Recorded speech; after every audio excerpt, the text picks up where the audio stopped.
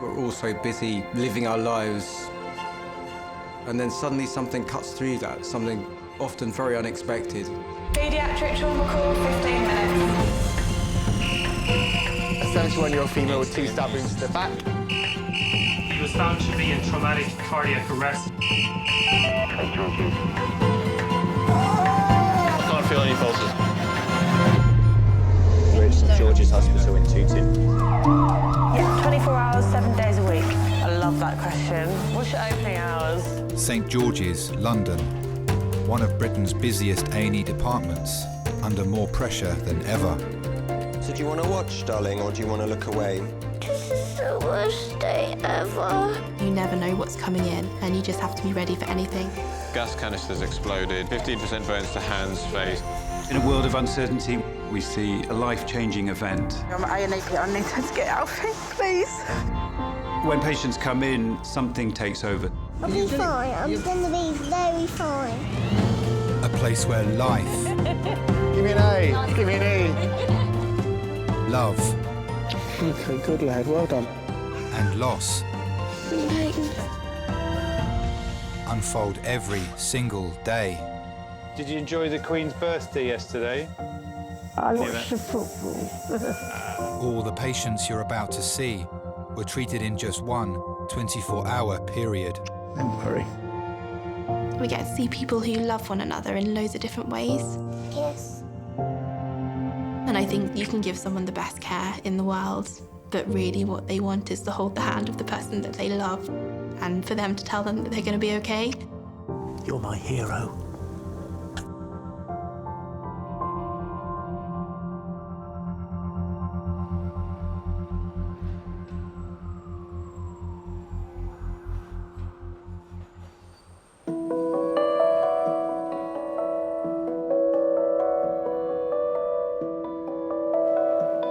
Yeah, so he was seen and then discharged to see his GP. But obviously, if he's worse, then do bring him back. I can't eat Chris out of my hand. Like having a pet monkey, isn't it? Oh my God, so last night, Tara and Mum set me up on Bumble. That's hilarious. They both did. At first, she set me up on Match.com. You have to pay $6.99 a month. I was like, I'm not that desperate. Do it.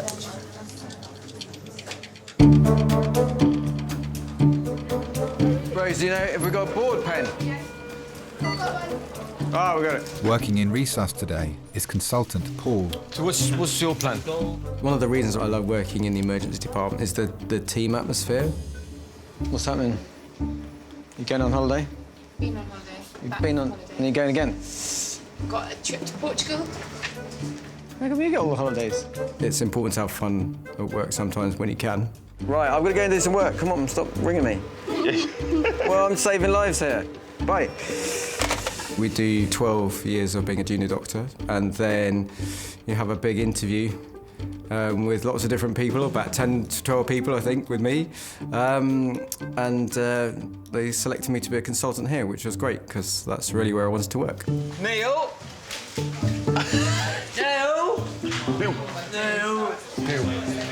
So my wife's an intensive care consultant, so we kind of relate quite a lot and having similar pressures.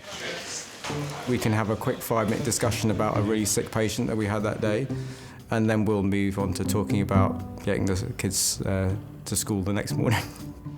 Where are we going again? 6. Having these sort of moments of fun and laughter is a way of us dealing with the stresses and the real pressures that we are under every day. It means that we work better as a team when we're really put to the test, because you know you can really rely on these people. You're there to do a job, a very important job.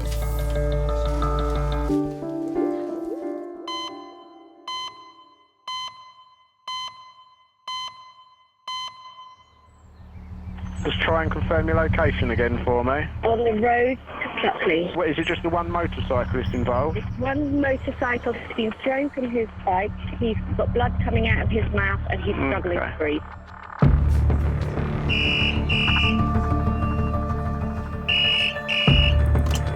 Hello, Center Zaini. Okay. So, intubated. Right side chest injuries. Yeah, thank you very much. Bye. Yeah. Hi there, could I activate the helipad response team? A 52-year-old man is being airlifted to St George's after a road traffic collision on a country road in Kent. He was found in a ditch without a pulse. Emergency doctors treated him at the roadside. The scene from overhead was a bit like watching a movie scene unfold. Car in the middle of the road with terrible damage to the front driver's side.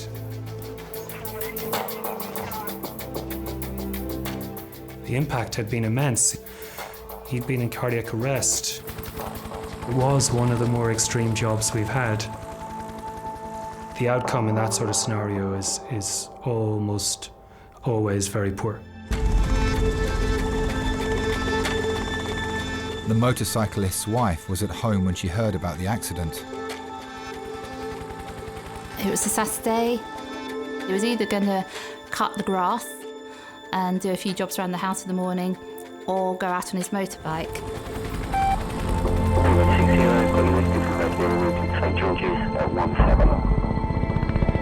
I came back from my parents about 12 o'clock. And there was a police car on the drive. They wanted to check who I was. And then they broke the news that Mark had been in a serious accident.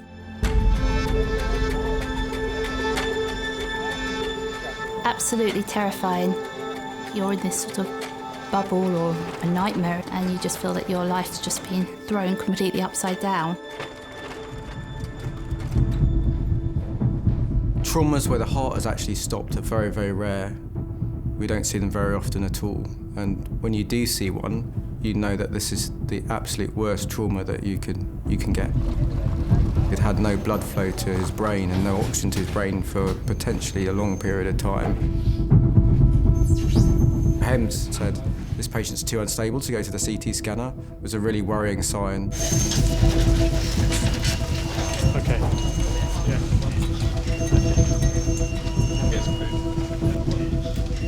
1, 2, 3. That's excellent. Thank you very much. This is Mark. He's in his mid to late 50s. He's a motorcyclist. About 90 minutes ago, it appears that he knocked from his bike and into a ditch. He was found to be in traumatic cardiac arrest at scene. His injuries were a closed head injury. He likely had impact brain apnea.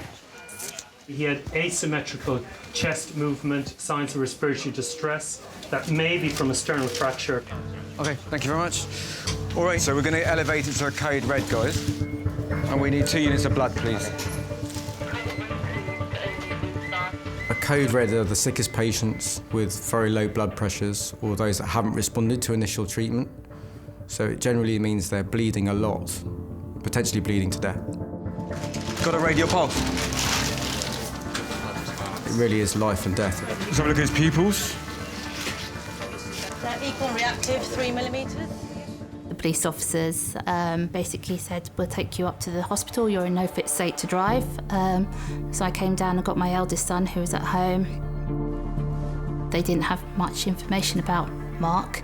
We just felt they were getting us up there as quickly as possible, really, just to say goodbye to Mark.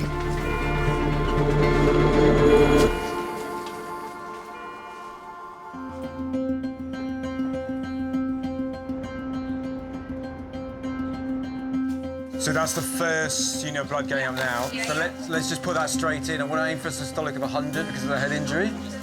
52-year-old motorcyclist Mark has been airlifted to A&E after a serious collision involving a car which threw him from his bike into a ditch. And what we do is, that is in his artery, we think, so let's just transduce that. Yeah, perfect. Doctors are giving him an emergency blood transfusion. What really concerned me in his case was the fact that his heart had stopped, and that lack of supply of oxygen to the brain was a real worry for me. So we'll go to scan. Okay, let's go. Doctors have ordered emergency CT scans. Blood's going in, slowly. Yeah. His wife is travelling to St George's from their home in Kent.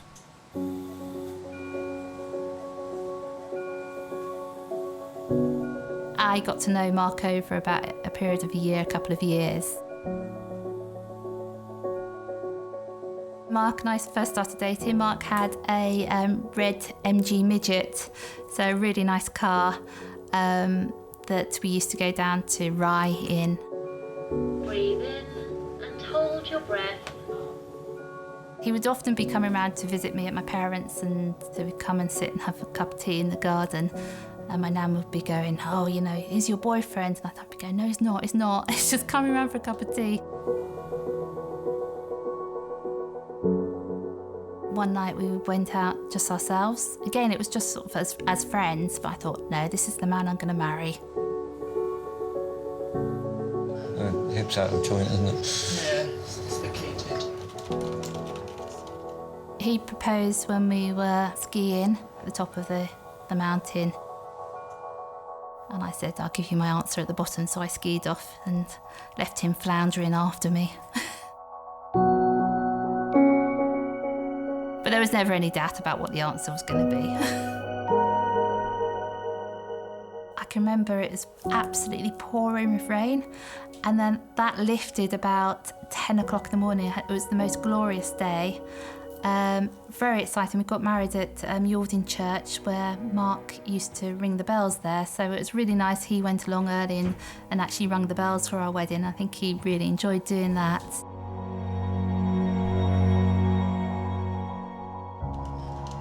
We thought on X-ray there was probably an acetabular fracture on the leg. I always worried about Mark going on the motorbike, and I was always had that sense of relief when he came home.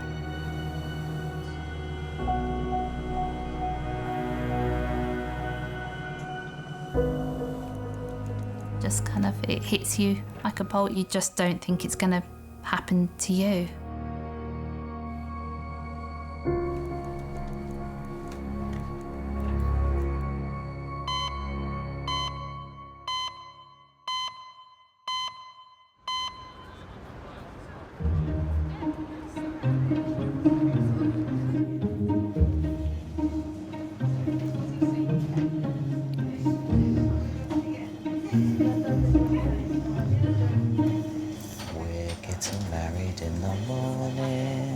No, we're not.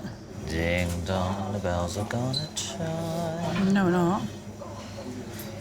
We're getting married in the morning, so get us to the church on time. Well, I can show you what else I put on the list. That's a good thing done by us. Oh, excellent. That's what I've dreamt of. With chest pains, looking through a John Lewis gift list. You should be more interested than you are. I actually cannot hear anything out of this ear. No, I haven't. Maybe. Yeah, but why is it blocked? Working on A&E reception today is 23-year-old Melissa. Oh, it's annoying. Get switched into your ear, Yeah. and just in one motion depress the plunger. Oh no, makes me feel sick. Got to have very clear ears to work on, so you have to hear everything. And sometimes a lot of us think when the tannoy goes off for a trauma call, you think, I didn't hear that. Hello, A&E, can I help?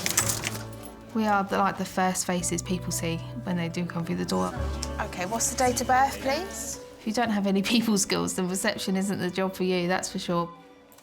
Can you discharge him for us then, and then I can book him back in down here?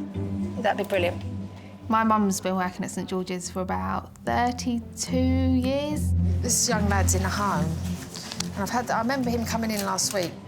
She used to tell me some things. I think, I'd quite like to do that. I'd quite like to work there. And then we go on lunch. There's me, my mum, my sister, my auntie, my cousin. Melissa, look, there isn't an MRN number there. I was actually born here, so and my sister and my brothers were as well. So, yeah, it's kind of it's just in the blood. Have you been to this hospital before? Oh, that's why. Oh, is that why? It's different. My brother's also a paramedic, so when he comes in, it can be quite funny, just like a family business kind of thing. You're all sort of carrying on from each other. I can't even function right now. Can't even function properly. Oh yes, Craig's in. I'm going to get him to look in my ear. I need to get Craig to look in my ear. Why? It's completely and utterly blocked. I can't hear anything.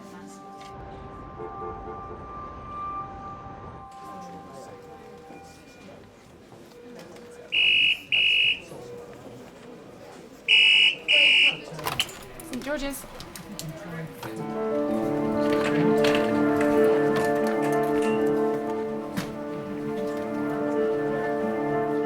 Yeah. Yeah. Yeah. Lovely. And that's CCAM, is it? Coming by land. Great. Thanks very much. Bye. Trick female trauma call in 15 minutes. A 25-year-old woman is being rushed to St George's after being thrown backwards from her horse.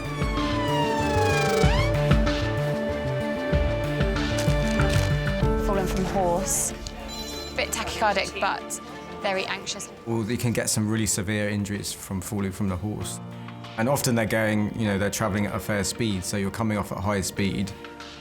Head injuries would be a big possibility. You'd particularly want to know if the patient was wearing a helmet and what their level of consciousness is at that time. And then they can sustain chest, abdominal or pelvic injuries. The rider's mother arrived at the scene of the accident and is travelling to St George's. I got a phone call from a girl who keeps her horse at the stables, and she said that she'd had a fall and an ambulance had been called. I knew at that point that she wasn't okay. And I went straight to the stables and she was just lying in the riding school. She was really distressed. It became apparent that there was something radically wrong with her legs or pelvis area, as one leg was about 6 inches shorter than the other and she was in extreme pain.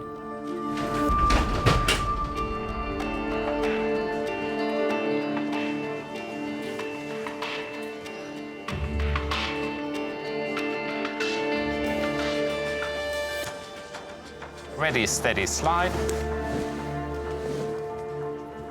So this is Kaylee. She's 25 years old. At 11 o'clock this morning, she was thrown from her horse to her right-hand side onto the grass verge.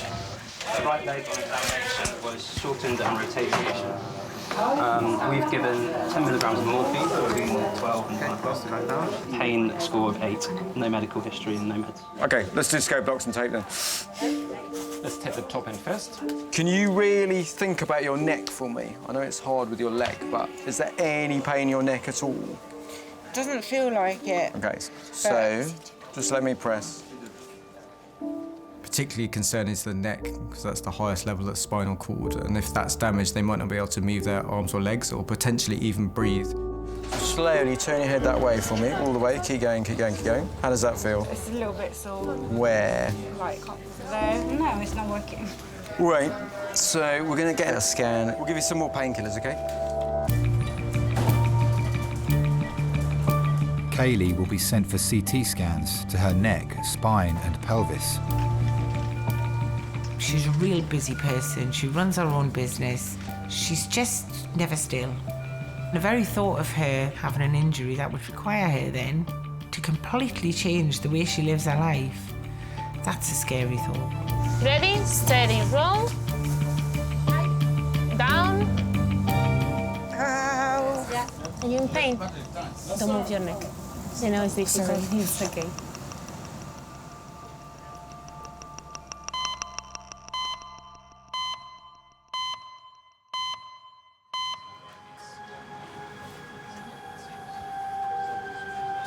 It was found by the paramedics to be in cardiac arrest, hypotensive, so code red declared. Earlier, motorcyclist Mark was involved in a road traffic collision.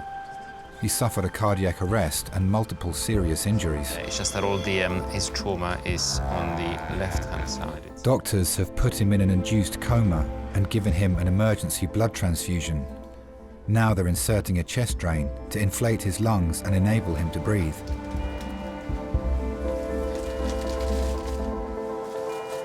day that Thomas and Felix were born were just absolutely fantastic. He's always been really proud of his boys. I mean, he just loves them. Mark was always very hands-on dad, taking them to activities on a Saturday. They do a lot of sport and he just loved watching them doing the sport, and I think he was always there behind them. He didn't want to crush, overpower them or anything like that, but just always there supporting them. The whole thing you say goodbye to is the life that you led up to that point, but then suddenly that goes completely thrown up in the air and everything you've known, it's just, you don't know what the future's going to hold for you.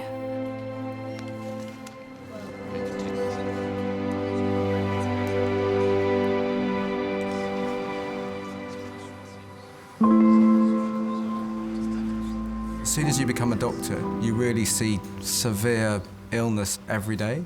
That can be pretty hard to take because it really changes your perspective on life. And my children are my love and my life, so when you see somebody who is a father and has come in as a patient, you can really relate to that family. Pressure is low. We had a good pulse on that side, but he's got no pulses bilaterally. It's not good. Mark's blood pressure has suddenly dropped. We move the puzzle to the other side. If you've got a really, really low blood pressure, it suggests that your heart's not working properly, and that would mean that you're not getting good blood flow, particularly to the brain. And if they don't get good blood flow, then their tissues begin to die, and ultimately your patient will die.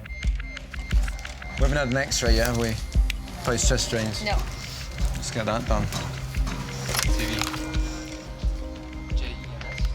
Oh, yeah, can we get an urgent chest X-ray in resus 4, please? Thanks very much. Cheers, bye.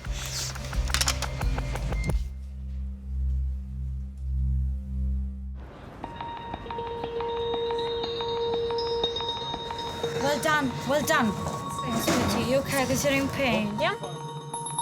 Kaylee has been admitted to St George's after she was thrown from a horse. So, when we scan your body, we have to give you an injection. Doctors are concerned she has one leg shorter than the other, as well as possible spinal injuries.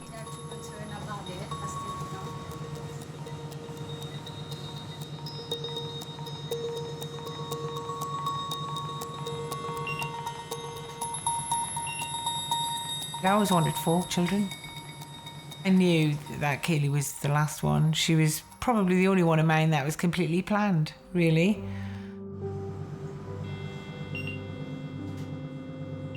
I walk in the middle of the night. My husband was at work, so I drove myself to the hospital.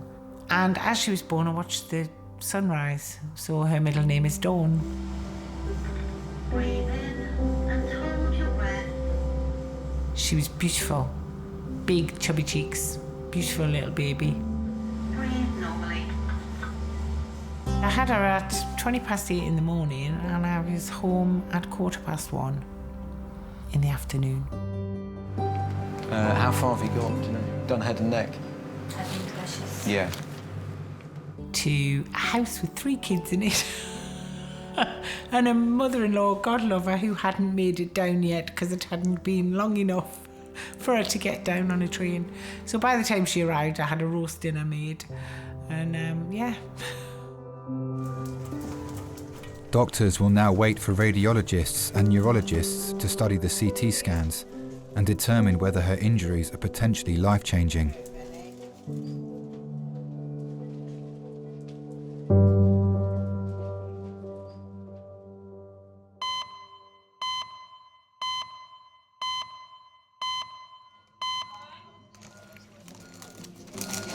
I love you, you know.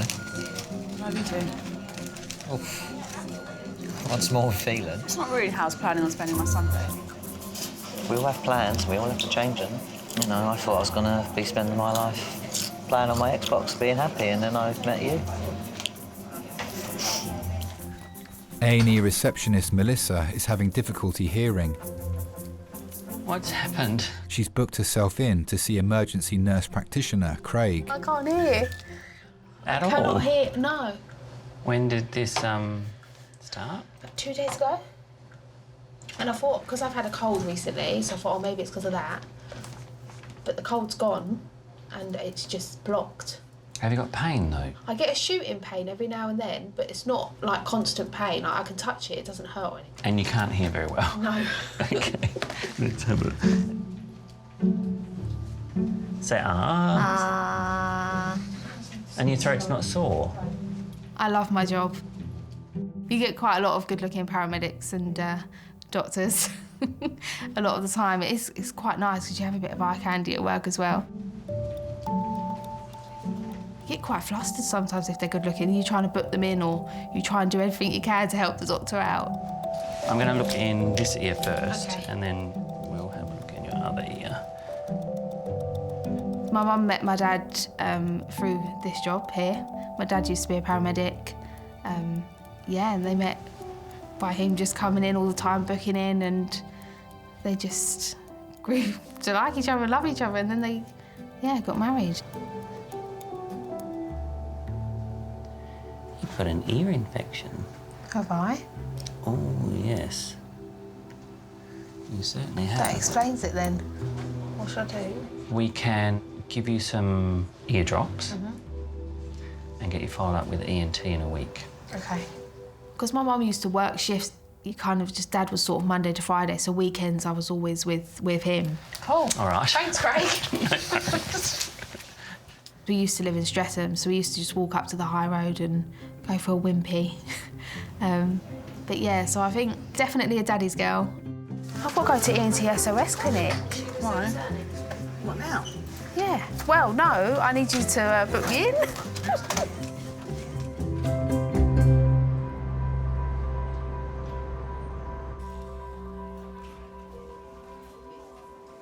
Kaylee is in resus after being thrown from her horse.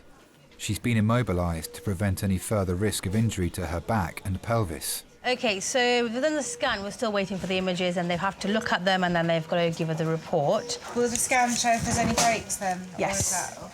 How big's the horse? 16 hands. What does that mean? That's 16 hands. Yeah, pretty much. Yeah, you measure Sounds hands. quite big, that. Yeah, I know, but it just doesn't Yeah. mean anything to me. It wasn't a little pony. The painkillers are starting to work though, finally. Are they? Well, Yeah. just as well. Remember that was us, all Yeah. right? Yeah. Yeah. But thank you, guys. No, it's our pleasure. Hope Go. you'll hang around. We've got to, well, we're cleaning at the moment. I think we've got half the manure in the back of our truck. Yeah, I was going to say, that's disgusting. They're just clearing it up for the next person. Best of luck, Kate. All right. Thank you. Speedy recovery.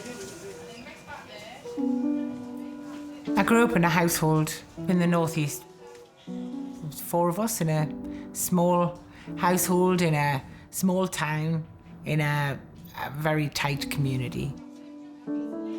If you did something wrong, the neighbour down the road would cuff your ear and you'd get a telling off, and then when you got home you'd get another one because you'd upset the neighbour. It was full of soul and full of hard-working people. I will do, don't worry, I'll ring everybody later on and just let people know how things are, but yeah. There was a big change when industry started closing down in the local area. The shipyards went, the coal mines went. People couldn't manage because there wasn't an alternative. There was a lot of misery. There was a lot of long queues of men looking for work. There was a lot of long queues of women trying to buy provisions at the end of the day from the shop that might be sold at a reduced price. It was an impossible situation. Don't know what that is. It's measuring your pulse. We were quite young then and just together, Roy and myself. And he lost his job in the shipyard. Doors just closed and left this wake of poverty, almost desperation. But we had a young family then, you know, and it wasn't even just about us and how we were going to manage. It was about what was going to be there for our children. We scraped just to be able to put shoes on their feet and dinner on the table. Don't kill me, but we're going to need to do another blood test. More blood? Yeah, that's fine. Fine, that's good. That's easy. The only thing that we could do is to follow the work, really, because we're from a working class roots, and that spirit of will not be beaten. Last time I had to get a blood test done, they spent ages trying to find a vein. Well, you wouldn't make a very good addict because your veins aren't very good. We decided to up and move. We sort of jumped off a cliff together, really, and just thought, let's give it our best. But we did it because it was for our kids. I wanted my children to be able to choose what they wanted to do with their lives. It was about having a future. So what are these other ones then? Can you not take it from them because they're already in No, veins? they're for going in. Horse riding for Kaylee, it's been a massive part of her life. From the age of 9, she's worked at local stables, she's worked in a riding school, she's wanted to work with animals of all description, from small to tall. I've always been aware of the risks of the sport, but riding is so massively important to her. If that was taken away from her, she wouldn't be the same person.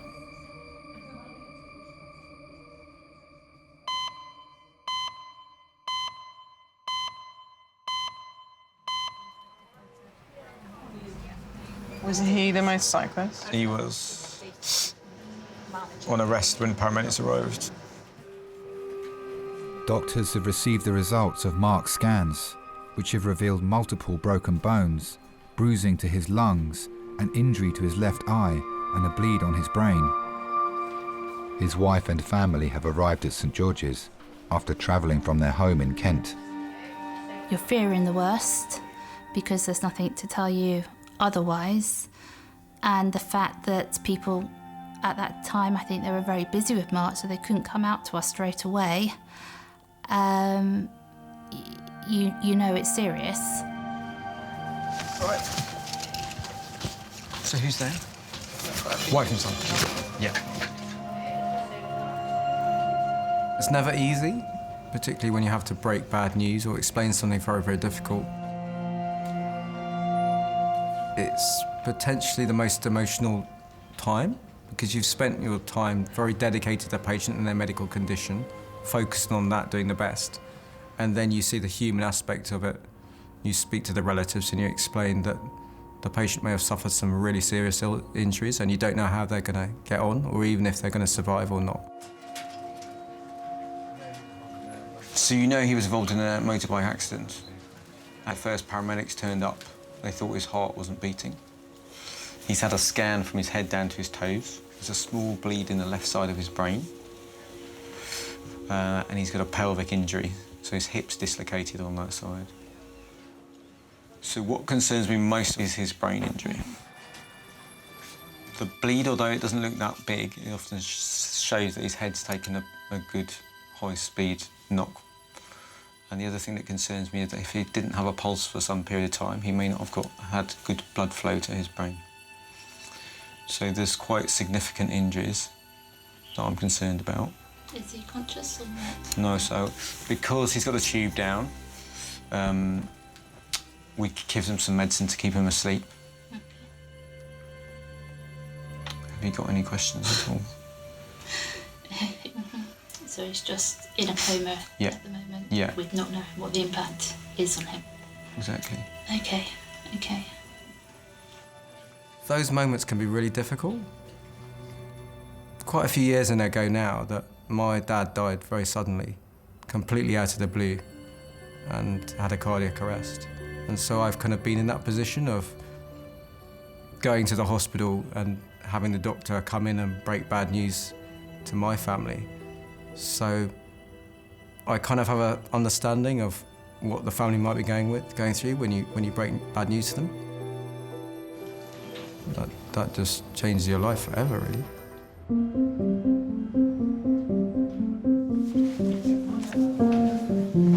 Do you know what? What? At first, when this happened, I was afraid.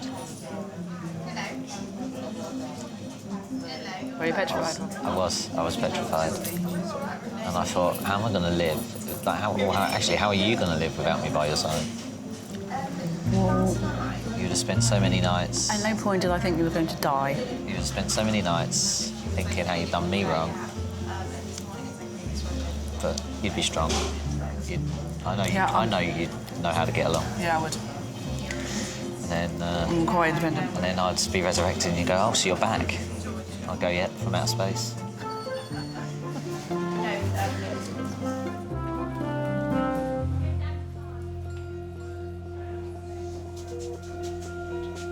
This is why it was the first thing I said to the ambulance man. Whoa. Oh, is that a bruise on it?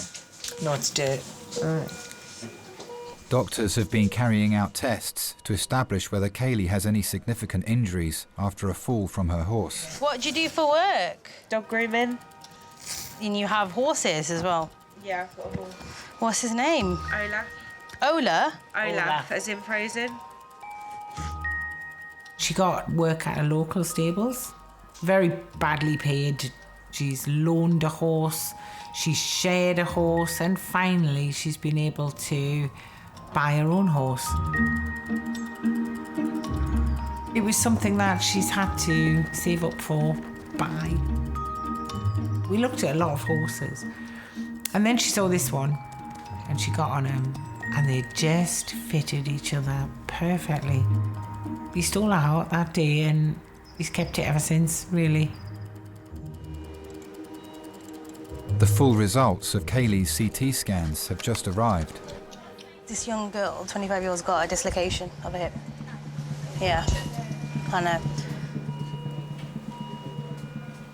Hi there, right, so, afraid you've dislocated your hip, which is why it's so painful. Yeah. I'm afraid it is an emergency, so we do need to get you upstairs into theatres as quickly as possible. And what we don't like is for the hip to be dislocated for too long, because the blood supply to the head, the femur, can be compromised. So, any questions? Look after my girl. Right, I'll see you on the other side. Go. Your child's the most precious thing that you have in your life.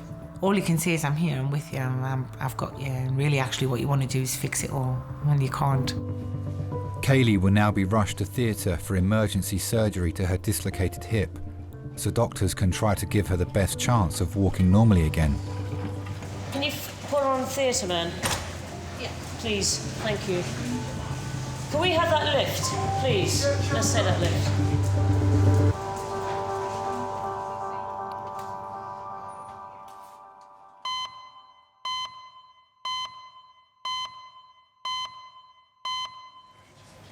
Is it a staff nurse or a patient? OK, bear with me a second. What's the date of birth, please?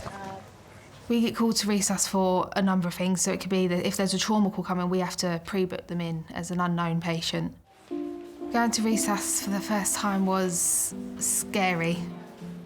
My dad got brought in once. I was actually at work with my mum, and he collapsed at home.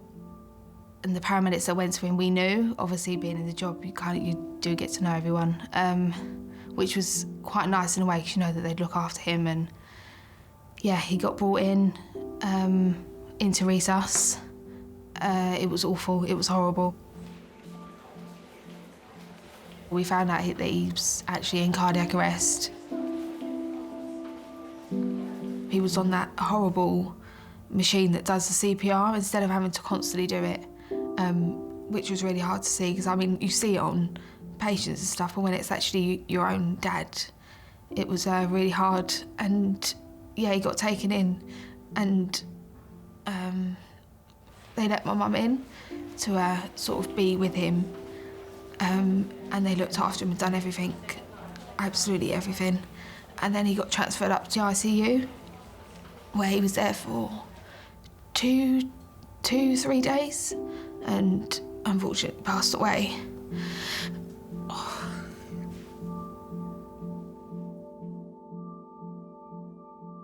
Tough being at work and then kind of you're booking in a patient that you've never met before to booking in your dad. It was really, really tough. It took me a while, but just one day I thought, I can do this. I'm going to be there for the next family that come in, and I'll be there for a shoulder to cry on, because I know how they're feeling. And I kind of looked at it in that kind of way, and I thought, I can do this, I can make my dad proud. I'm going to go to work and help the other people. And I did, and I'm still there now, so. Do you want to leave it with us? Because we're all trying to log in at the minute. We're all having a bit of an issue.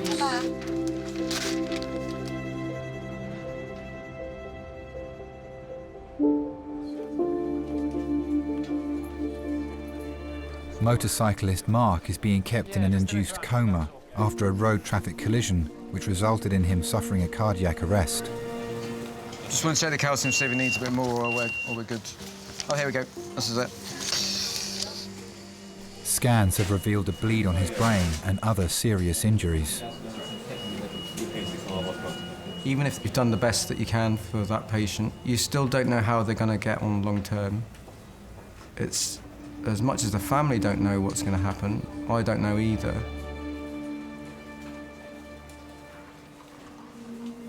We've done the best on that day, but how are things going to be in a week's time, in a month's time, in a year's time? You don't really know how well these patients are going to recover if they survive. Mark will be taken for emergency surgery and then to intensive care. Only when doctors decide to wake him from the coma will they realise the full extent of his brain injury.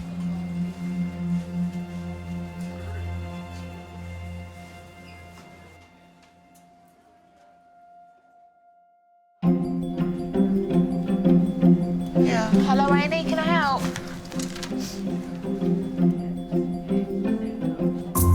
Oh my God, right? So you know Mum and Tara have signed me up to Bumble. Going on a date? Going on a date? He is so fit, Lucy, like, I'm not even joking. He's well fit. I know.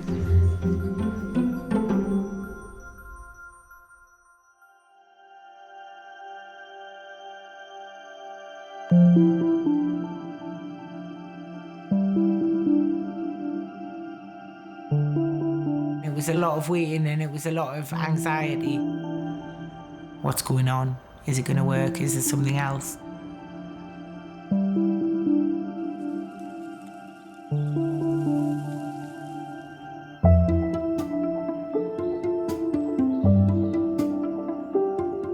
He went absolutely crazy when he saw me, and makes you realise the bond that he has with you as well as you having with him, because it's hard not to take it personally when he chucks you off that many times, when actually horses don't think like that. They just think, it's going to hurt, get her off.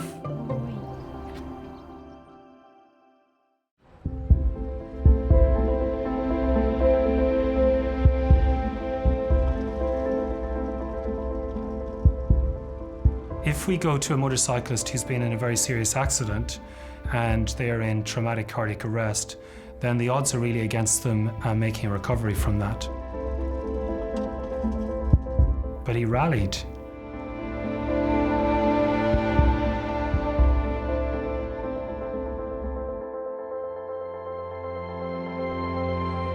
I kind of kept a bit of a diary during the time. One of the entries was about, well, I asked him whether he loved me, and he sort of said, he squeezed my hands to say yes. And that, I don't know, it's just a really important moment in the whole process, so just feeling that connection back with him. You could see his joy when the boys came up to see him, what comfort he took in terms of them being there, and that was kind of what he was, you know, fighting for.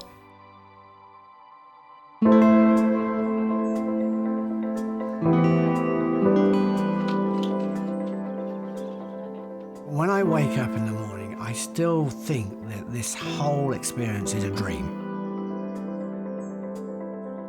You think you love your wife or husband or children, but until something serious happens to you, if it hadn't have been for them, I probably would have given up on life. The amount of power and strength they have to want you to come through it is quite unbelievable. I wanted to live. I've got a purpose to live, to see my children grow up and to see that Jackie's looked after as well. So that's my purpose in life. Yeah, it's, well, yes, and, you know, true love, isn't it?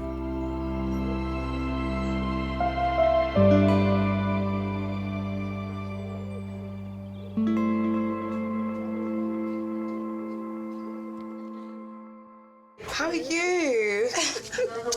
Let me take a little pic of you. Hello, St George's. When you hear the hem's call, your pulse goes up. I've never seen Mum that broken before. She fell backwards into an empty swimming pool. Approximate height? 3 metres. 3 meters she fell. We wanted them to fix the hole in her head and send her home.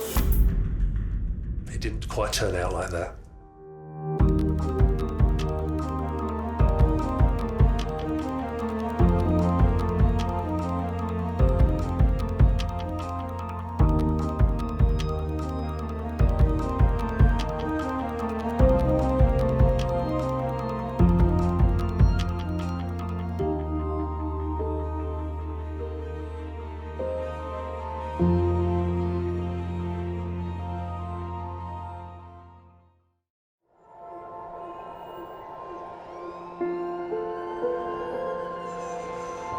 We're all so busy living our lives, and then suddenly something cuts through that, something often very unexpected.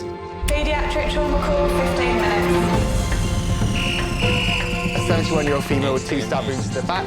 He was found to be in traumatic cardiac arrest. I can't feel any pulses. We're at St George's Hospital in Tooting. Yeah, 24 hours, 7 days a week. I love that question. What's your opening hours? St George's, London, one of Britain's busiest A&E departments, under more pressure than ever. So do you want to watch, darling, or do you want to look away? This is the worst day ever. You never know what's coming in, and you just have to be ready for anything. Gas canisters exploded, 15% burns to hands, face. In a world of uncertainty, we see a life-changing event. I'm at A&E, I need to get out of here, please. When patients come in, something takes over. I'll be fine. I'm going to be very fine. A place where life... Give me an A. Give me an E. Love... Okay, good lad, well done. And loss... unfold every single day. Did you enjoy the Queen's birthday yesterday? I watched the football. All the patients you're about to see were treated in just one 24-hour period. Don't worry. We get to see people who love one another in loads of different ways. Yes. And I think you can give someone the best care in the world, but really what they want is to hold the hand of the person that they love and for them to tell them that they're going to be okay. You're my hero.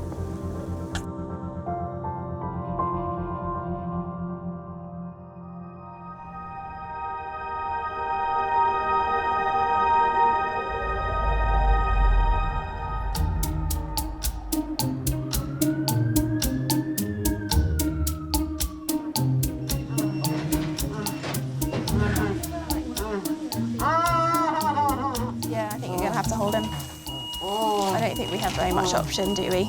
Can you hold his leg?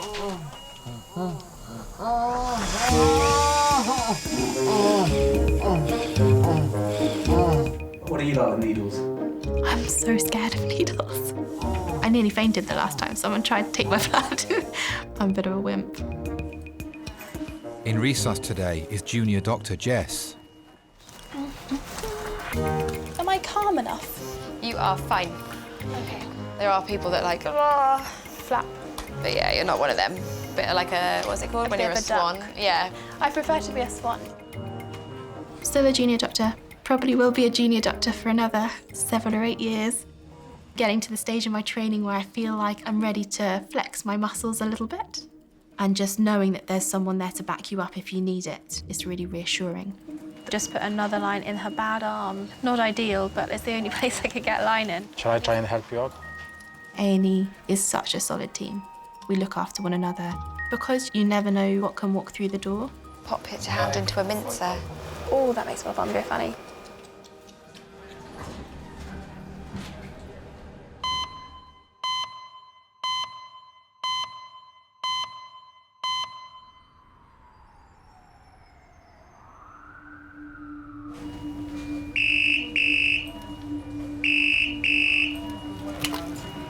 George's. Okay, yeah, go ahead. Okay, adult or pediatric? Mm-hmm. A 71-year-old woman is being rushed to hospital after being knocked down and run over by her husband. Adult female trauma call, 5 minutes. We see a lot of serious injuries from road traffic accidents, as serious as it gets. You don't know what type of car, you know what speed, you don't know how frail that person was before they got struck. But it's always just better to prepare for major trauma, big injuries that could be life-threatening. The woman's husband is on his way to St George's with their daughter.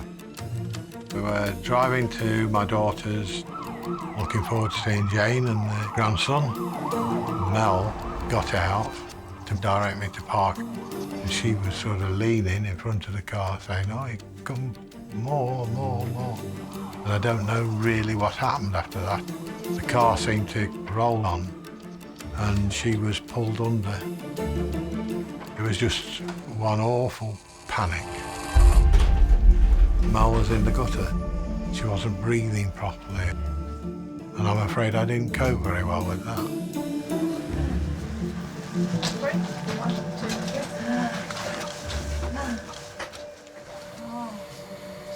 Okay, this is Mel. Mel is 71 years old. She was stood in front of her husband's automatic car. Her husband had gone into it at quite low speed, but has gone over her right side. She has pain to the thoracic spinal area, hip pain, femur pain, tibia and ankle. There's some quite obvious bruising and swelling all the way down the leg. She's also got an obvious right arm injury. Okay, all right. Hello, I'm Jess. I'm one of the doctors. I'm going to be looking after you, my lovely. Out of 10, how much pain are you in at the moment? So it's quite bad pain. And where's the worst pain at the moment? Okay. And the back, okay. We might give you a little bit of morphine just to help with the pain. We're going to get you around for a scan so we can check what injuries you have. Doctors must now carry out a CT scan to find out whether Mel has any internal injuries. If they've been run over by a car, be worried about chest trauma, pelvic and long bone injuries, major organ damage, abdominal injuries. On move, ready, brace, move. So my lovely, you're going to be going through the scan. It's going to be a couple of minutes and then you're done, okay?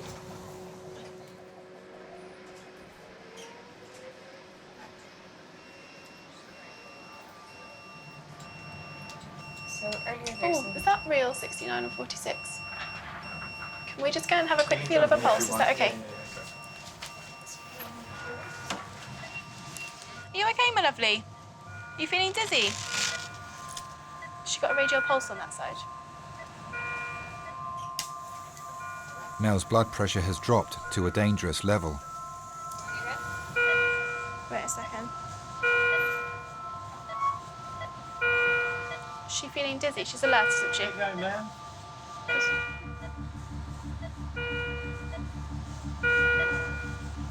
We're just waiting for this blood pressure to come up. No, it's genuinely 60. I think we should get the consultant here for a second. If they become unstable and if they drop their blood pressure, it might be because they're bleeding from somewhere. And when we don't know where it's coming from, that's quite a scary patient. Hi, Adrian. The consultant on shift is Adrian. It just pops up at 69 systolic. Hasn't got much of a pulse. The things that we're actually worried about are chest and abdomen and pelvis. Okay, let's do a quick CT.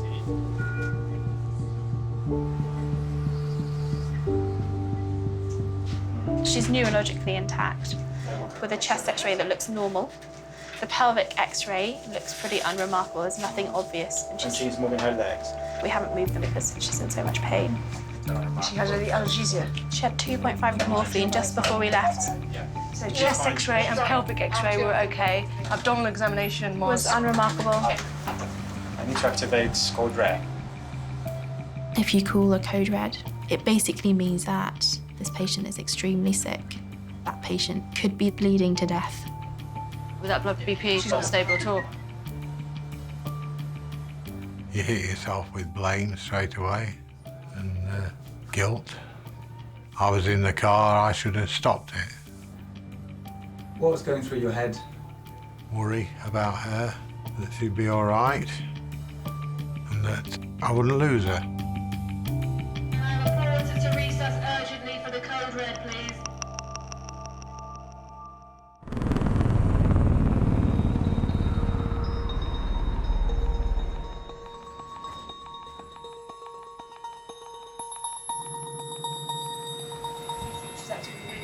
She's possibly, 29 minutes ago, 71-year-old Mel arrived in A&E after being run over by her husband whilst helping him park the car. Can you get the bed ready so that you can start to infuse? She's going code red and having red blood cells. Yeah. Okay. Mel's blood pressure is critically low, and doctors have put her on standby for an emergency blood transfusion while they assess her injuries. If you think they're bleeding from somewhere, you start trying to hone down on where that could be coming from.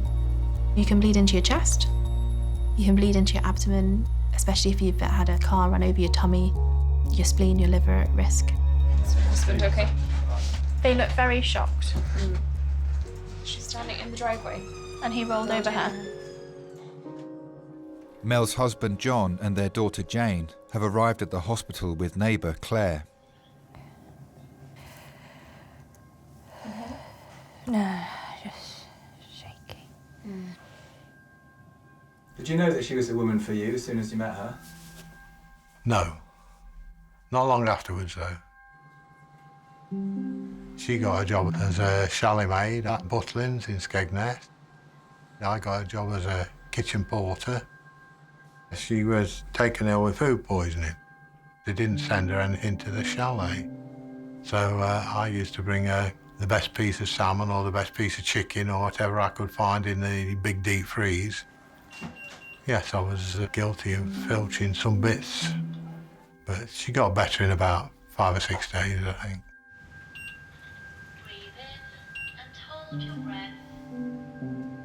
What do you think attracted Muriel to you? I'm so good looking. She always used to say, well, you used to have hair like Cliff Richard. Yeah, not now. She was very nice, seemed sensible. I'd always been brought up to be sensible, so I wanted somebody sensible. 49 years married. Long time. Not really. It's only a lifetime. She has got thoracic back pain, so whether it's something, it could be something. I mean, I can't explain why she's dropping. Yeah. Doctors must continue running tests to work out whether Mel is bleeding internally.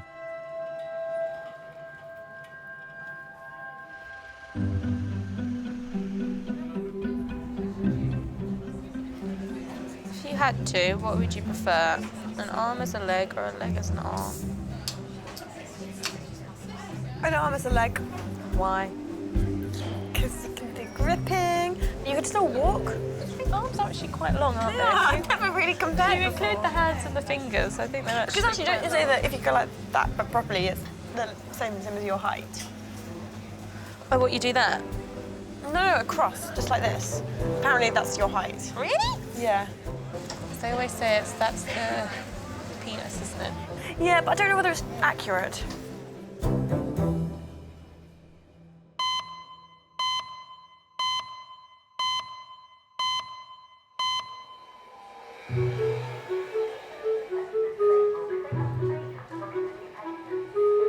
A cup of tea would be nice, wouldn't it? A nice cup of tea. What do you think? No, a nice sleep. But I shouldn't go to sleep. Not yet, you shouldn't. Not until your head's been sewn together. 68-year-old Bonnie has come to A&E after hitting her head on a bedside table. I was sitting on the bed getting dressed, and Bonnie wanted to lie down for 10 minutes. And they had these night tables, so there were shelves, really, by the side of me, each side of the bed, with very sharp corners on them. So she lay down, and I heard this thud and this scream. She was extremely worried that she might have had a cracked skull. It was a really heavy thump. I think I have a hard head, but we already know that. Well, that's a blessing, really, isn't it? In a way. Oh, bullet bonds.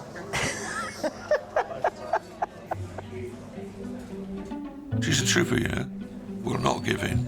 Very stubborn sometimes. She's a performer. She's sung the lead in Carmen. She's sung at the Carnegie Hall. So, you know, you don't do little things like a bang on the head worry you, do you? But I was worried. I don't have time to be ill. I wonder how many people in the graveyard have said that. His last words were, they don't pay me to be ill. And then he croaked. I refuse to croak. I was divorced. Bonnie's my second wife. My cousin gave me an old computer, and I said, I'm going to go online. I went into a room, a chat room called Life Begins at 40. And there were all sorts of hopefuls in there, you know, looking for another mate. And I saw this lady called Canto Bell, which anyone who has musical knowledge is a corruption of bel canto, okay? Musical term.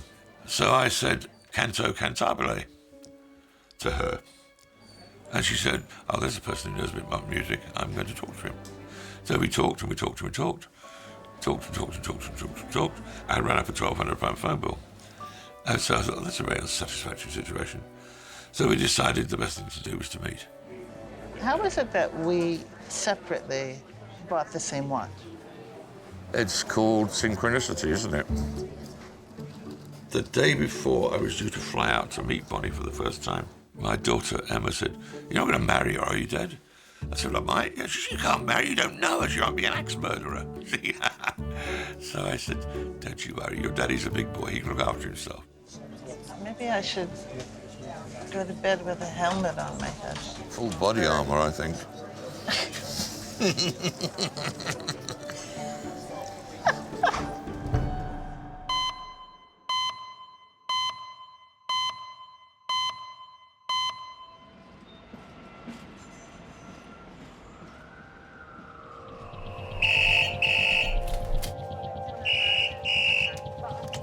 Any visa St George's? A 4-year-old girl is being rushed to St George's after she injured her neck falling over on a train. The girl's mum is at home with her brother and sister, but Dad is with her in the ambulance. We had a good day, it was fine, you know, it was just going back on the train. There was sort of a sudden bump. She just went back and fell straight back on the back of her head. She was distressed and crying. She didn't know what was going on. I held up her neck the whole time we were waiting for the ambulance to come. The younger they are, the head is much bigger than the rest of the body. Think about it as having a bowling ball on a golf pin. That area is where life matters. Just make sure that this is tight enough. Madison, 2 months ago, had a C1, C2 decompression done at Great Ormond Street. Really, wow. And she's been back at Great Ormond Street today to have a CT scan to review progress. She has got a plate put in. She fell straight down, hitting the external fixation device, the halo device, causing it to come off her head. Maddie was born with the bones in her neck fused together. We was told that she had spinal abnormalities, you know, the bones in her neck. You've got the individual vertebrae, and hers haven't actually properly formed, or they've gone into an odd shape. 2 months ago, Maddie had complex surgery to correct her vertebrae. It's all right, it's all right, it's not going to stick That's to you. okay, it's not It going won't to stick hurt. to you, sweetie. To support her head while the neck heals, she was fitted with a metal brace called a halo. That took all the weight of the impact, really. On the train, I went to pick her up, and that's when I noticed all the pins on her halo was sticking up rather than in her head, and there was blood coming out of the holes. The halo is supporting the neck to make sure that the bones don't move on top of each other and cause injury to the spinal cord. Even some minor movements can lead to disruption of the cord. You can lose power, you can lose sensation, you can lose bladder and bowel function. You can even become quadriplegic. Doctors will carry out an urgent CT scan to assess whether Maddie's injuries are life-changing. Will Daddy help me? Yeah, Daddy's going to help. I'll help you like I did today, yeah? Alison, you had one of these scans today, didn't you? Yeah. You're going to do the same again. Well, we can do it again. I'll You've be done it- fine. I'm you've- going to be very fine. Yeah, sure you you're going to be a brave girl. To have it at the age that she's been, it's been quite tough on her mentally and physically. She's always been scared of hospitals. Every time it's like a big journey for us. I'll tell you what, you count to 20 and we'll lower you down, yeah? Can you get to 1. 20? Go 1. No, lie sit back, still. sweetie. Don't be I'll scared. be with you the whole time, yeah? Daddy going to stay. Do you want to hold my hand while you lie down? Come on. Yeah, let's go. Hold my hand. Ready? Start counting. I'm going to count 1, 2. Just Calm down. It's all right, it's all right. It's all right. 5. It's all right. 6. 7, 8, 9, 10. Woo, well done. Where are we? We're in the magic donut. We're going to go in now. Daddy's going to be with you. I'll be with you all the way, yeah? Doctors must now await the results of Maddie's CT scan before they can assess the damage to her spine.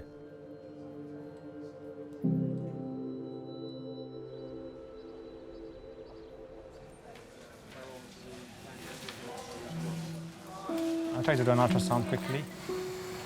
Doctors have been running tests to find out whether Mel needs a code red emergency blood transfusion.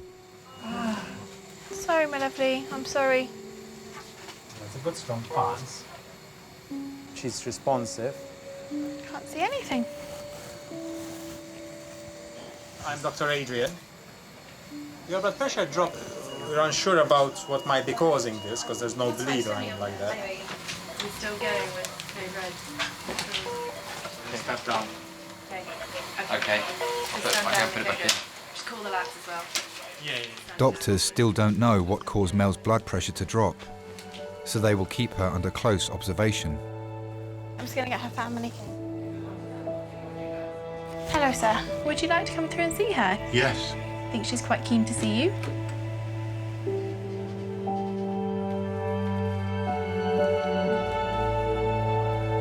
Okay, so she's lying flat at the moment. She's in a collar, but she's talking to you and she's absolutely fine.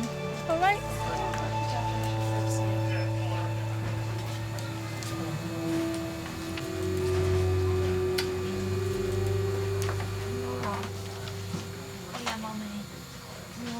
Yeah.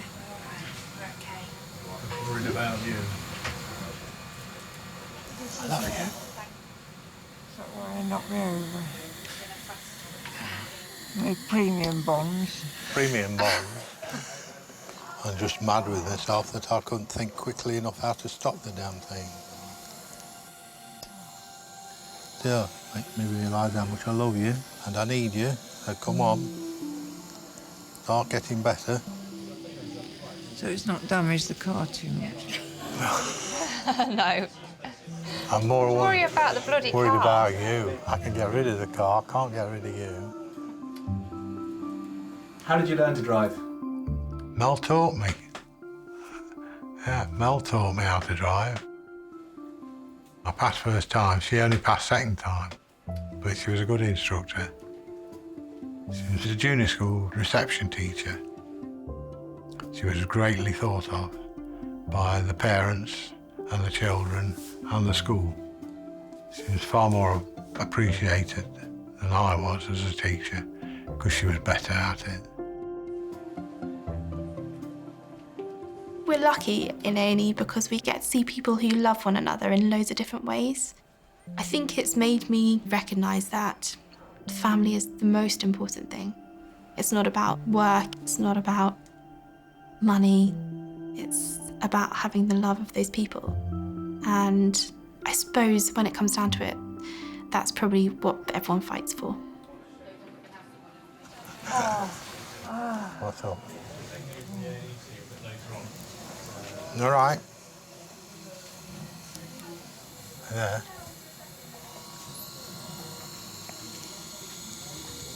All right.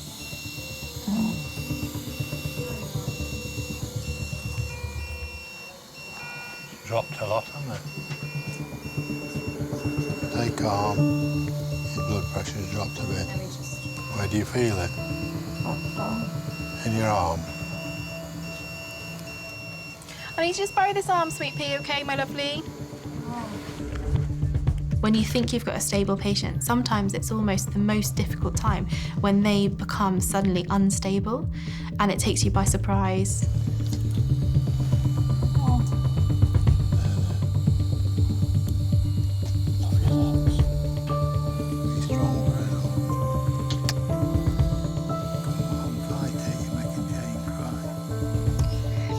Doctors must stabilise Mel as quickly as possible and work out why her blood pressure keeps dropping critically low. Keep looking, keep shouting, keep with us. You've got to get better, otherwise I'll never forgive myself.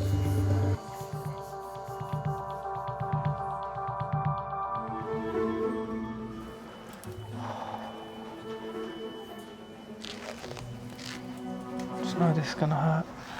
Well, if you think it's going to hurt, then it's going to hurt. It's going to hurt. No, but you have to. Yeah, it's mind over matter, Trafford. I know giving birth's going to hurt, but I don't sit there and think about it all day. All right. It hurts, you know. I know it hurts, but just stop the screaming, man.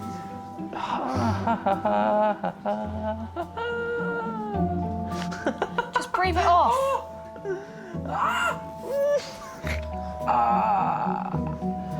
In through your nose. Babe, trust me. You're hurting my head. Stop. Stop, babe, please. Stop. You're gonna have to learn this when I'm in I know, labour. but stop. I can learn that in a baby class.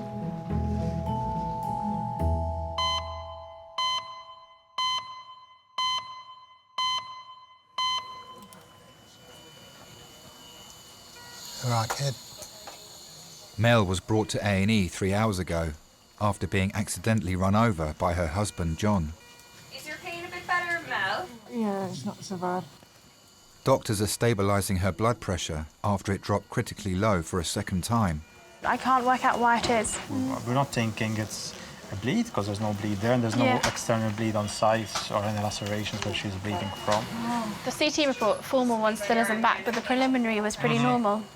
It does seem to go down and then up again. Doctors are still waiting for the full results of her CT scan to establish the severity of her internal injuries. Oh, that's going up. You're moving in the right direction. You'd be envious of this blood pressure. You just concentrate on you.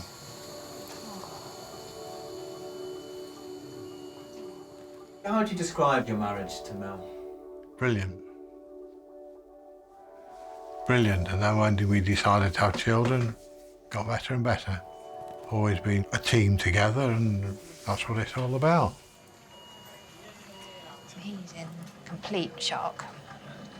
She's a mess. She'll be in, I mean, she can't leave hospital. All these tablets and everything are at home, but he won't leave her. He won't leave her. He feels so guilty.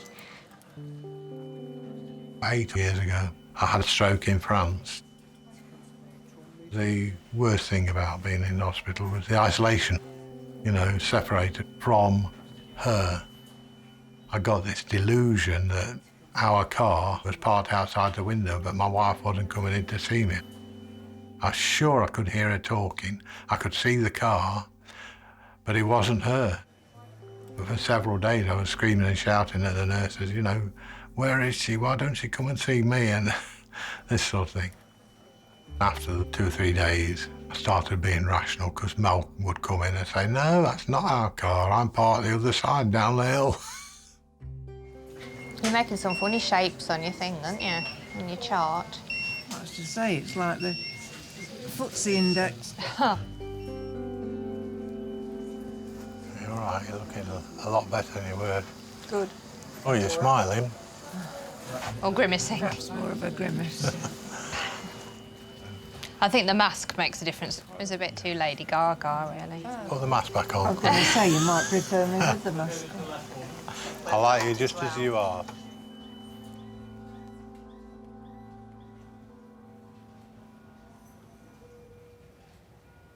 Very proud of you, very brave. Could I get a treat? I think you will get a treat, because I was already going to get you a treat for the CT scan at Great Ormond Street, but I think I need to get you another treat. Yeah, another one. Yeah. 4-year-old Maddie was brought into A&E 3 hours ago after she fell on a train and dislodged a surgical head brace that was supporting her neck. Yeah. She's looking after the other two. Yeah, I do all the hospital stuff, so yeah, I've been to all the appointments. A lovely daddy, haven't you? Yeah. Maddie and Dad Adam are now waiting for the results of a CT scan to find out whether she has damaged her spine. It's fun. So, she's had OCTs. Yeah, got your thumb. We always thought there may be something wrong with her, the head tilt and her neck being like that. And the fact that she couldn't look left to turn her head because of all her bones being fused and locked into one place. If we didn't go ahead with the operation, then the worst case scenario, it would be paralysis. 2 months ago, surgeons at Great Ormond Street Hospital rebuilt Maddie's neck using a metal plate. On the day of the operation, she was down for about 5-6 hours. So it's not nice, you know, just leaving your child. It's one of those things where you go, you're almost like saying goodbye.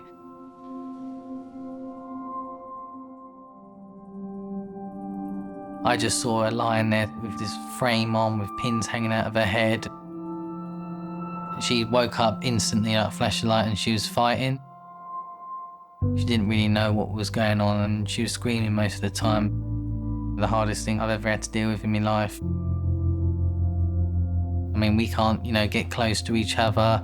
When you say goodnight to her, you know, you've got to sort of duck in, you know, behind the bars.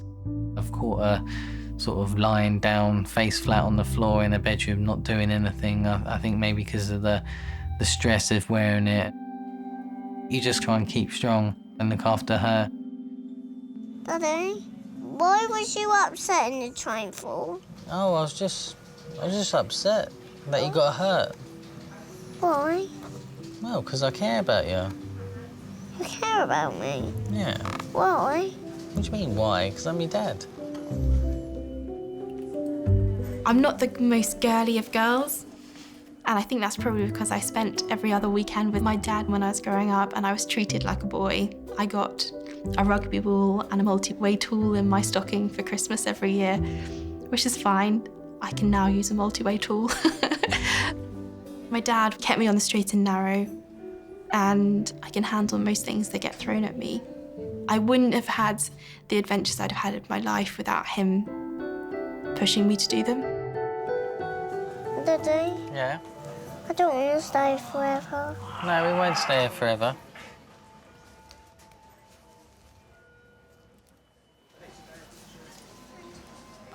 Look at me. Look at you. Tell me why. Bonnie and Andrew are waiting for a nurse to assess an injury to Bonnie's head. Tell me why you cried. What is that? You lied to me. Can you remember the first time you laid eyes on Bonnie? Yes, I can. At Washington, D.C. Dulles Airport. We had been talking for 6 months. She recognised me, came bouncing towards me. I thought, that's my Bon. I went over in May '98, and we got married on June the 4th, that same year. And that was 18 years ago. So we must have done something right, mustn't we? I'm dying for a drink. A pint of Guinness will do fine. That could be okay if you have an idea of how many other carbohydrates you had today. If there was one thing about you that Bonnie could change, what do you think she would change? My shape, probably. Today, I had bacon and egg for breakfast. You had toast. Oh, I don't need toast. You didn't? I don't know, one of those French things. A croissant is bread. 100 calories. No, sorry, much more. She put me onto a more abstemious path, shall we say, and I'm eternally grateful. She was the one who persuaded me to go to the doctor, and sure enough, I was diabetic. I'd been diabetic probably for 5 years. For lunch, I had a Whopper, big Whopper, So you've had 5 servings of carbohydrate already today. That's a lot for a man who's trying to lose weight in order to be able to qualify for getting 2 new knees. I have bad arthritis, osteoarthritis in both knees. Playing rugby till I was 38. Not a sensible move. If I don't have it done soon, I won't be able to walk at all. And then I'll be in a wheelchair permanently. And I don't want that. So now I'm goody two-shoes. Young man coming with you? Yes, he's my young man. Your young man. I've got it, I've got it. You got it? Yeah. I don't want you to break yourself. No, I've got it, don't worry. I'm Claire, I'm one of the nurse practitioners. Hiya. I have a hole in my head. Oh dear. Have a seat. Any medical problems? Me? Just tell me if it hurts directly where I press. Yeah, you're giving yourself a little whiplash. Getting married again. It was a turning point in my life. It's tiny. It taught me that it's important to have someone in your life who has your best interests at heart, because it encourages you to have their best interests in your heart. I don't think it will make an iota difference if I put glue on it or not. Ouch. Yeah, it's a little bit stingy, probably. By next week, that'll have completely healed. So she's not going to glue your hair after all? No, after all. Goodness. My goodness, my Guinness. No. Trust you to take the fun out of a pint of Guinness.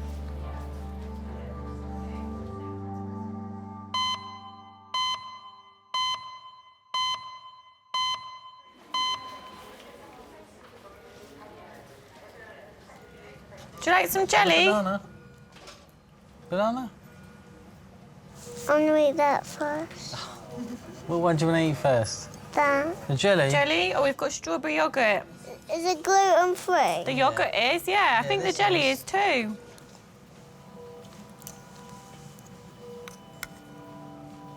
Funny enough.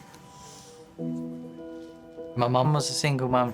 She looked after me, and my sister, Dad and my mum split up when I was about 6 years old. It was difficult, you know, seeing other couples and parents having loads of fun. It's almost like being robbed of part of your life. I just got used to the fact that I've only got my mum and this is my life, so I just sort of carried on with it. I'm really proud of my mum. I mean, even with 2 kids, she was still doing, you know, part-time work, and she worked really hard, you know, to bring us up. Oh, Daddy, when you snuggle with me in this bed? Want me to snuggle with you? Yeah. Maybe there's not enough room. There is. My dad had a blood disorder, but never really seemed ill. He was still going to work, going to the rugby, going to the pub, and he went in for a procedure that we'd expected him to be away for a couple of weeks. I finished night shifts from the ED and I went to go and pick him up. He was supposed to be coming home that weekend, and I walked into his room and I've never seen someone sicker. It's terrible when you see someone and you wish you didn't have the knowledge that you did. Because I think as soon as I saw him, I knew what was going to happen. He died about 12 hours later. I never imagined anything like that could affect everything in your life so much, which sounds quite naive. It affected me at work so much. I lost my confidence in everything I did. Probably still haven't got back to how I was. Daddy, what's on that computer? The X-ray. X-ray? Yeah. Are they one of my pictures? Doctors now have the full results of Maddie's CT scan. Hello, hi. The scan is negative for any serious problem, okay? So there's no sign of any bleed in your brain, any problem with your spine, okay? I mean, if anything, she'll stay overnight here, and then if they need to see her tomorrow, they see her tomorrow. Kind of. So we'll see. We're going to take all of this off now. Yeah. But what we want to do is see if you can try this collar on for me. I will. Keep your head still. Now, if Daddy comes and stands at the end, will you look right at Daddy the whole time? Will. Right at Daddy. Way! Keep looking at Daddy. I'm going to take your towel off. Stay nice and still, looking at Daddy. Lift this arm up in the air. Well done. That's perfect. That's good. That's good? Do we like it? Yeah, it's comfort. I've always wanted to have children and be a dad because I've always wanted to be, you know, the father that I never had. Yeah, can I wear all my pretty dresses now? I think so, if we can get him over that collar. Doctors are still concerned that the metal plate holding Maddie's neck together may have shifted slightly during the fall. Surgeons from Great Ormond Street will now review the scans to decide whether Maddie needs another operation. Oh, wow, you look so beautiful. Kiss. Can I get a kiss? I was lucky to have 26 years with a great dad. So I think that there's nothing, I can't not be grateful for that. This is love. Can you give me a big cuddle? That's good. You can give me big cuddles now. Yay! Yeah. Come on then, Maddie, let's go.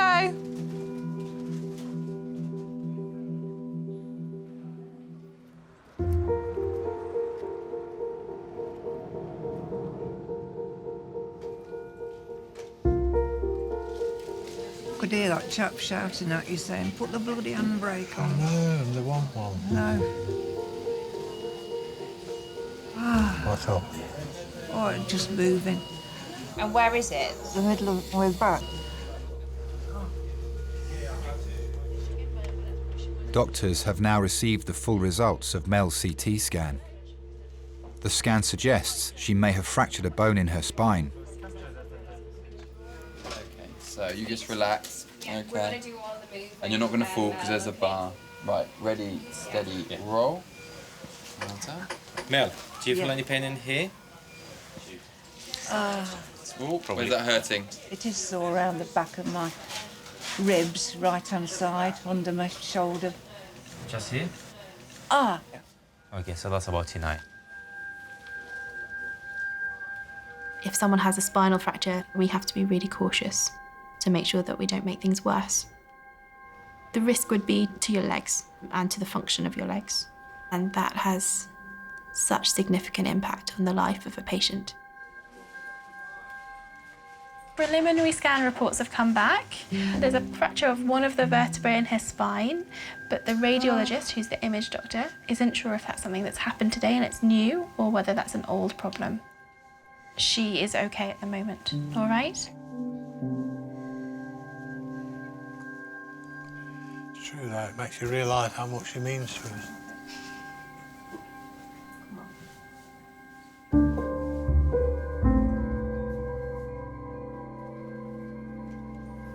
The CT scan, yes, it is showing a fracture of your spine. So that might be explained why you're so uncomfortable. The neck is fine, but there's no obvious signs of any bleed in your tummy, or brain, or your chest. They couldn't even find a rib injury or anything like that. That's good. Kidneys are fine, liver is fine, the pelvis is fine. You've got quite a bit of soft tissue injuries of your arms and legs, so we need to send you for x-rays of those. Okay. Mel will now be moved to a ward so doctors can carry out a full assessment of the injuries to her back, arms and legs. If anything happened to her, I wouldn't last long. You could take the house, the car, the rest.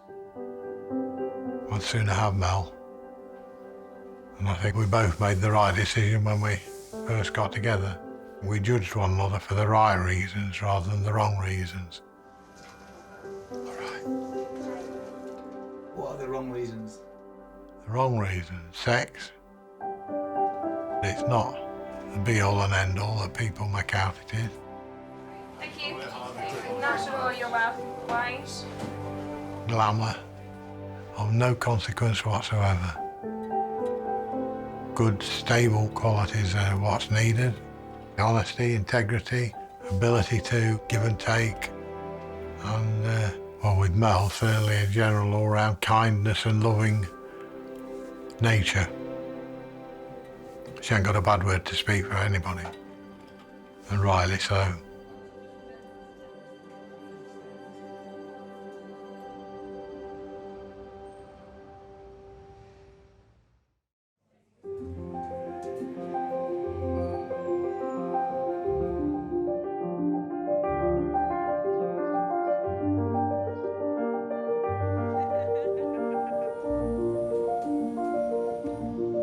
What is it?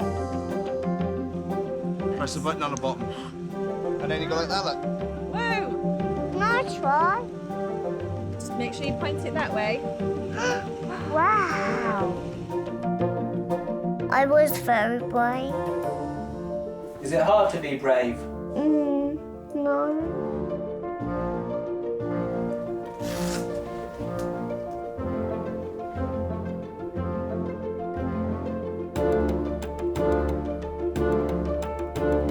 She starts school in September.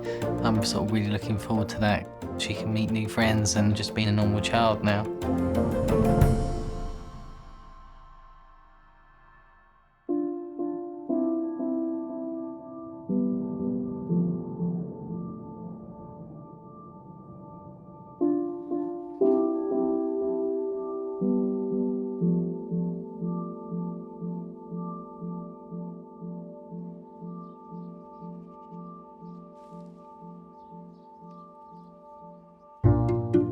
What kind of things have you most enjoyed being able to do again?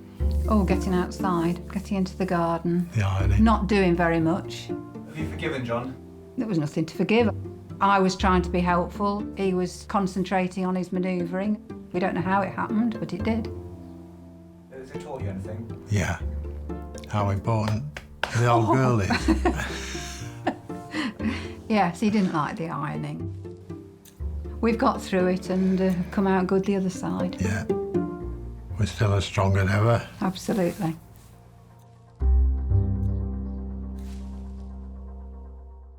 We're getting married in the morning. No, we're not. Hello, St. Zany. Activate the helipad response team. He's a motorcyclist. He was found to be in traumatic cardiac arrest. Traumas where the heart has actually stopped are very, very rare. When you do see one, you know that this is the absolute worst you can get. So we're going to elevate to our code red. Police officer basically said, we'll take you up to the hospital. They're getting us up there as quick as possible, really, just to say goodbye to Mark.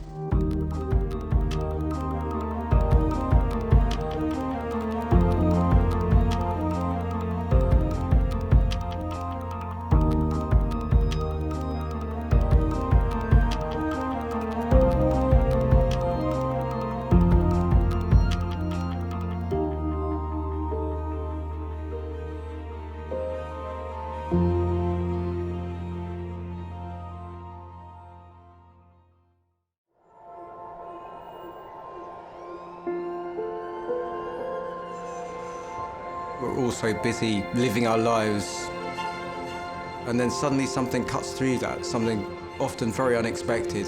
Pediatric trauma call, 15 minutes. A 71-year-old female with 2 stab wounds to the back. He was found to be in traumatic cardiac arrest. I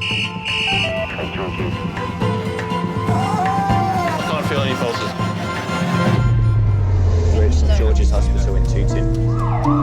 Yeah, 24 hours, 7 days a week. I love that question. What's your opening hours? St George's, London. One of Britain's busiest A&E departments, under more pressure than ever. So do you want to watch, darling, or do you want to look away? This is the worst day ever. You never know what's coming in, and you just have to be ready for anything. Gas canisters exploded, 15% burns to hands, face. In a world of uncertainty, we see a life-changing event. I'm ANAP. I need to get out of here, please. When patients come in, something takes over. I'll be fine. I'm going to be very fine. A place where life... Give me an A. Give me an E. Love... Okay, good lad. Well done. And loss... unfold every single day. Did you enjoy the Queen's birthday yesterday? I watched the football. All the patients you're about to see were treated in just one 24-hour period. Sorry. We get to see people who love one another in loads of different ways. Yes. And I think you can give someone the best care in the world, but really what they want is to hold the hand of the person that they love and for them to tell them that they're going to be okay. You're my hero.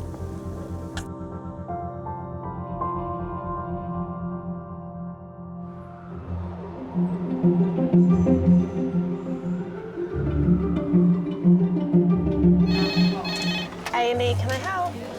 Because popcorn's just stuck. There's 5 that could possibly impact it. You could nearly try and do it with one of the middle ones, either the bottom one or the top base one, and see if it will clip it down. Okay, I'm going for it.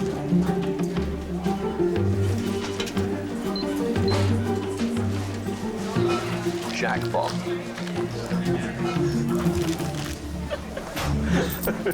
This has been the best day. I used to be in A&E more often. Still 2 up there. Do you want any more of these taken before I finish? That's fine. Not really a huge fan of crisps anyway. Okay, I'm Simin. I'm one of the A&E doctors. I'll be looking after you today. When I was young in Iran, we had an earthquake in my country, and I saw people from Doctors Without Borders. So tell me what happened. What brought you here today? I do remember when they found somebody still alive, the reaction that people had. You could look at the face of medical people and you could see the satisfaction, regardless of how many hours they've been going on. Okay, all right, have a good day. For me, it was an inspiration. And that was the time that I decided that I want to do medicine. Do you mind just having a quick look at number 5? My job is the big part of me. You come to work and you think it's a normal day. And are you feeling feverish at all? And you get people coming with really, really unfortunate stories. They told me you're known to have type 1 diabetes. Sometimes you just need reminders.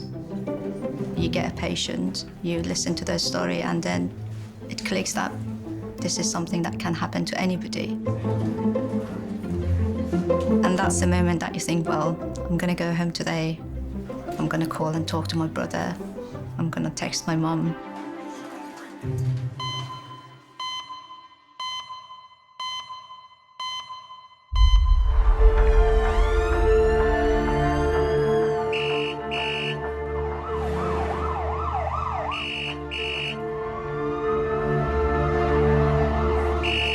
St. George's.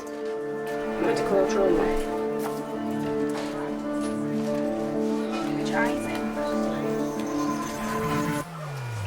Adult male trauma, 25 minutes.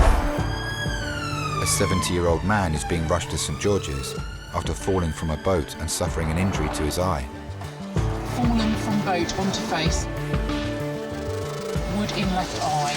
When you get that initial information that somebody's coming with a piece of wood in their eye, your first question is that, what are we going to do? How bad is it? Is it ruptured? Is it bleeding behind the eye?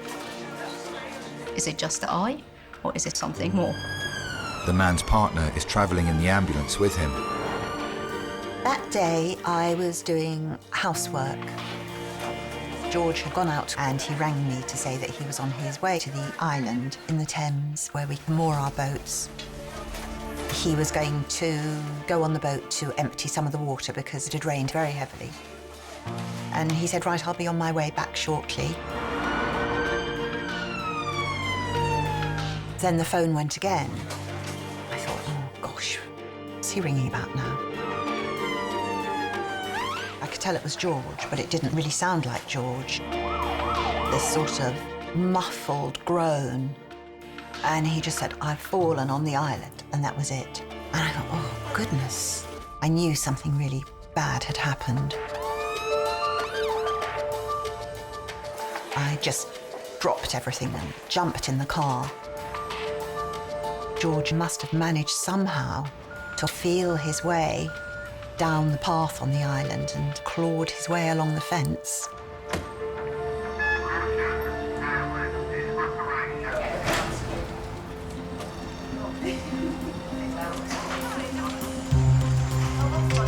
By the time I got there, paramedics were there, so his head was all bandaged up. There was blood everywhere. It was horrific.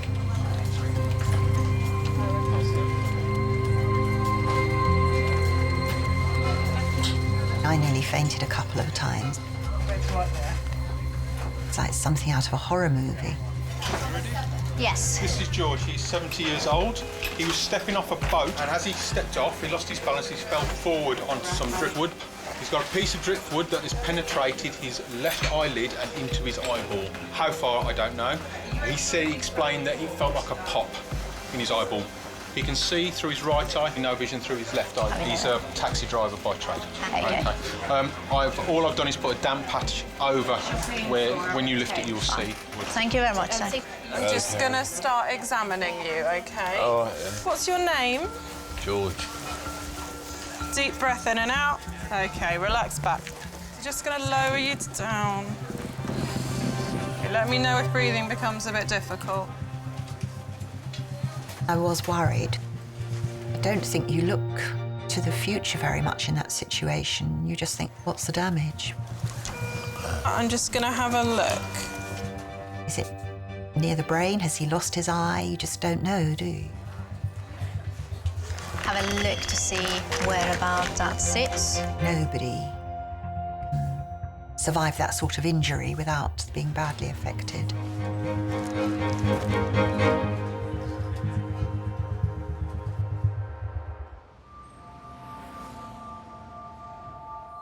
It's been 8 minutes since 70-year-old George arrived in Resus after falling and impaling his eye on a shard of driftwood.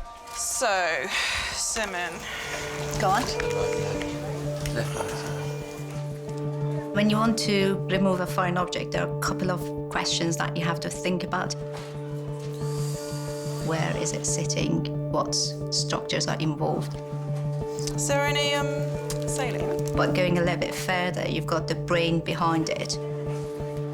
OK, just keep your eyes shut. Well done.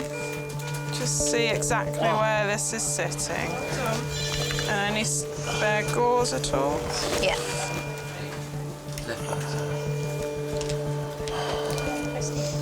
It's just about to come off. OK. Well done. So it was above, it was basically on the eyebrow rather than the globe.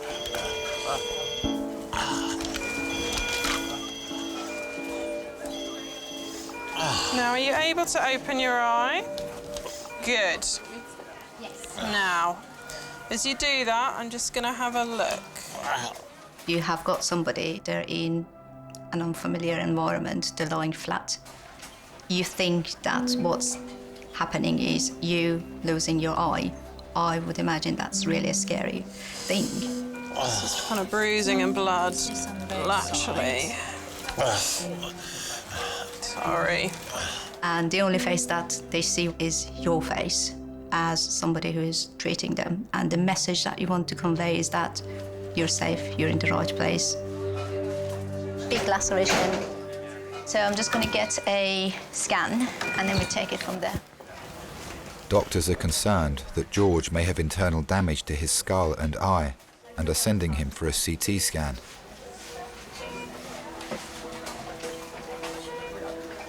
People ask how we met a lot. We met in a pub in Teddington. I was 50 and he was 53. He said he was 52, but soon got to the bottom of that. It was just a little pub night. It was very jolly and it was a bit like a little party, really. And suddenly, George walked in and he looked very out of place. He was just very different from everybody who was there. And I just saw this huge blokey bloke walk through the doorway with a sort of battered face. He just stood in the threshold and glowered. And I thought, wow, you know, what a bloke. Yes, I had such a presence. I think I fancied him a lot more than he fancied me.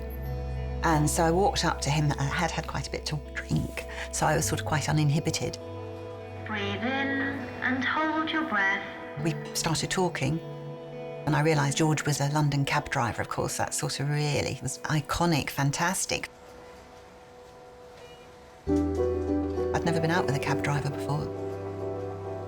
Not only does he look like one, but he is one. And he drove me home in one.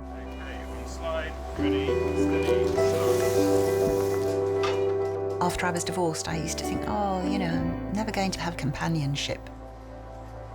I was completely on my own. I had a nice life, but I didn't have a relationship. I found that with George.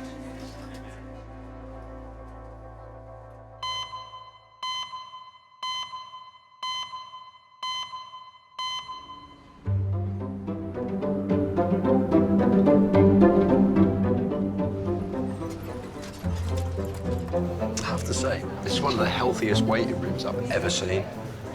It's kind of terrifying in a way. Just everyone looks okay. 59-year-old Debbie has come to A&E with her husband Stephen after cutting her hand on the blade of a lawnmower. I'd like to give them some new curtains. I think they deserve that. Plastics registrar Dr. Vincenzo is looking at her x-rays. My name is Vince, I'm one of the plastics registrar working at St. George's. Can you tell me, please, how did it happen? Complete and utterly my fault. Mowing the lawnmower started to get jammed, and I put my hands to try and unjam it. I thought I was going to pass out.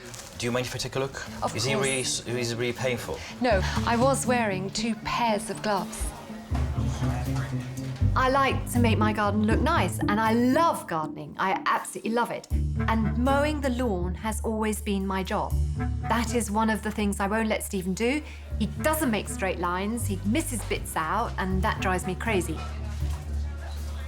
I was mowing the lawn, but I wasn't really thinking about mowing the lawn. I was thinking of my son's wedding, whether my pink hat matched the rest of my pink outfit, and whether pink was right anyhow. There's so much to think about, and really, I wasn't even preparing the wedding.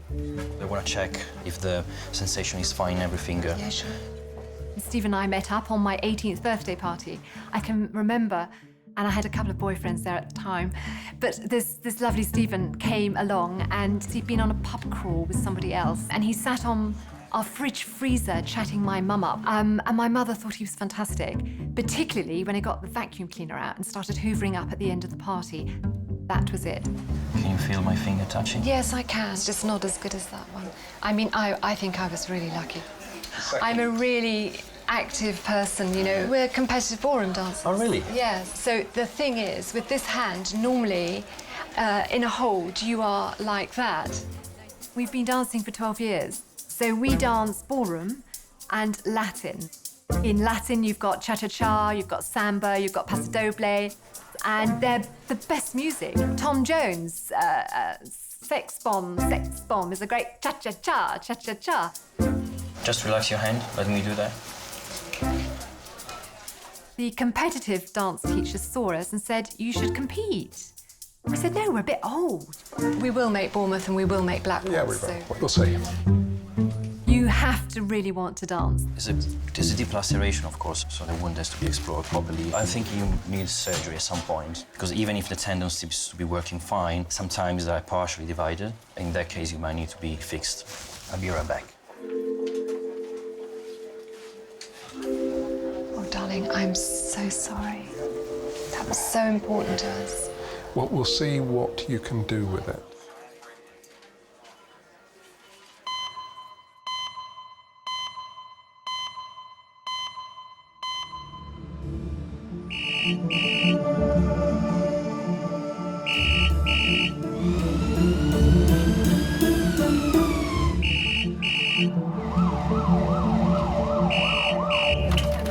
Resus, Simon speaking. Yeah. Go for it. Okay, 8-year-old. Yep. Pediatric trauma call, ETA, 15 minutes. An 8-year-old girl is being rushed to St. George's with a pair of scissors stuck in her thigh. She's 8. Also working in resus today is consultant Reese. I'm hoping it's accidental. Don't run with scissors. When you hear that a child is coming in with a penetrative injury, my main worry is where is the injury and how did it happen? The girl's parents are travelling in the ambulance with her. My daughter, Chantal, came round. Phoebe gets excited. Climbs all over Chantal when she comes and visits. Because she's Chantal's baby sister. We usually sit around the TV and chat and we'd order kebabs. So we wait for takeaway. Phoebe's cutting up some stickers with some scissors, put them in a book. So she puts the scissors in the armchair, but she didn't think they were sticking up. I was in the kitchen talking to Brian, Phoebe's dad. And then Chantal comes flying in. So, Mum, Phoebe sat on a pair of scissors. She was just screaming. And I'm panicking. I thought we'd gone right through to a vein or something. My main concern is significant injuries that could be life-threatening.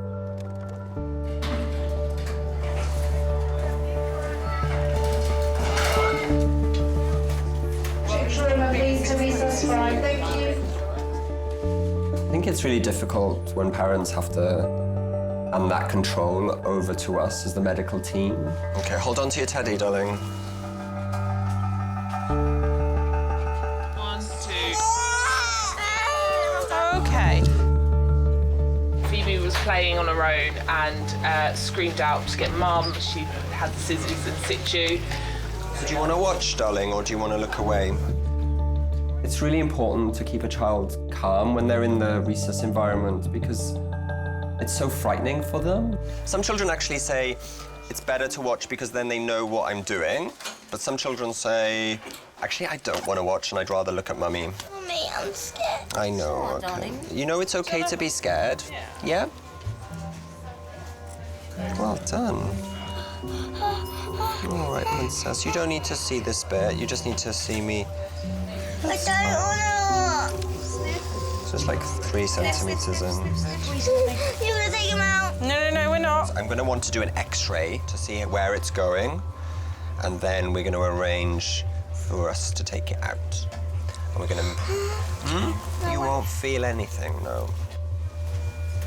The first question that I'm asking is what sort of important structures are surrounding the area where that scissors is going?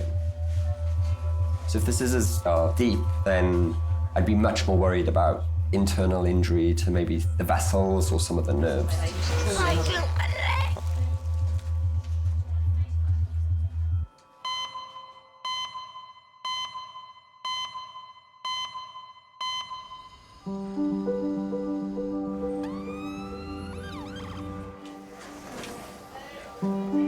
Earlier today, London cab driver George arrived in resus with a piece of wood lodged in his eye after falling off his boat. His partner Irene has been waiting in the relatives' room. Hello. Sorry, I wasn't looking. So that we just wait back to the I do remember being that family member not long ago. I received this call from a number I didn't know, and they told me that my brother has been in an accident. After that experience, what really stayed with me is that you have to realize that your patient is not the only person you're looking after. There's a sister, mother, or partner. Sometimes they just need to talk to you, talk about like personal life of that person, and suddenly it changes everything. That's not just a patient anymore. I won't leave you, will you? No, I won't leave you. Hold your lunch. George grew up in Pimlico, central London, post-war. He was one of 10. He was the 7th son. I was brought up in southeast London, typical sort of suburban childhood. had an older sister. When we were young, George and I were completely different people. He was a mod, rode motor scooters. I preferred sort of drama students and people with long flowing hair. I certainly wouldn't have been attracted to mods because they wore sort of dinky little suits and had little mod haircuts and everything was tiny. Spivvy and dandy-ish, wasn't it, I think, if you were a mod. Me and most of my friends, you know, you'd sort of wear spinach green and thick tights and camel coats that were belted and tried to look very soulful and poetic. What rotten luck. George and his friends, of course, they were in central London and they all seemed to be doing extremely glamorous things, going to all the dance halls and palais. I would go to the Lake District and go to the New Forest camping and that sort of thing. So I think I would have been very fish out of water if I'd known George then. Oh, great. But it's just something just to wet his mouth. Oh, lovely. Thanks awfully. No worries. Got something to wet your mouth a little bit, George.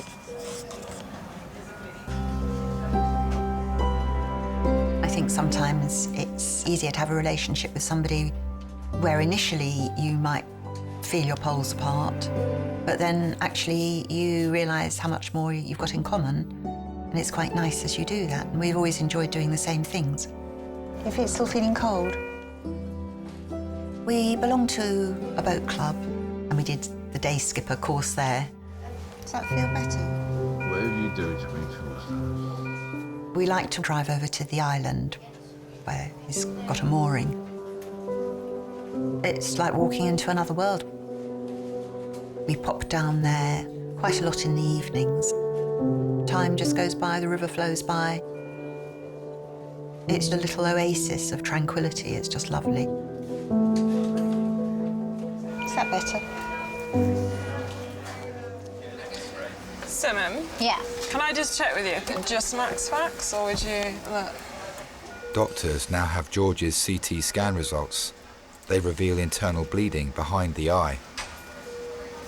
Hi there, my name's Dr. Carrie. I'm one of the A&E doctors. Oh, yes, hello. George, I've just been asked by one of the specialist doctors to just do a couple of things to examine, just to give them a little bit more information. Yeah. So I'm just going to take that gauze off. Okay.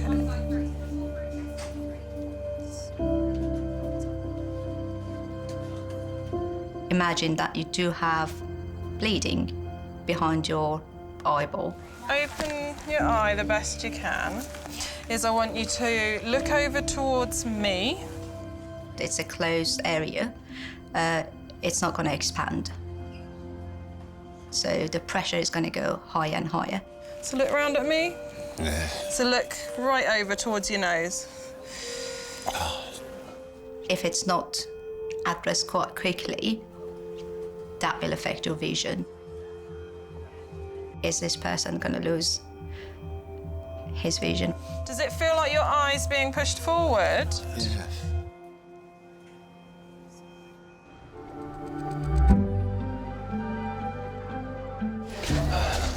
Have a seat, mate. So, what have you done? I've stepped on glass. A glass in my bedroom. I've just knocked it over, stepped on it, and then I've fallen into my TV and broke my TV.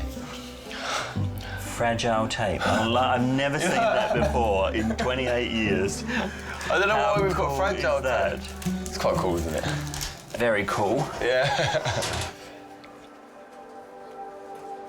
59-year-old Debbie has come to A&E after sticking her hand in her lawnmower whilst removing some grass cuttings. Why did I do it?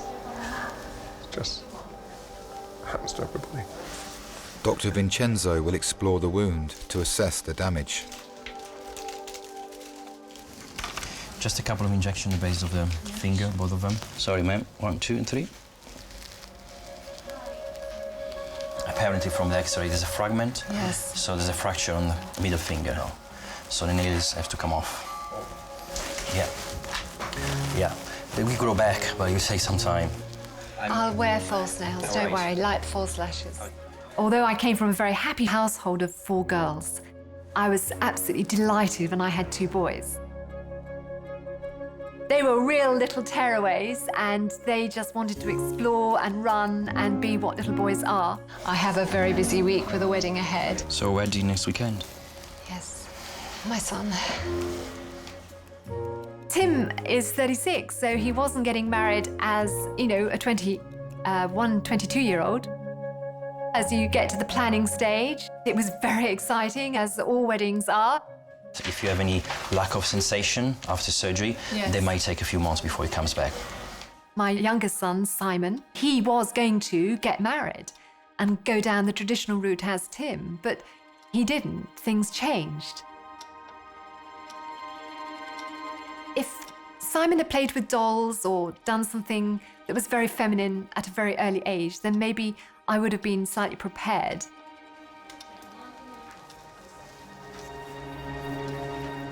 Simon transitioned about, I think, 4 years ago now, although fully transitioned, I think it's only a couple of years ago, and is now a girl.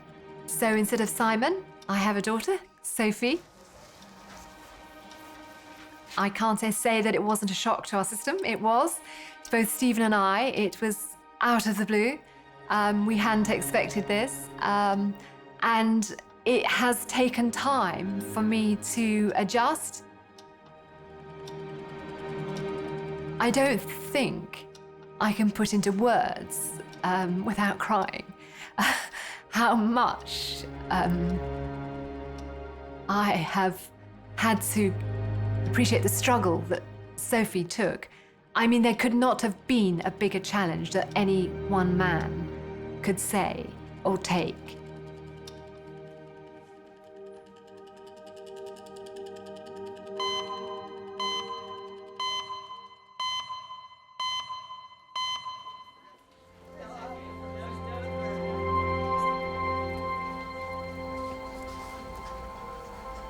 Eight-year-old Phoebe has been in resus for 25 minutes after accidentally impaling her thigh on a pair of scissors. Her mum and dad are joined by Phoebe's older sister, Chantel, and her partner, Reese. There she is. They're still in there. Yeah. You can't use them ever again now. Well, no, I'll be put off life, I have. Orthopedic doctor Ishan must rule out any damage to the nerves in Phoebe's leg. Hello. I am Ishan, one of the orthopedic doctors. What's gonna happen, Mummy? I'm not going to touch you even. Just ask you to do a few. Can you move your toes for me? Excellent. So come around that way. I'm a mother to 5 children, 2 sons, 3 daughters. I wanted to be like my mum, have a big family, I did. I always have been maternal. I was 17, still living at home when I fell pregnant with Chantel. Because Phoebe's the youngest, she's a little monkey. She's always on the go, very active. It's a hectic lifestyle. Can you feel me touch here? Got a 3-bedroom house. I've got Samuel and Liam living at home, and I've got Phoebe living at home as well. And each child has their own room. I'm not going to be one of those people that go ask them to cancel for a bigger house. Mum, I'm so scared. What's it be? Me and Brian sleep downstairs on the sofa bed. Good girl, Phoebe. And we just put up with it. It's not comfy, you know, putting it away, bringing it out every night, and it's just constant. But I won't change it. I love being a mum. It's going to keep you like that. We're not going to move you. I'm going to take an X-ray, okay? Doctors must now X-ray Phoebe's leg to see how deep the scissors have penetrated.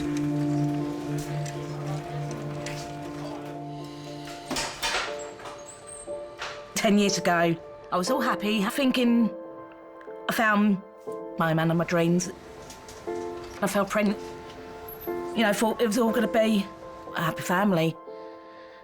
And then disaster strikes. I got to my 20-week antenatal appointment, and they said they couldn't find a heartbeat. She said, you're going to have to be admitted to hospital.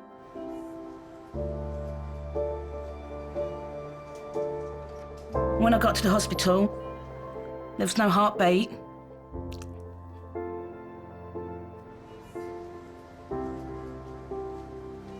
It's been 10 years since I've lost him. I got a chance to name him and have a good send-off for him. Yeah, we called him Nathan, we did.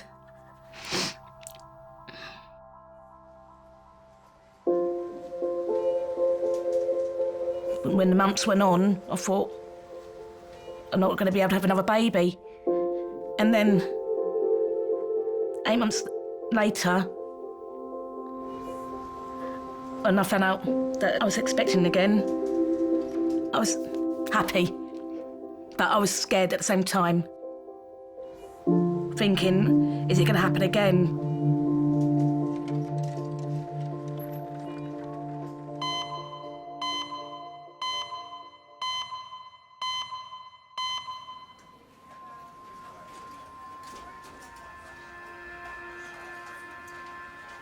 Taxi driver George arrived in A&E after falling out of his boat on the Thames and impaling his eye on a piece of driftwood.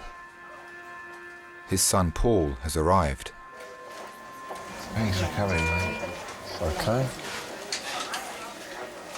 You're like a professional carer in there. Does it look good?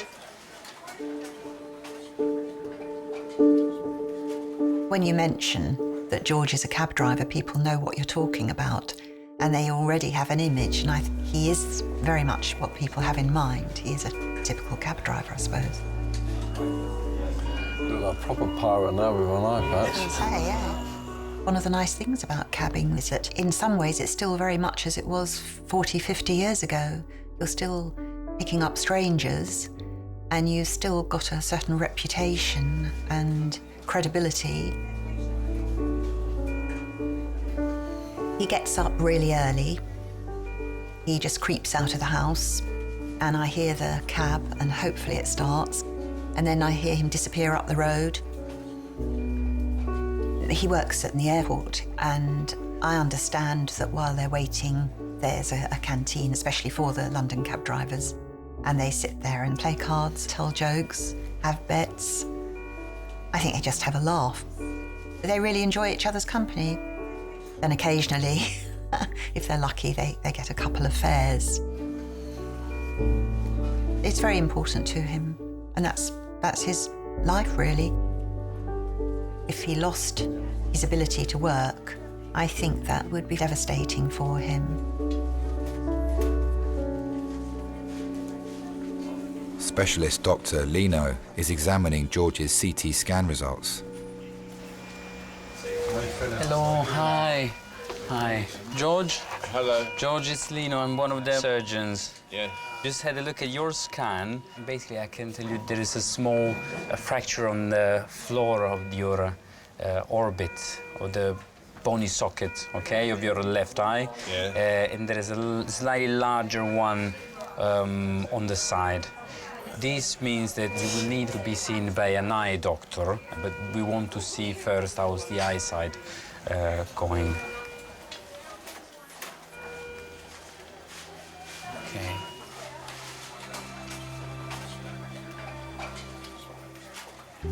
Can you move your eyes, sir?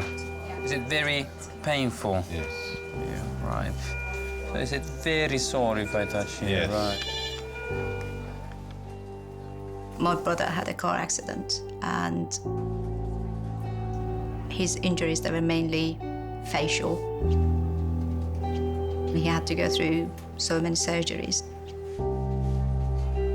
Facial injuries, they're kind of linked to your identity. One of the things that he couldn't get over that easily was that he couldn't get used to his new face. He was telling me, I look in the mirror, I don't know this person anymore. It's a huge amount of adjustment. And simply that means that your life is not going to be the same. Sorry, I just need to stretch a bit more up. I think that's human nature. You think that you're in control without realizing that sometimes it's not just you. There are other things that you cannot control. You had it all planned and now everything is changed. And how is your eyesight? Do you think it's getting worse? My eyesight? Yes, from this eye. If I pull your eyelid a bit up. Yeah. Can you see colors? No. Not really, no. Right.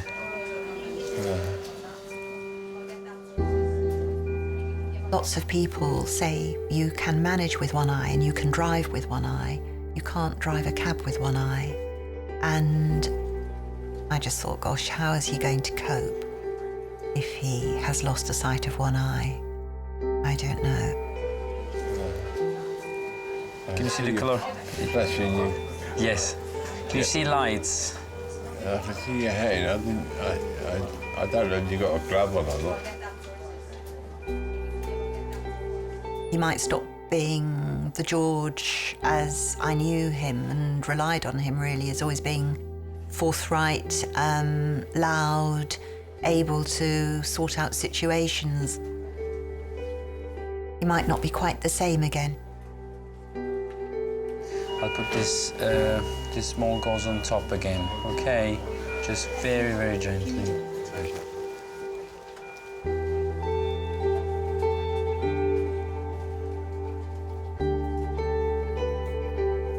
George will be taken to a ward where specialist doctors will monitor his eyesight ahead of surgery.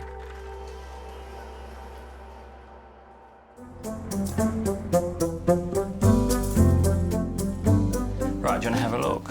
It's quite nice work, isn't it, Craig? Yeah, it's pretty good, I hope. It is good. Craig is literally, I'm going to write him the best review. I don't think they have TripAdvisor for, like, for doctors. If you go into Tooting, St George's, see Craig. Request Craig. Well, I think I'll deserve a glass of wine when I get home. I think what I'd like is Marmite on toast. Tonight? OK, yes, that's good. It's my favourite. OK, fine. Hello, hi there. We're just going to come and put a little dressing on there. Oh dear. Okay. We're going to have to take the nails off. When they fix it up tomorrow, yeah. It looks like it's right through to the base there a little bit. I've got a wedding for my son. I gave birth to a Simon, but I have a Sophie. There was a process in order to find the positive side to it. Sure. Okay. Sorry about this. Yeah, it's okay. Although I still make slips with the name and, you know, it is still something I think about. I'm totally happy. We go shopping together, we have lunch together. Go get you some other little goodies there. Thank you very much. I haven't fully understood it. I don't think I will ever fully understand. As long as I fully understand my Sophie, that's all that really matters to me. But I think that actually it's important that you accept. It's always been different. No, it's OK. Part of the reason I married you. I think through your lives you need challenges. And Sophie has been one hell of a challenge to me, but I love her dearly for it. Thanks. You know, I was his mum, and I'm her mum now. So, you know, there has been a big change. But I'm still mum.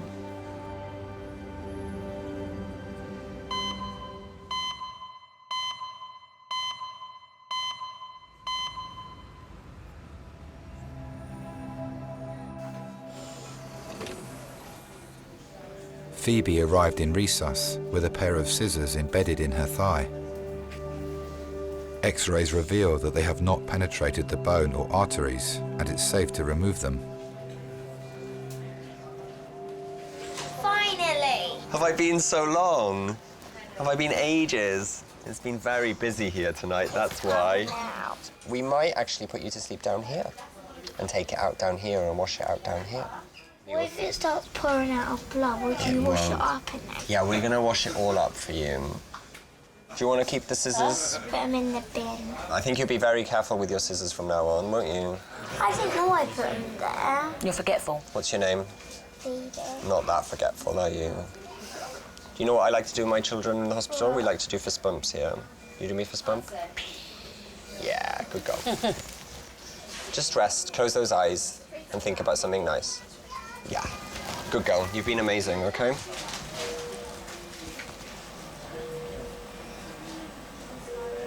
Love ya. I'm scared. I know, baby. They're going to take it out. Yes, I'm going to give you some oxygen to wear. We'll just give you some sleeping medicine. I need to... Mummy. Mummy's here. Where's Mum? Yeah. Be all right. I fell pregnant with Phoebe. In the same year, I lost Nathan. Let's have a little look at your thigh now. And I found out I was expecting. I didn't tell Brian until he got in from work. Are you in pain still?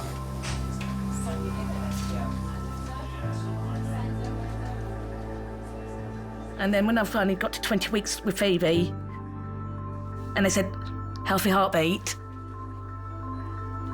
I cried, actually. I actually cried when I knew she was still with me.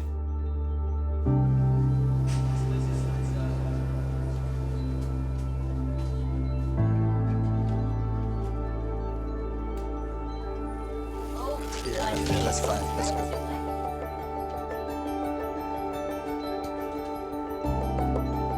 She was so small when she was born. 6 pound, 9 ounces, awake early. From that moment, she let out that little cry and then straight to my arms. It was just a strong bond. I always call her my miracle baby. It's my little miracle. I just don't want her to grow up too quick. Best thing ever being a mum.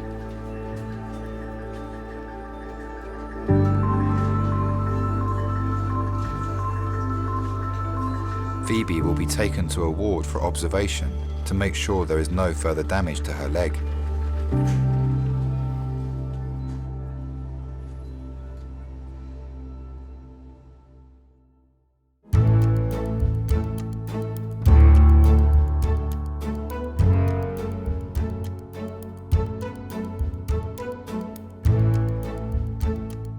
It was just a fabulous affair, and it was a great excuse for the family all to get together and to be together.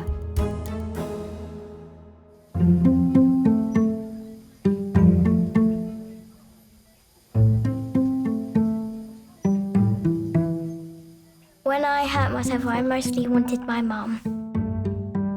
She never left me.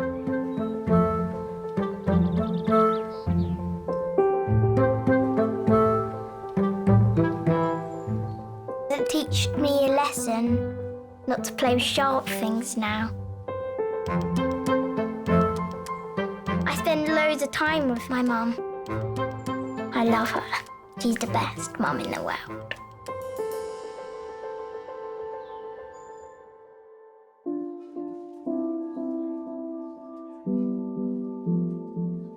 I remember George saying, I don't care how long it takes to get better.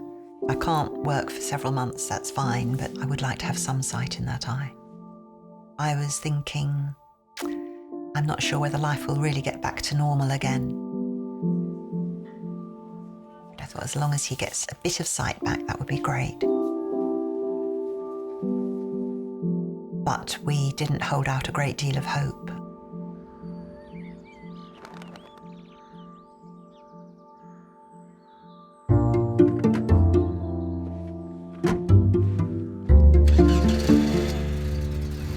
As long as I can work, I will. I don't want to retire. I want to be the oldest living cab driver. And don't ask me how far I've got to go to do that. They can put that on my headstone or something. See you later, my love.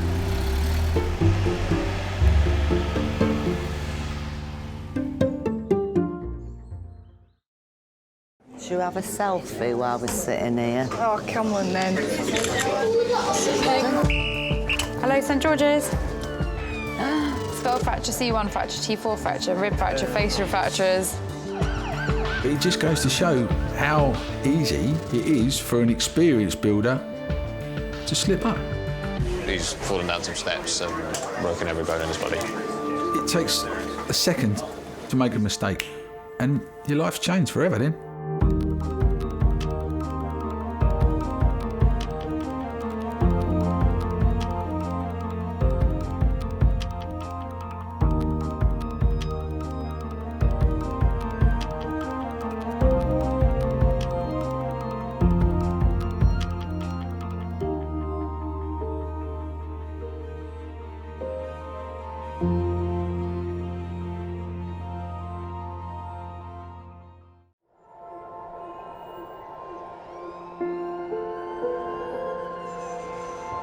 We're all so busy living our lives, and then suddenly something cuts through that, something often very unexpected. Paediatric trauma call, 15 minutes. A 71-year-old female with 2 stab wounds to the back. He was found to be in traumatic cardiac arrest. I can't feel any pulses. We're at St George's Hospital in Tooting. Yeah, 24 hours, 7 days a week. I love that question. What's your opening hours? St George's, London, one of the busiest and most advanced A&E departments in the world. So do you want to watch, darling, or do you want to look away? This is the worst day ever. You never know what's coming in, and you just have to be ready for anything. Gas canisters exploded, 15% burns to hands, face. In a world of uncertainty, we see a life-changing event. I'm A&E, I need to get out of here, please. When patients come in, something takes over. I'll be fine. I'm going to be very fine. A place where life... Give me an A. Give me an A. Love... Okay, good lad. Well done. And loss... unfold every single day. Did you enjoy the Queen's birthday yesterday? I watched the football. All the patients you're about to see were treated in just one 24-hour period. Don't worry. We get to see people who love one another in loads of different ways. Yes. And I think you can give someone the best care in the world, but really what they want is to hold the hand of the person that they love and for them to tell them that they're going to be okay. You're my hero.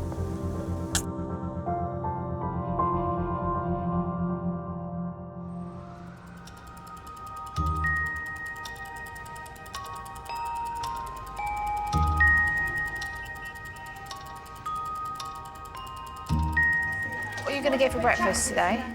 Got Weetabix. I'm on a diet. My diet starts again on Monday. I'm still in my birthday and holiday mode, so I'm not letting it slip away just yet. That's by my last one beginning with G. Where? Give me a clue. I'm not going to give you a good clue. You got to G. look. G.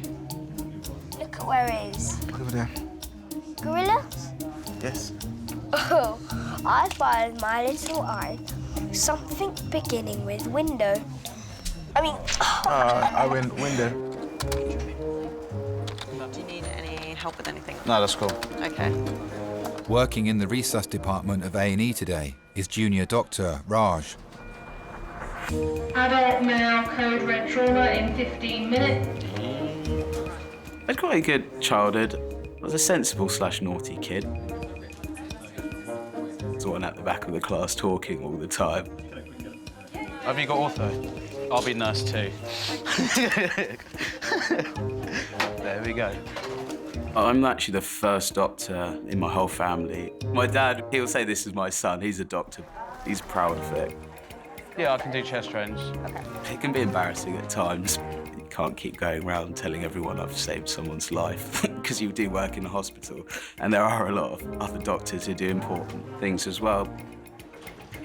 I remember once one of my bosses at my old job put his hand on my shoulder and said, "You will have to make a sacrifice one day." I think that was an eye-opener for me. I have a commitment to my job and the patients, but I also have a commitment to family and personal life. Yeah, it's a weak radial bilaterally.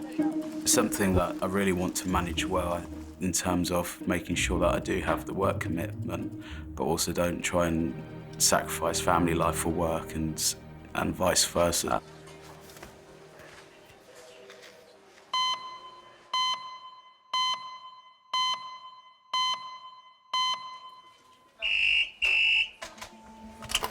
George's ED. Are you coming by land or air? Element 60, medical team ready to board. Hit by a car. Yeah. Bullseye the windscreen. Yep, no problem. Thanks very much. Bye. Adult trauma call, ETA 20 minutes. That will be an air trauma patient.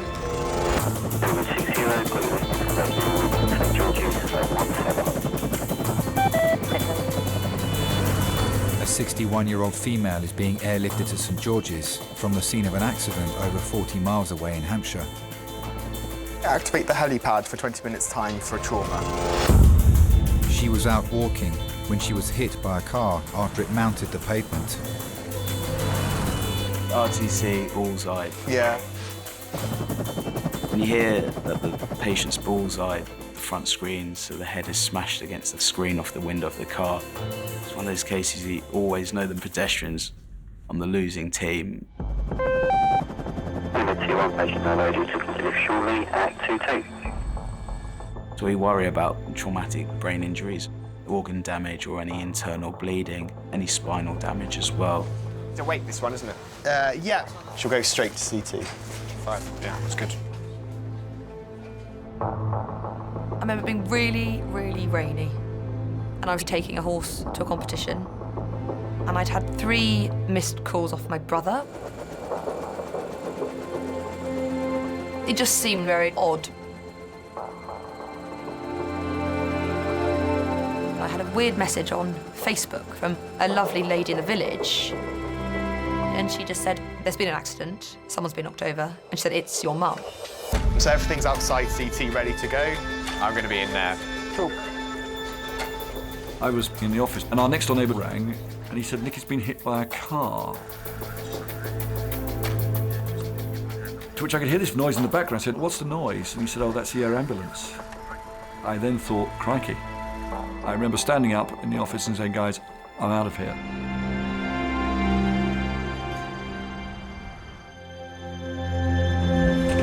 Oh, it's here. As soon as the helicopter lands, the environment becomes more tense. You just have to be prepared for potentially the worst.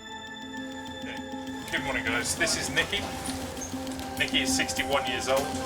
Approximately 2 hours ago, she was walking on the pavement when she was struck by a car on a 30-mile-an-hour road. She was knocked out at the scene, struck by the bonnet of the vehicle, somersaulted, her head struck the dashboard, bullseyeing and denting that windscreen. On our arrival, her GCS was 14, dropping 1 for verbal. She's been consistently repetitive throughout, not orientated in time or place. She has a closed head injury, and she's got multiple abrasions on the left side of the scalp, the left shoulder, and the left side of her abdomen. She has a pelvic binder on. Cheers, thank you. Thank you. Take the scoop off? Yeah. Yeah, we'll take the scoop off now. Nikki, do you know where you are at the moment? We're at St George's Hospital in Tooting, in London, okay? Nikki. She's good for scanning.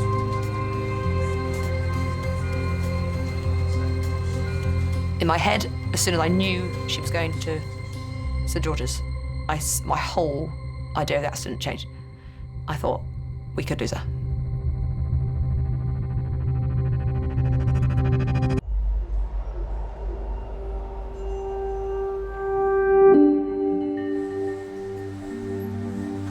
Head smashed into the windscreen, somersaulted across. 61-year-old Nikki arrived at St George's after being hit by a car. GCS 14 at the time, dropped 1 for verbal. She's been taken for an urgent CT scan. In terms of the trauma call, what we want to identify are the head injury and any damages to the neck and spine, because the worst outcome could be death or paralysis. The injection's about to start now.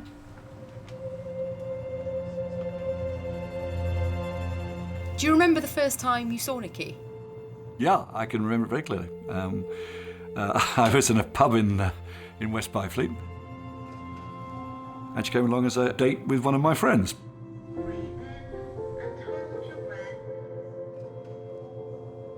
She had this very good, dark, rich skin. Sporty, and she was off to play hockey the next day.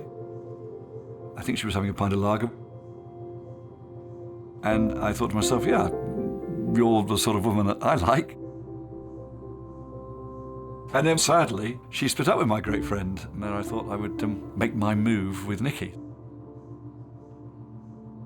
She's got quite an abrasion on her face. Yeah, so we'll wait for the max facts and all that on. Yeah. That'll give us a better idea. I was driving in those days a Hillman Avenger, pale blue. I took them out to Chu Chin Chow Chinese. I remember we drank a bottle of Blue Nun. I wined and dined her for a couple of evenings before being told the news that she was actually going out with someone else. A couple of weeks later with my great friend, we were playing frisbee on the grass, and who should appear? Nikki. I did in my own quiet way say, well, what are you doing here? She said, I missed you, you made me laugh. I suppose the rest is history, really. Where are we going to? Recess 7, yeah? Doctors will now need to examine the scans to determine the injuries to Nikki's brain. Ready? Steady. Go. All right.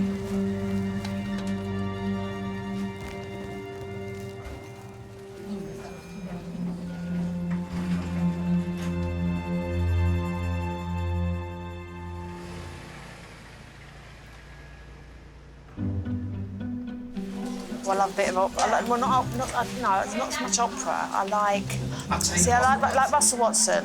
Some of the songs at the moment, I really love them. Like Smooth Extra. Some of the old classics I've got, they're brilliant. Not like this Rihanna, but like work. Yeah. I've just come home from work. I've got the radio on and whatever that. I don't want to know about her day. It is true, though. My name's Chris, I'm one of the doctors. You must be Samuel. Yeah. Who's this with you, Samuel? He's my dad. He's the best dad in the world. Best dad in the world? Look at that. Famous company. Oh, there you go.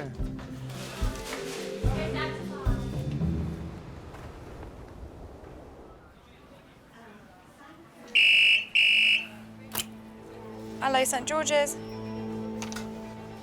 Yeah. A 91-year-old male is being rushed to St George's with a suspected stroke. Thanks, bye. Thrombolysis call, 15 minutes. Every day, I get up before he does, and then wake him up.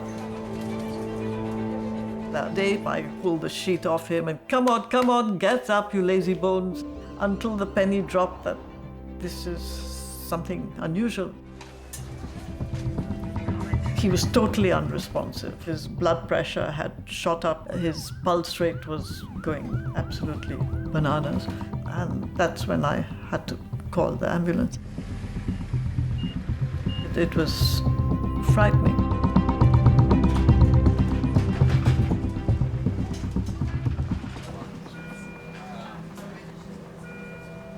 So we've got a 91-year-old Sam presenting, we think, with a query at DVA. So he's got a left-sided, we think, worsening droop. So can't assess his arm and legs for weakness or his speech because he's non-verbal at the moment. He's had a previous stroke in 2012. Yeah, so he's got Alzheimer's. Sam, can you move your hand? Sam, can you give me a big smile? It's got a 2.2. Sam, Monu call. Sam, lift up your legs. Has Sam ever smoked? Never smoked. Never smoked. Does he drink alcohol? Never drank. Okay. Hold up.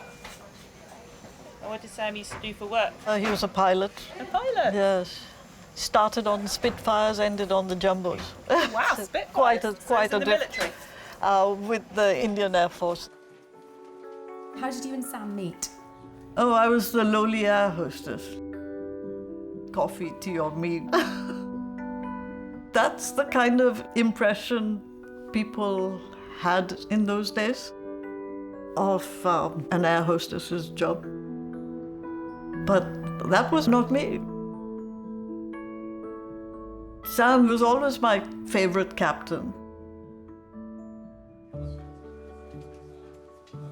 I remember very clearly when there were employees of Air India who were stuck out in Singapore for days, if not weeks. And these were like the lowliest of the low as far as hierarchy. Try lifting this leg up again. Sam just decided to close off the first class lounge, and he took something like 16 people back home. That's the kind of thing he would go out of his way to do. So I like that.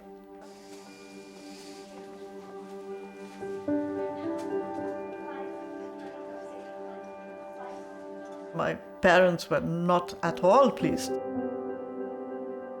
This was pretty scandalous stuff for a place like Bombay. I knew what I was doing. But what you think of theoretically and what actually happens in practice may sometimes differ. If you want, you can just go next door, just behind the screen here. Oh, right, yeah. Okay. Sam will be taken for a CT scan to determine if his symptoms are the result of a stroke. Sam, we're doing a picture of your brain, a CT brain, okay?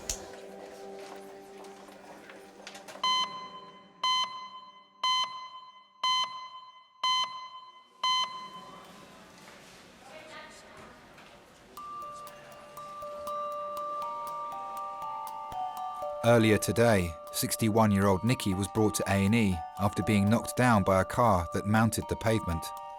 Take some deep breaths in and out for me. Doctors are concerned that the impact to her head may have caused a bleed on her brain. 36.4. Just get the bear hugger on. Yeah. Nikki's husband Richard has arrived at St George's. It's very muddy. She's got a bit of a wound on the top of her head. It's the first time he's seen her since leaving for work this morning. But she's just in here. Okay, thank you. Gosh. Nikki, here you go. Someone here to see. Oh, my darling.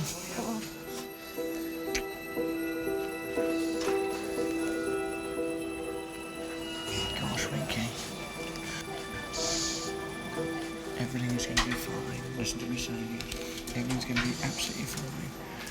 We're all here, okay? I know you did.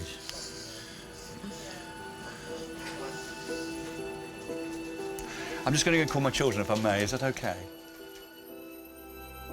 Nikki's children are travelling across London to St George's. I'm at A&E now. I've just been to see her. She's had a right old bang, blimey.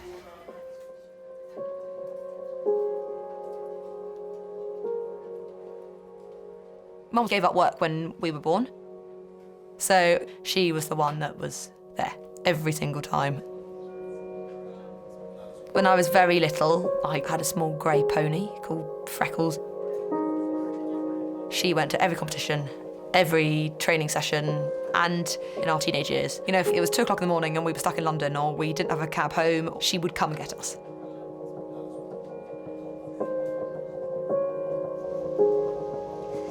Dad, being a big businessman, well, he's been incredibly successful. But Mum allows him to do that job. You know, things like, I don't know, parents' evenings and school plays. He missed out on those bits. Part of me sort of regrets a bit. Prepare yourself, because she's pretty knocked around. All right? Okay. Dr. Raj now has the initial results of Nikki's CT scan.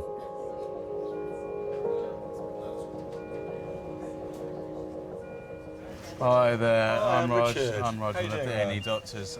We scan basically head to pelvis with all the spine as well. So we're still waiting the formal report. But one thing that's been picked up is there may be a small subarach bleed around the brain, just around the site of where the impact is. So what we're going to do is discuss your case with the neurosurgeons as to what they'd want to do, okay?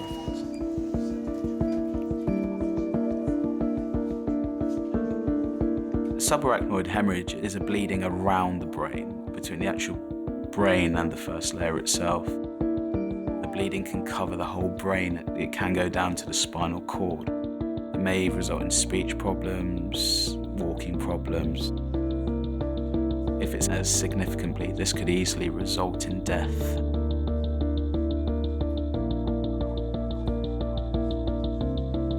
I suddenly thought, God, how is our life going to change? This amazing life that we've had. And also, how could it be Mum? Of all the people, how could it be the one person in my life that I couldn't imagine anything happened to?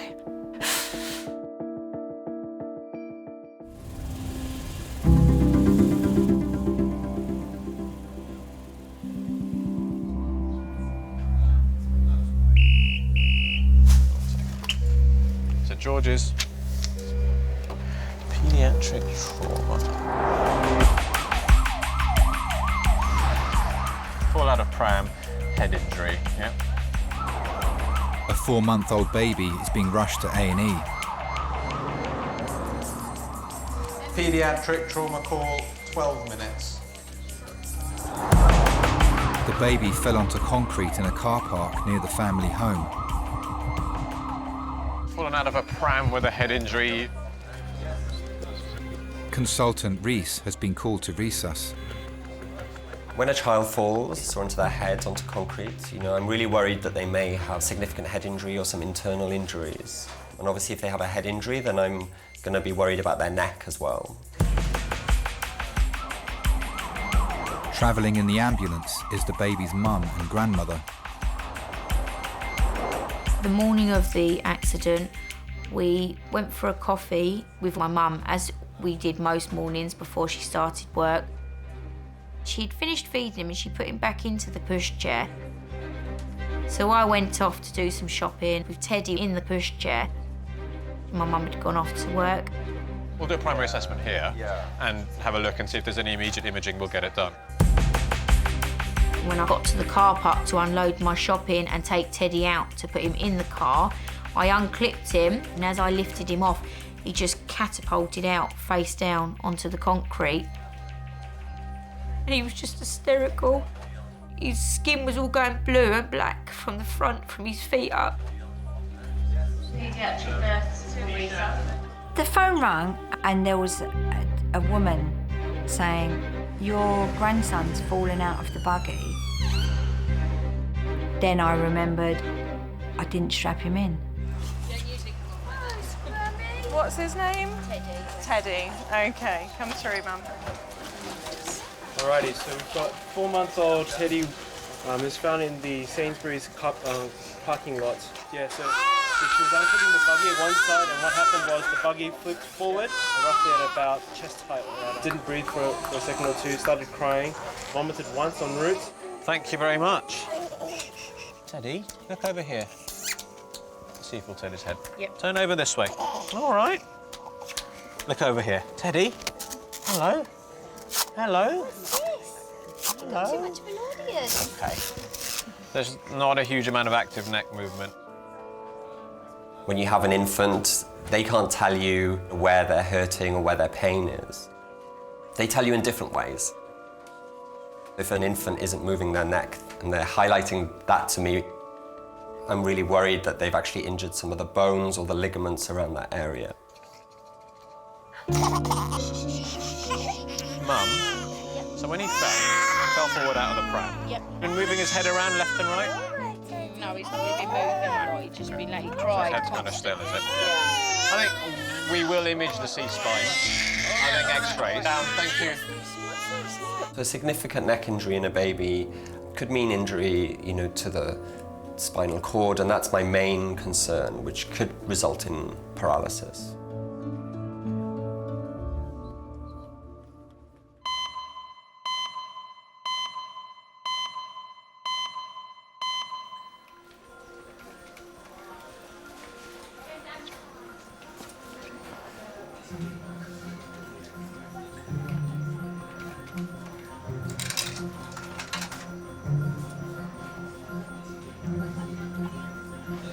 Oh no.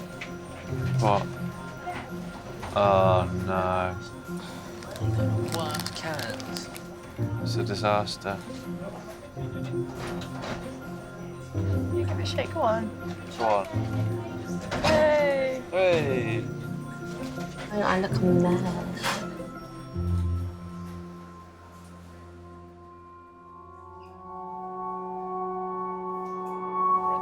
Steady, slowly.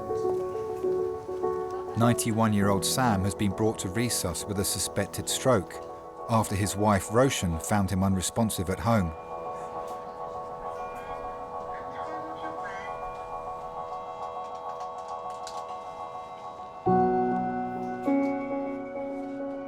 We would both read The Guardian.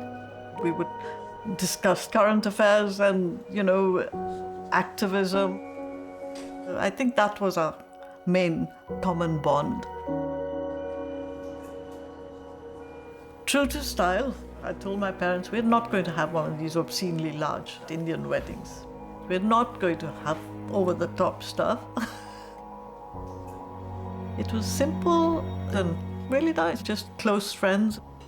We even let in a few relatives.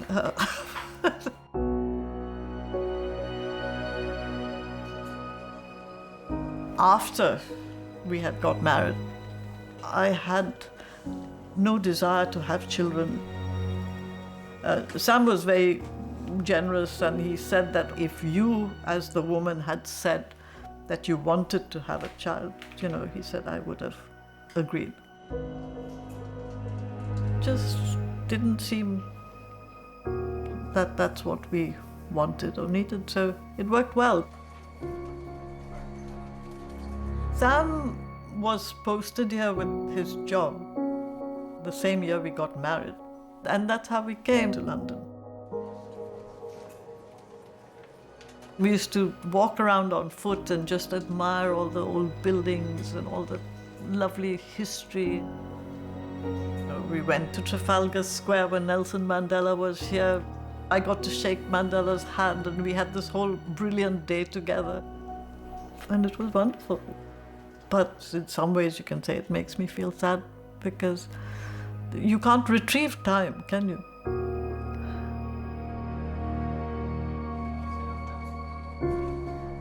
My first job was at St Thomas's in elderly care, and I think being a doctor, you get that kind of wisdom from patients because they've seen it, they've been through life, and you realise time is precious. Don't ever miss out on things when you're younger. You'll only ever regret it when you're older. Doctors will now need to wait for the results of Sam's CT scan before they decide on the next stage of his treatment. All right, so I'm going to bring up your head.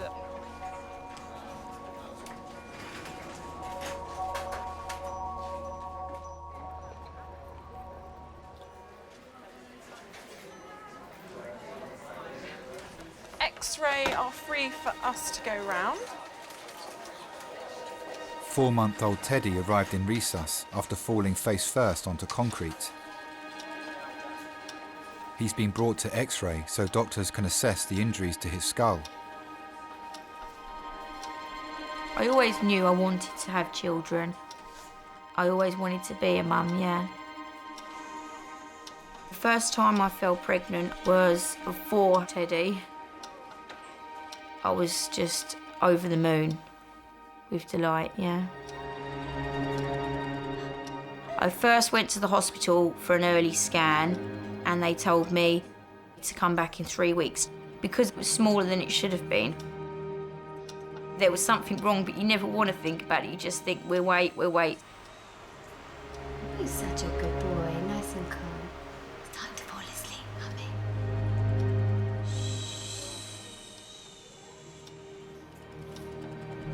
When I went back, around before I'd say 8 weeks, then we found out that I'd lost the baby. I still remember to the day when she told me. It was really sad. She just said, I'm really sorry, it's not good news.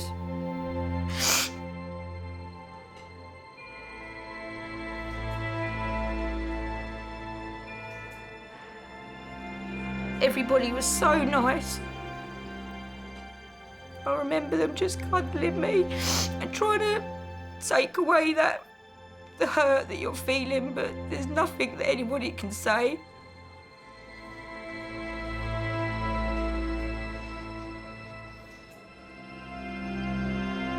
Everyone was just devastated.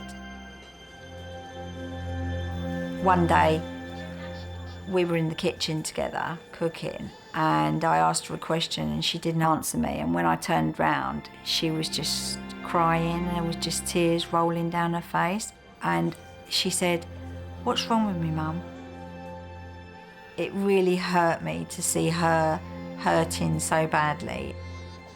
They're looking to you to make it all better, just like you did when they were little. You do try to, but sometimes you just can't. Doctors now need to study Teddy's x-rays to determine the injuries to his head, neck and spine. It's majors, yeah.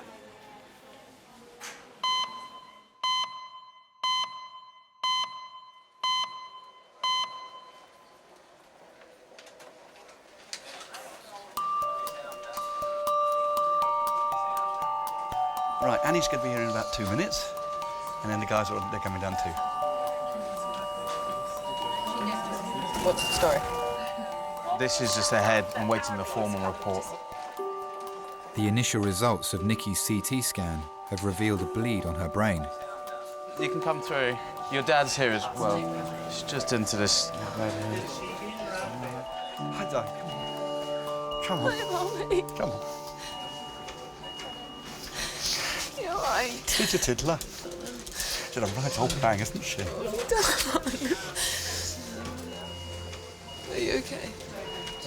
Are you really sore?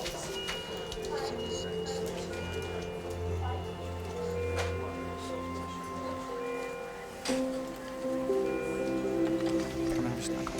I'll be fine. She's made of strong stuff, this one.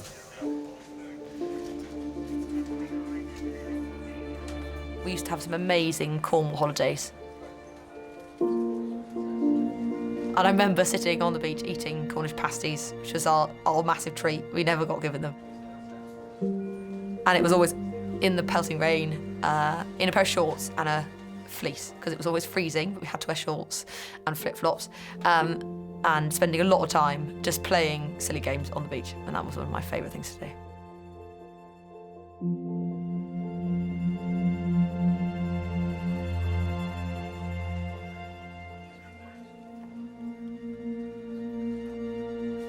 Seeing Mum, I suddenly felt a bit like a child again. And I think Dad was brilliant because he was back to being my dad, and he could just help. He was just such a relief. Did you ever feel that you missed out with the children at all? Yes. Yes, I think that's I did, yeah. Do you think the children missed you? Yes, I think they probably did, yeah. I was very, very grateful for him just being him. You're in the best place there is too. You're in fantastic hands.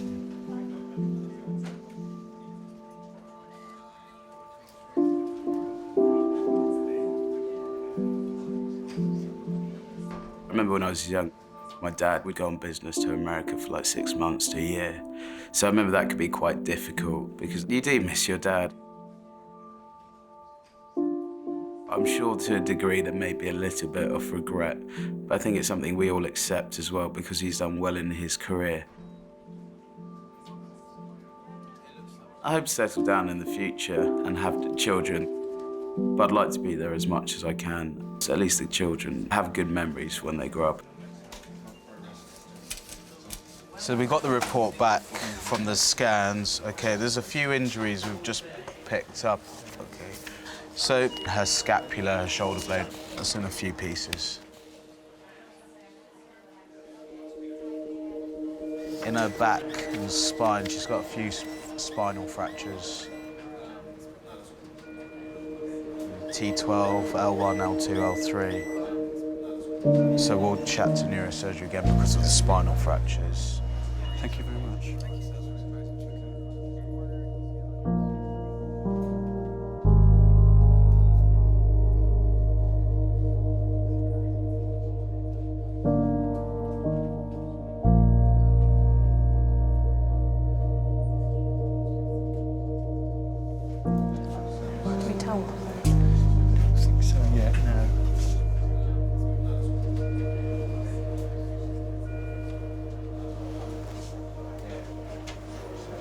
What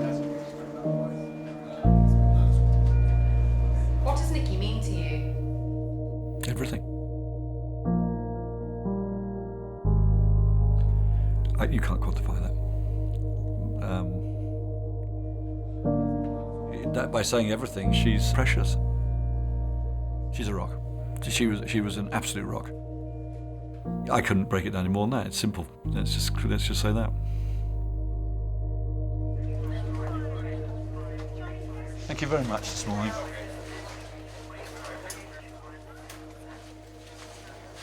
Nikki will now be taken to a ward where specialist doctors will carry out further tests.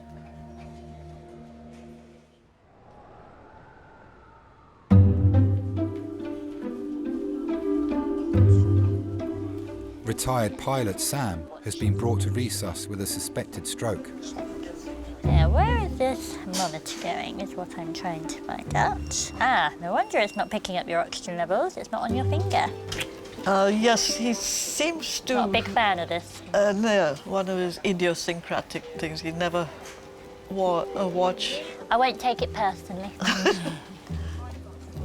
Doctors now have the results of Sam's CT scans. I don't think he needs to come into the hyperacute stroke unit because I don't think he's had a new stroke.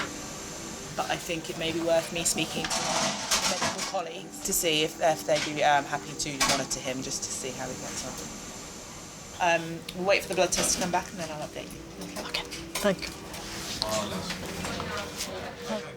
Did our tissue correct?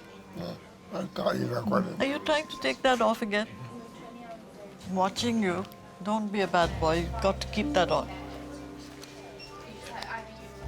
Some time ago, when the GP had sent Sam to what is called a memory clinic, and after the test, the psychiatrist there said that they suspect that he has early signs of Alzheimer's. Are you cold, darling? That word Alzheimer's just sent such a shiver of dread through me because I've always seen it as one of the most cruel of many cruel diseases that exist. It strips a person of their personality, it strips all your dignity.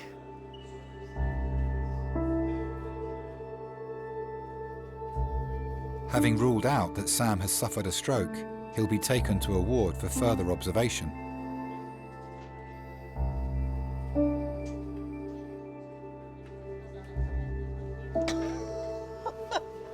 I don't believe the cheek of it. Does that mean you're hungry or that you're... Why are you sticking your tongue out at me? Cheeky sod. Sometimes there'll be just a little spark, you know, your hopes will light up that, well, something is there still, but it's like gone in a flash. Do I care why you're sticking your tongue out at me? In the past, we both agreed that life without quality of life was not worth living. He's not there yet, but from what I've read, what I've seen, it can be so hideous. I would rather see him dead before that happens.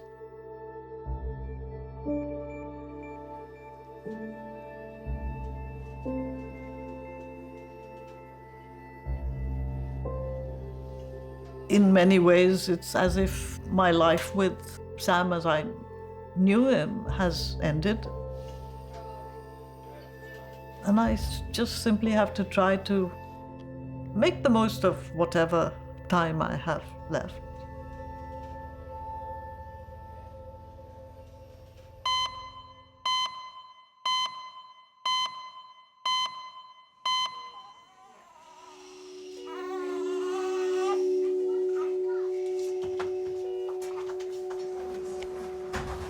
It seems really anterior. Doctors have received the results of Teddy's X-ray. There's not an obvious fracture that we can see on there. But in front of the spine or the vertebra, there's some soft tissue swelling. and that can be a sign that there's something gone on, whether it's a fracture or pulled ligament or something. We're still kind of none the wiser, if for sure. We're going to get an MRI to try and be sure.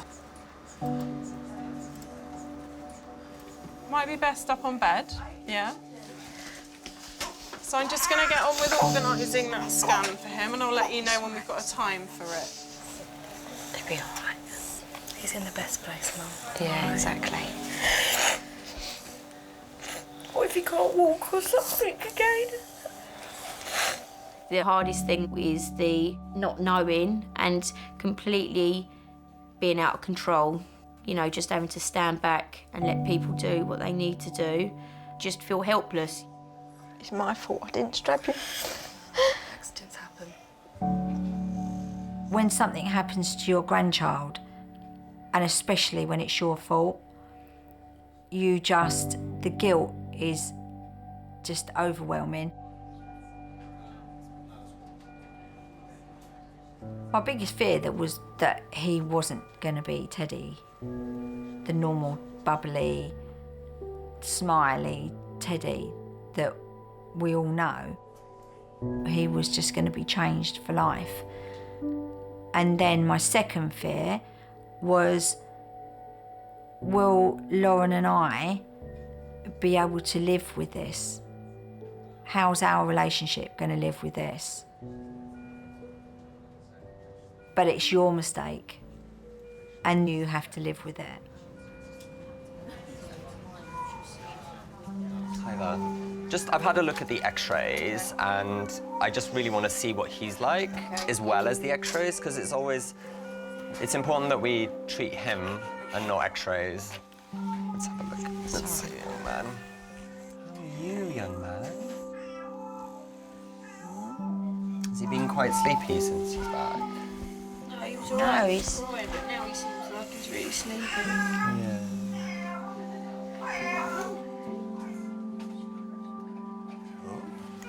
What's over here? It's moving. Get my... Hello. Hey, how are you? Have you got a smile for me? He does, he's such a Have you got a smile for me? Amazing. Should we go on the other side as well? Teddy, excuse me.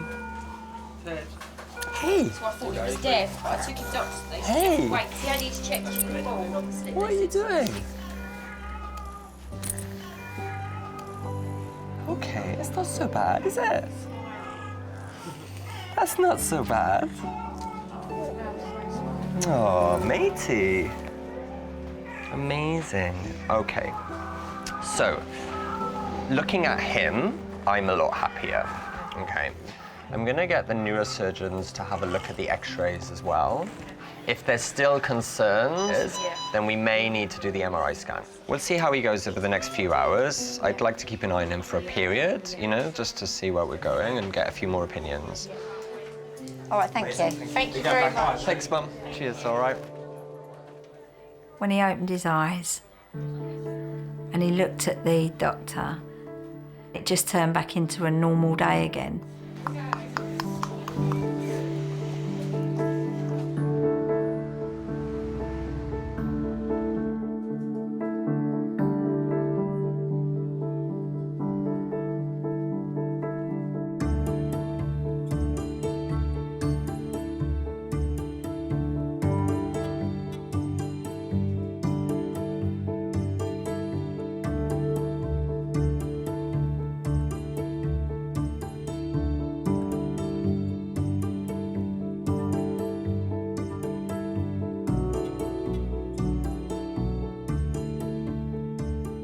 His latest nickname for me was Yo-Yo, because one day I said to him, I'm like a bloody yo-yo going up and down these steps. So he said, okay, I'll call you Yo-Yo now. This is the sort of thing which keeps you going. He will give me a big hug and a big kiss, and he'll say that, thank you so much for everything you're doing.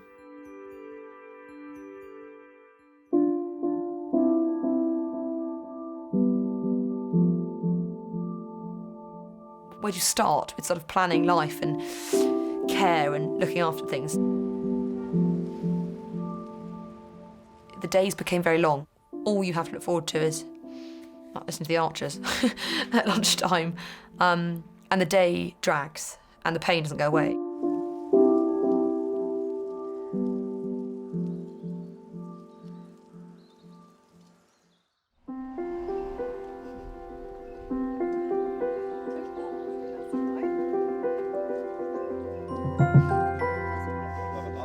She's so mum. She'll say, yeah, had a bit of a bump, but she said, everyone has been great. You can't spend your life worrying that something is going to happen, because that just was a combination of circumstances that I happened to be at that spot at that moment when the car came on the pavement. So you just got to carry on and, you know, just enjoy the time that you have. We were at an event the other day, a pony club event, and people look and say, that woman is amazing. I couldn't be more proud of her achievement in getting over this. Hasn't felt sorry for herself once. Do you realise how important you are to them? Yeah, so there's a card upstairs from them, actually, which I won't tell you about because it'll make me cry. Yeah, I think I do, yeah.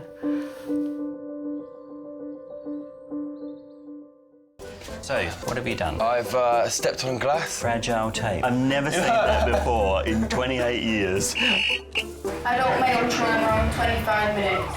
Fallen from boat onto face, wood in left eye. His head was bandaged up, there was blood everywhere. He's got a piece of driftwood that has penetrated his left eyelid. Your first question is it just the eye, or is there something more? It's like something out of a horror movie.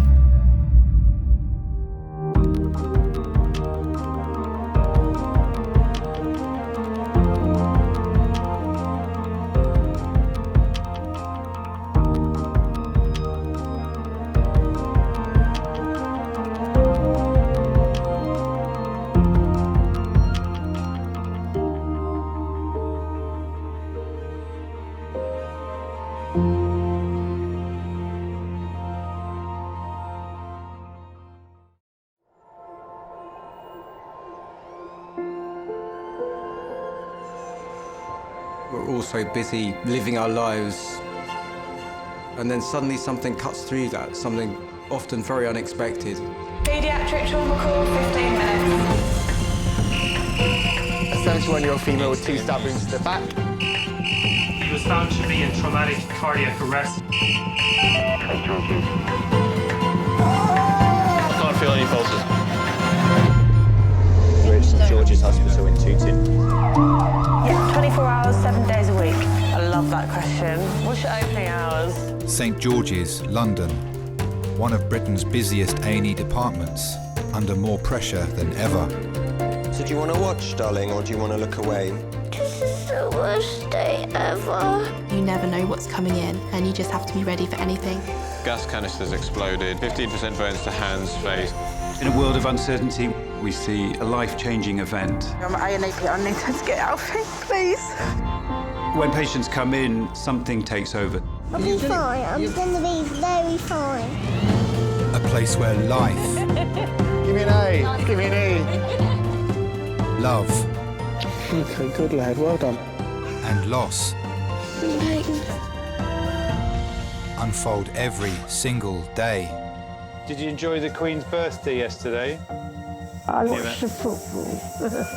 All the patients you're about to see were treated in just one 24-hour period. Don't worry. We get to see people who love one another in loads of different ways. Yes. And I think you can give someone the best care in the world, but really what they want is to hold the hand of the person that they love and for them to tell them that they're going to be okay. You're my hero.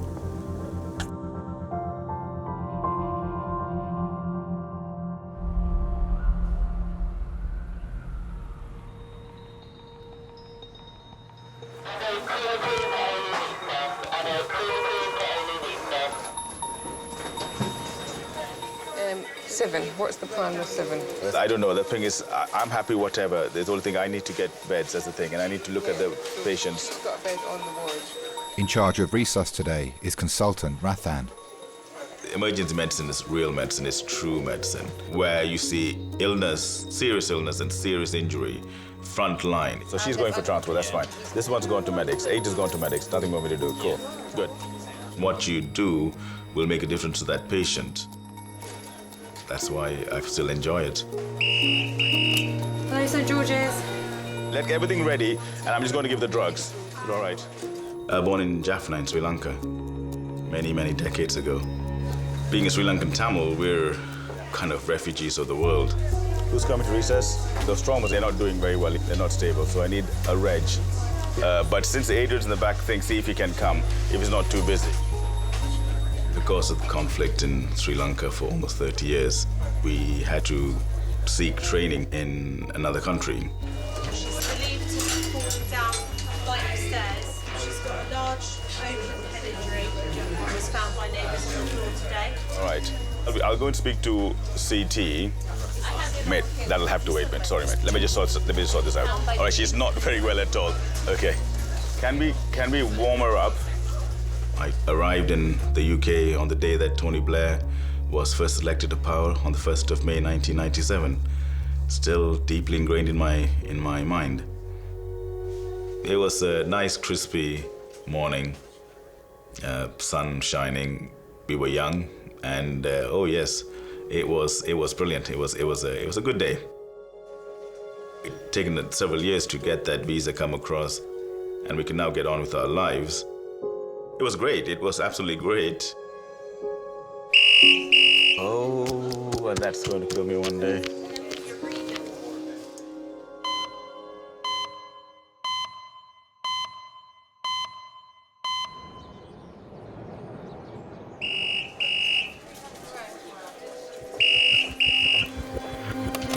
Hello, St. George's.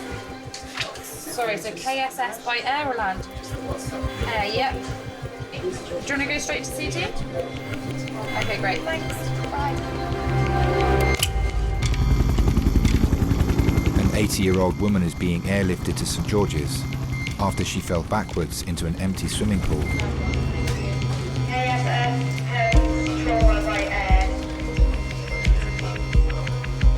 Right, 2 o'clock, 400 above, 5 miles. The woman's son is travelling to A&E by car. I was at work and then I got the phone call from Mum. And she said, Clive, I think I'm hurt. Immediately alarm bells rang in my head. I just ran out from the office. I leapt in the car and I dialed 999. 10 minutes, ST5. The senior paramedic made the decision to call the air ambulance because of the head wound, which I hadn't spotted. I'm going to put an adult trauma call and activate the helipad for 10 minutes, please. Thanks. Mum doesn't complain. She doesn't moan about pain, about hurts, about aches. She was in agony. She could barely breathe. And I was just trying to calm her down, trying to keep her warm because she was soaking wet and shivering. Should I take this around in case we do bloods in there or not? They'll be cannulated when they come in. So do we do bloods here? When you get the call, your pulse goes up. When you hear it's a HEMS job, it goes up even more. When it's an elderly patient falling from a height, you are seriously worried. Any patient falling from a height, they could be multiply injured. My job is to give her the best chance of survival. Safe, straight CT.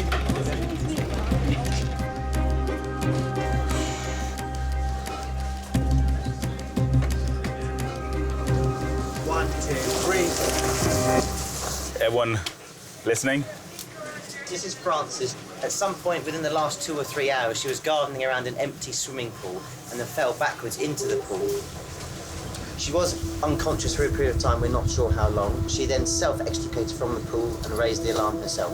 She had a boggy swelling and laceration to her occipital region, bilateral rib fractures. She's had a gram of paracetamol, 2 of morphine, and no volume issues and stable in transfer. So, fell, approximate height? 3 meters. 3 meters she fell. At that age, if you just fall from standing, you can break your hip.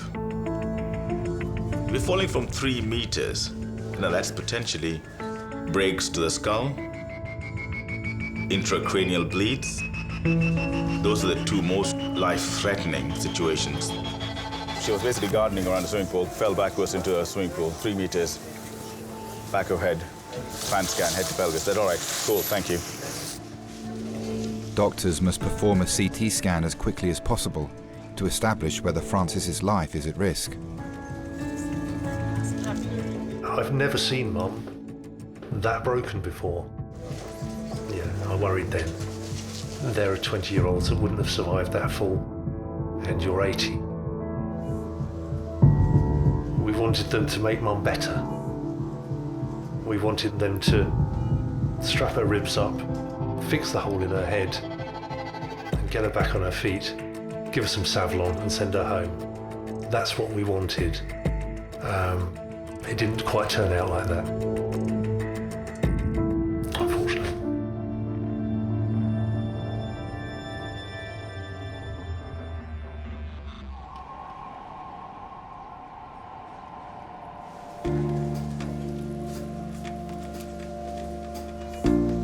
"80-year-old Frances arrived in A&E 18 minutes ago.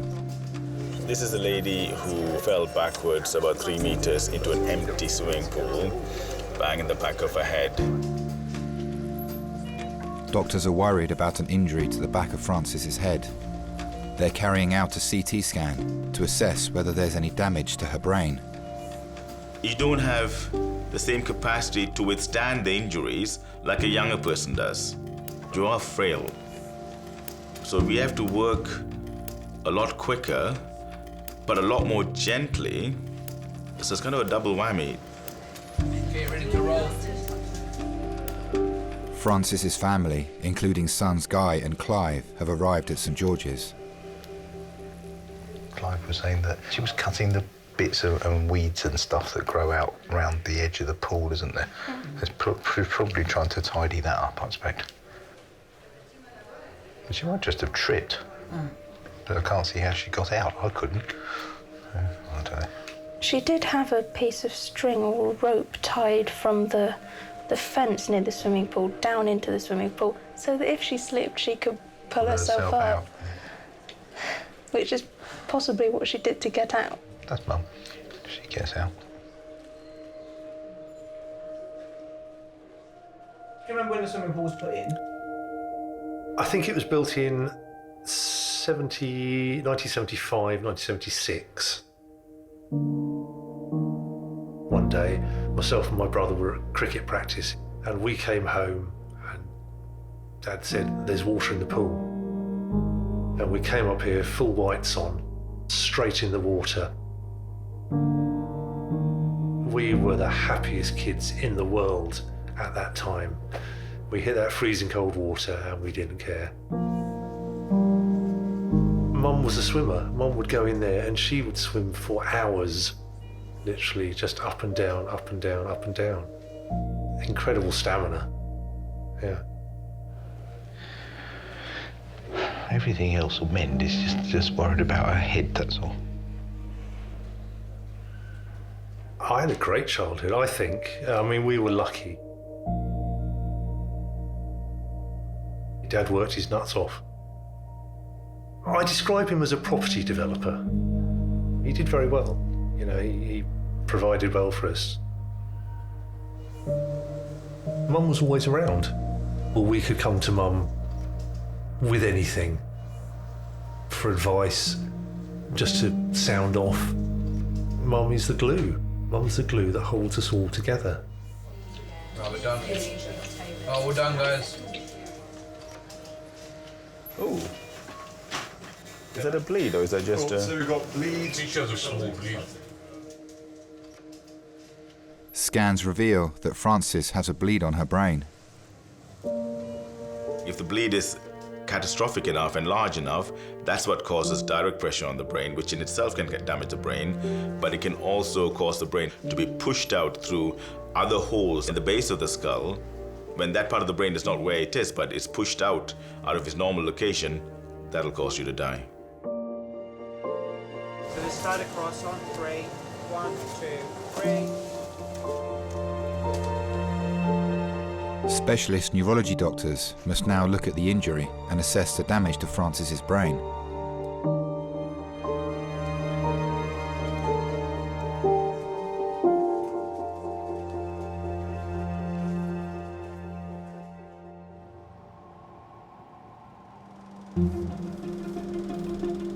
Did you know cows moo in their regional accents?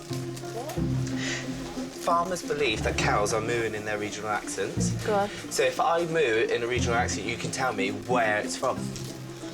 You ready? Go. Moo. Do it again. Moo. Liverpool. Yeah. I can't even believe I'm having this conversation. Watch. Ready? I'll do another one. Moo. Oh. Moo. Scarily. That's Wales. Yes, see, you see it. It's true. Moo.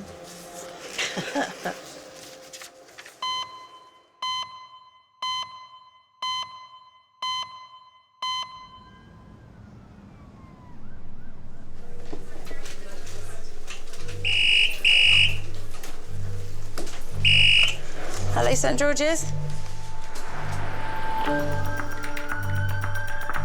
Medical trauma. Yeah. Yeah. First F, yeah. Thank you, bye. Fast AF. Adult priority call, 15 minutes. An 86-year-old woman is being rushed to hospital with her heart beating at 3 times the normal rate. The fast AF's going into 8. Fast AF is fast atrial fibrillation. The heart actually starts wobbling. It's pumping out so rapidly, it's only pumping out small amounts of blood. And that is not good for anybody, certainly not someone that age. And that person's not going to last very long with that heart rate like that. Bed 8's got a fast AF of 140 to 195, so you might need help because they seem like they're going to need immediate treatment.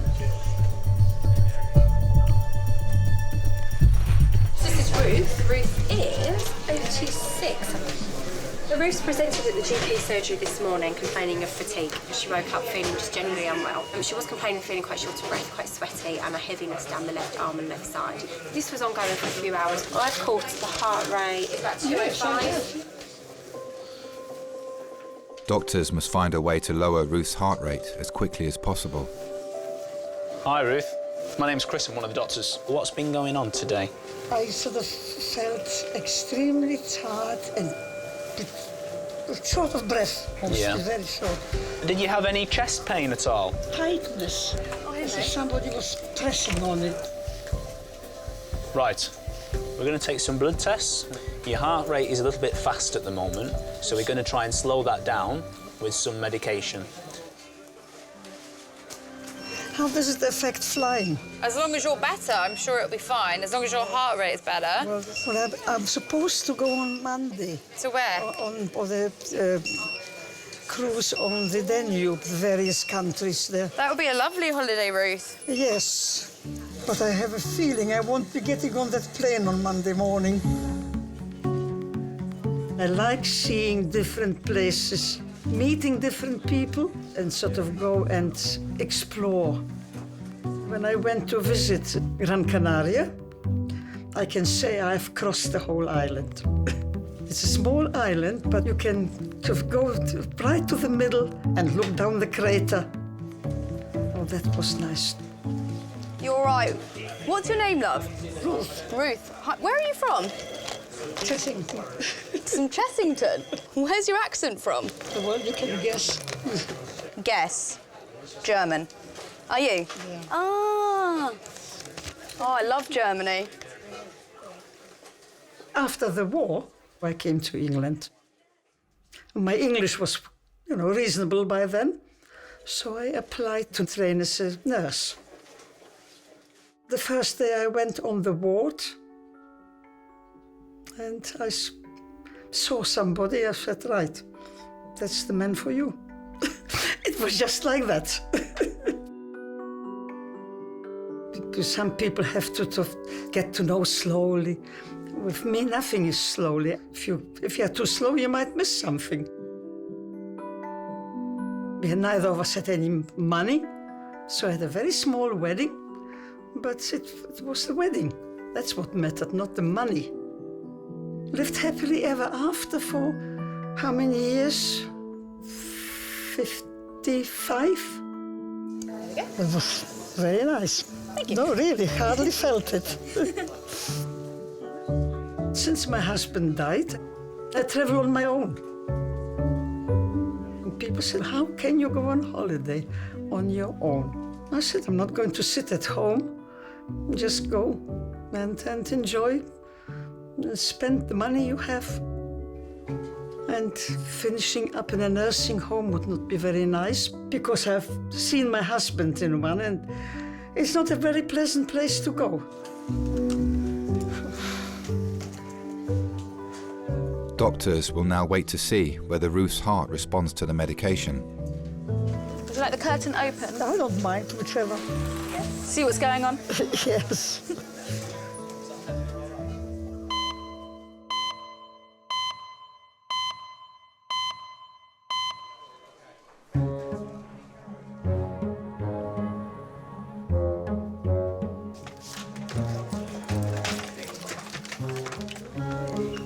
I'm so grateful that, like, the car didn't blow up, so kilo. No, that's why I was scared. Can you still smell it, though? Yeah, I was scared that I was going to be in the car and it was going to blow up. That's what I was scared about.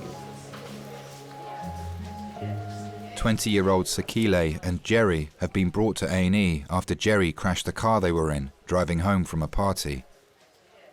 It was a good party. Let me not like try and like put a damper on the party. The party was good, but I didn't enjoy myself. Like, I didn't drink in the club because I knew I had work in the morning and I knew I started at 8, so I didn't necessarily want to drink, tire myself out. It wasn't like that, Mummy, honestly. No, it wasn't. But this is when I wasn't sensible because I was tired because I was working previously and I think this was on a Thursday and I was working from Monday straight, waking up at like 5 o'clock in the morning because I started at 7, finishing at 6, so I was exhausted anyway. Can I just say something? I now know I've learned my lesson, literally. When I mean, it was less... Are you being serious? Literally, all I remember, I stepped out the car, like it was like a little daze. Even though I knew I was alive, I was like, am I dreaming? Is this a dream sort of thing? I kept on like hitting myself and I touched like my face and then there was all like blood on my hand and that's when it hit me that, nah, this is real life. Sakile, please. It's Kilo, bro. Oh my God, the sense of guilt and like fear just kicked in. I was so scared. I didn't even care about me, I was just more worried, are my friends okay? Now, let's see your neck. Is it worse on the muscle bits here? There. Any pain along here? Can you open your mouth? Hurts like here. Okay. Any pain along here? There. There. Is that very bad along there? Okay, all right. I think I might have someone to check your neck again. Sakile will be sent for a CT scan to see if there are any broken bones in her neck.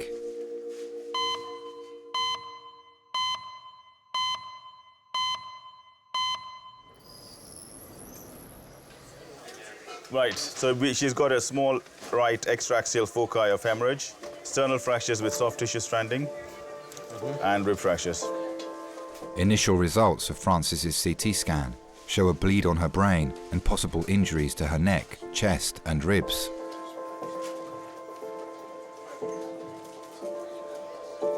So this is this lady's stuff. That's the depth of the pool. Okay. Fine, this I need to put up there.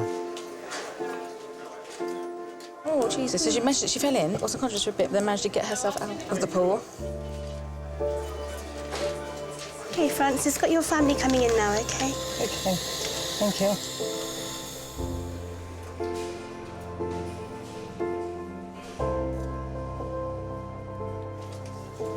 You all right, Marv? Just to explain to Francis if she needs to try and keep her head as still as possible, so if you can lean over instead of having to lean towards you. I just know, I don't know what I did. You landed in the pool. That's 7 feet down, 7'6" the bottom Well, of that. and your head was 5'7" above that. Yeah. So your head's gone down a long way. So that's a hell of a fall. I honestly cannot remember. I just don't know what happened.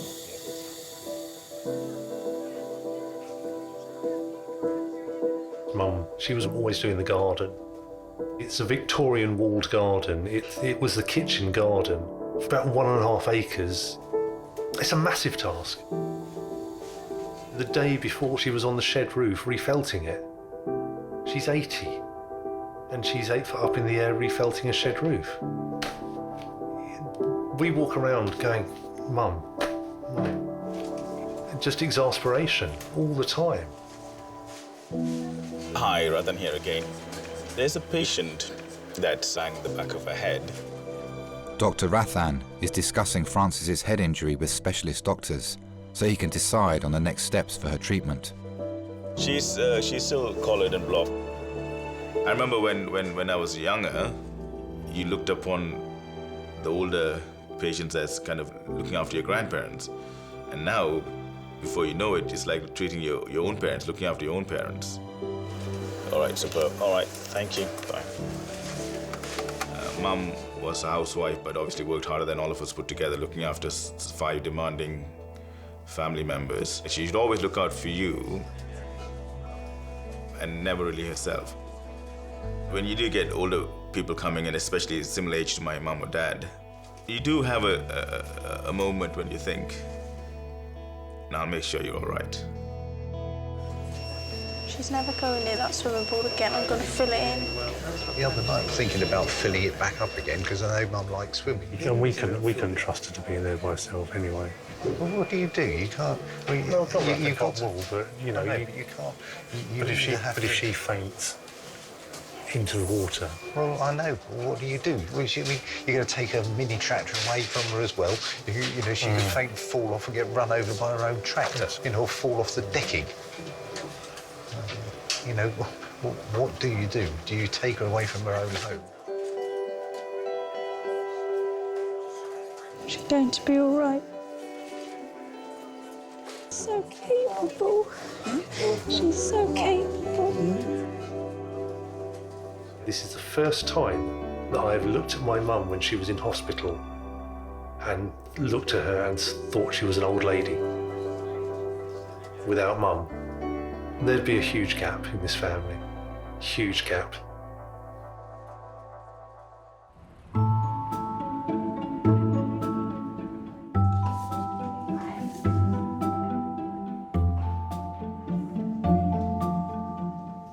"20-year-old student Sakile came to A&E after being a passenger in a car that crashed on the way home from a party.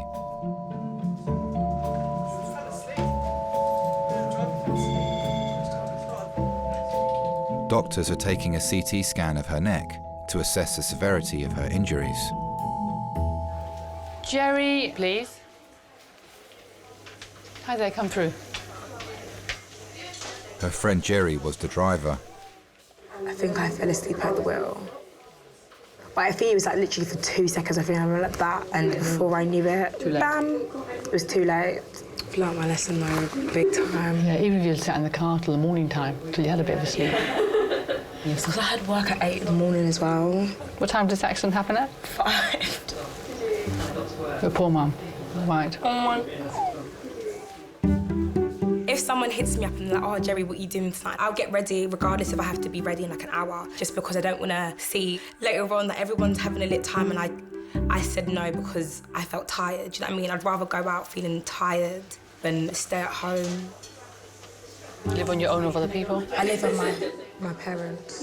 I think that's my mum's calling me right now. Yeah, do you want to put that because we'll be worried about you? Mum, I'm just talking to the nurse currently. Does your mum always approve of you? No, of course not. My parents, like, have been tested by having me. Like, my dad says it all the time. I think from an early age, I've always been a nuisance.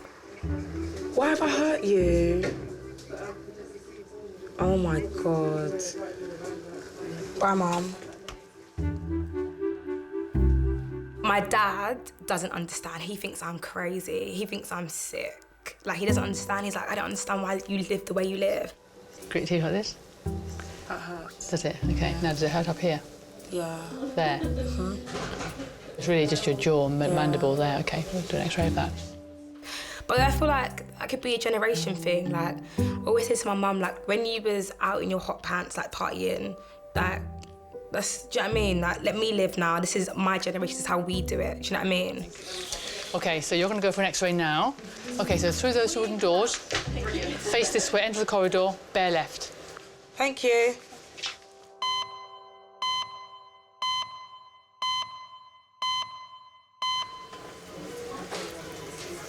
Hello. Hi. I just need to do an ECG. I feel perfect now, funny enough. Your heart is still going quite fast. Can you not feel it going quite fast? No. 86-year-old Ruth was brought to A&E an hour ago with a fast heart rate. I almost wish I had stayed at home. Well, I'm glad you didn't. Because heart's a little bit too fast than it should be. Doctors have given Ruth medication to reduce her heart rate, but it's still twice as fast as it should be. Registrar Rebecca needs to carry out further examinations. You went to see a GP this morning and you were sort of feeling a fluttering sensation. Well, yeah, I just close. Very tired and very... Do you mind me asking where you were born? I was born in Warsaw, in Poland. In Poland? Yes. Gosh, so you must have been... Did you get out during the war, or were you... Did No, you come to the UK I'm then, actually or? German. You're German? Yes, I'm German, yes, but make it complicated. I was one of the minority there, and it was fine until the end of the war. April 45. That's when I was in Poland. That's when they started rounding people up, you know. Those horrible Germans lived in Poland, and there were thousands of us. I was 14. I was with my mother. My father was sort of called up. I don't know what happened to him at all. Somebody came in the middle of the night, and they're taking us, God knows where. And that's panic sets in. Okay, do you mind, could you sit forward for me, do you think? If I take that... Oh, perfect. I can forward. Get some nice deep breaths. They took us to that prison first. There were a few of us there. And then I was in a sort of a labor camp with my mother. They had sort of big huts, I suppose, and sort of put up makeshift beds, you know, straw to sleep on. You are like in a trance. You do what you're told. You don't think. You stop thinking. You had bread, some kind of coffee, you know, water, and soup. We all got pretty weak. Many didn't survive. 2 or 3 of us, we had to go to the kitchen to collect the dinner. But there was one or 2 women in the kitchen who made us wait on purpose. And they fed us first, before they filled our cans and we walked back to feed the others. The kindness there, that was, when you think what they went through as well, it just shows that you always find kind people if you look for it. All right then. This funny heart rhythm that you have, we tend to recommend blood thinning medication. Now, the main risk of these blood thinning medications is bleeding into the brain. Well, if it's necessary, they've got to be done. Quite honestly, I don't worry. Whatever happens, happens. Doctors will try new medication to control Ruth's heart rate and try to find out what's causing it to beat so fast.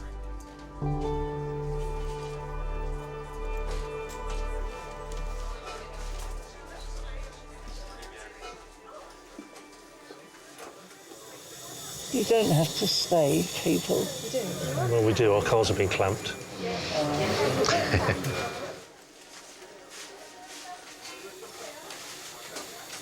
Doctors are waiting for specialists to report back on the injuries to Francis's head, neck and chest.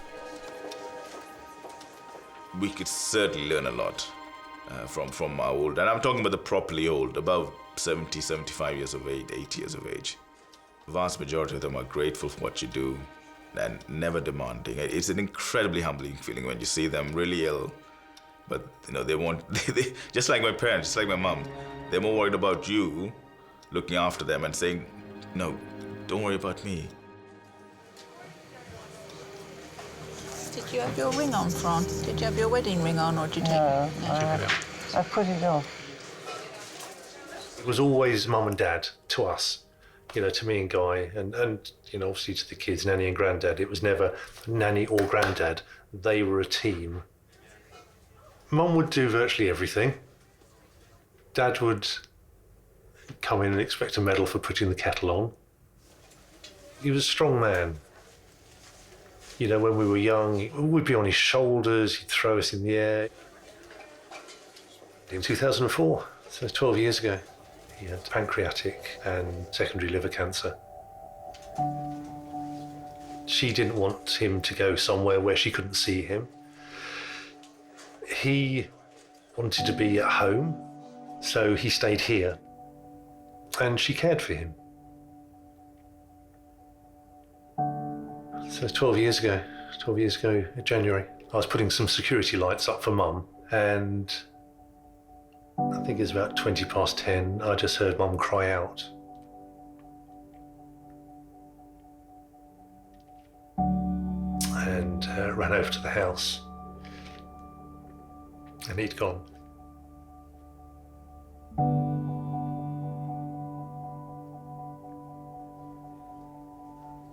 He wasn't in pain. That was the best thing. And he looked peaceful.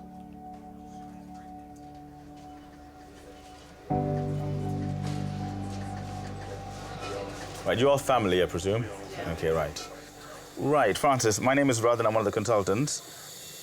Consultant Rathan now has the results from Francis's CT scan. There's no evidence of a break to your neck, so I'm going to take all this off and release you. There are quite a few rib fractures. Yeah, and your breastbone's broken as well. I'll explain. Okay? Yeah. There is some evidence of small bleeds in your head. So I'm waiting for the neurosurgeon to come back and say if anything needs to be done. And let's take all this off. Yeah. All right? Okay. Oh, great. Right, I'm just going to lift this up a little bit so you can sit up a bit. Not too much, just a little bit. We placed Dad's ashes in an urn in the garden wall, so he can see the sunset every day. Right, give Nanny New a kiss. If you can, give her a kiss on the... There we go, good girl. Hold Nanny's hand.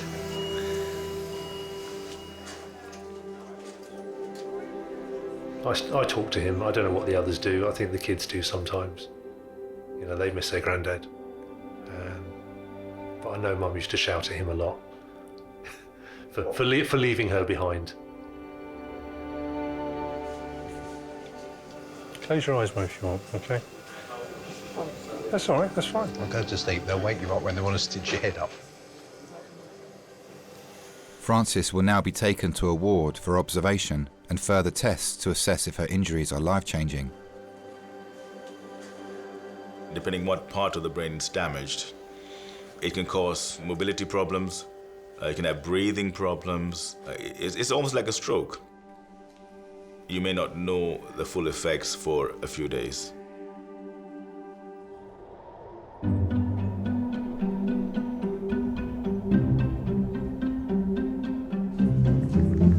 Jerry is returning from X-ray after being involved in a car crash earlier today with her friend Sakile. Sakile, baby. Sakile is waiting for the results of her CT scan. take a little pic of you. Sakine, I'm so sorry. You want to make a snap? Snapchat's important to me. I haven't got Instagram. I used to have Twitter, but I deleted it like 3 years ago. But Snapchat's very important. If there's like if I'm going somewhere, I'm gonna Snapchat me getting ready, to how I'm feeling as I'm going down there, to the vibe whilst I'm there, and then once I get home, maybe the morning after. But yeah, Snapchat. It's basically like reality TV, but unedited and a short version.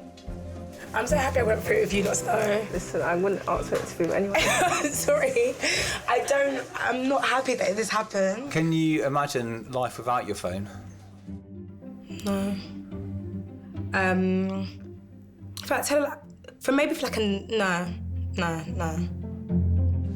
Okay, Jerry, come this way. Sorry, Sakila, I'm coming back. All is well with you. X-rays are fine. Okay. So there's nothing wrong with me? Nothing, no. You need to take regular pain relief. Now we're going to. The jaw X-ray will be reported on by a radiologist. Am I going to be discharged now? You can now. Yeah, you're free to go home. I've been discharged, mate. Been discharged, mate. Been discharged, mate. A lot of people don't make the most of the life they live, and they like have regrets afterwards. I feel like every moment you get, you need to make a memory. So when I look back at 21, I can be like, oh my God, when I was 20, it was a lit year. Like I'd done this, I'd done that. Every hour that I've got spare, I'm gonna do something. Life's so precious, and in a second, your life could be gone.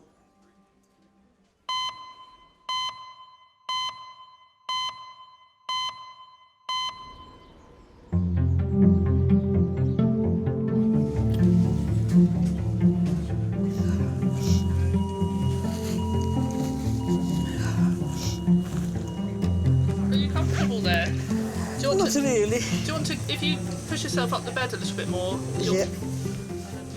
Earlier today, Ruth was brought to A&E with her heart beating at 3 times the average rate. But it still hasn't returned to normal. Where are you from, Ruth? I am German, but I am British. I've been here so long. 22 when I came. I'm 86 now, so it's 64 years. Are you fed up of people asking? Yes, I am actually, because I've been here so long now. I've been told actually you are more English than some English. In the labor camp, I was lucky. I had my mother looking after me.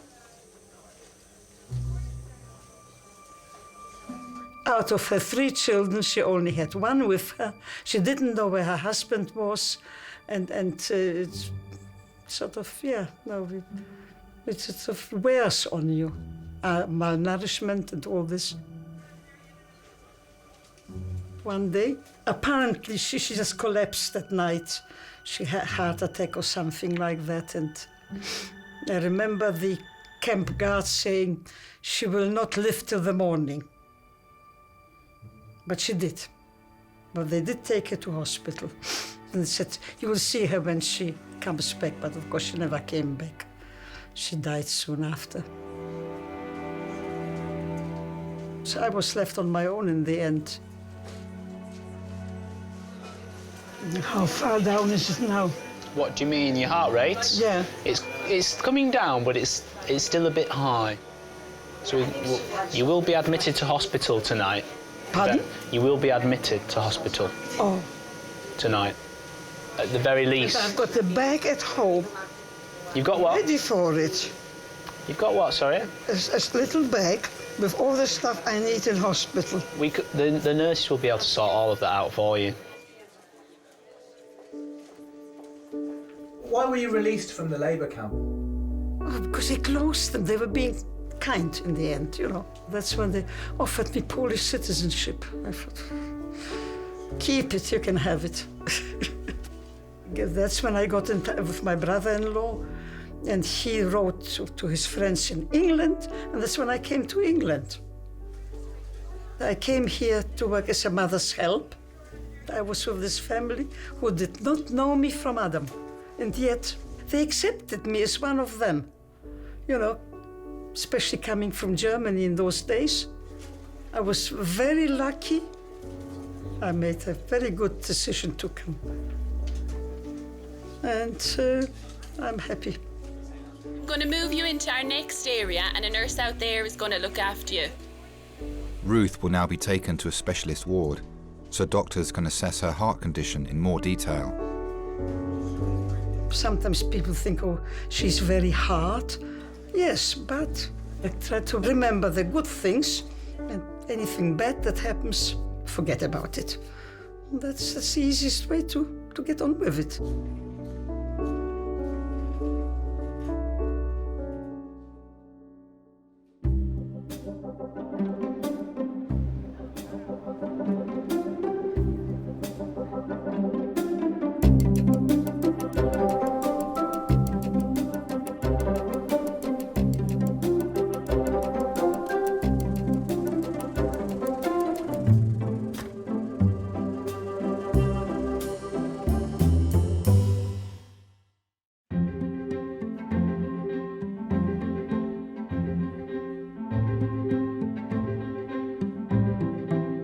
I've been brought home and been told you will be fine, take all your medication, but take things slowly. You must learn to relax, which is not easy.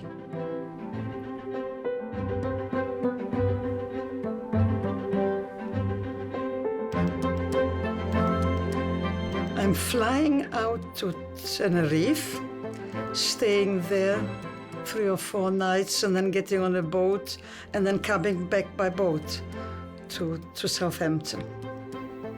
It is a holiday of a lifetime. I will wind down one day, but I'm happy, so there, nothing more to say.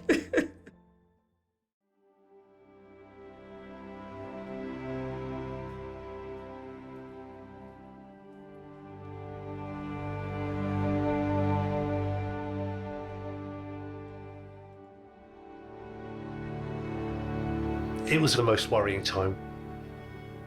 Suddenly the seriousness of what had happened clicked into place.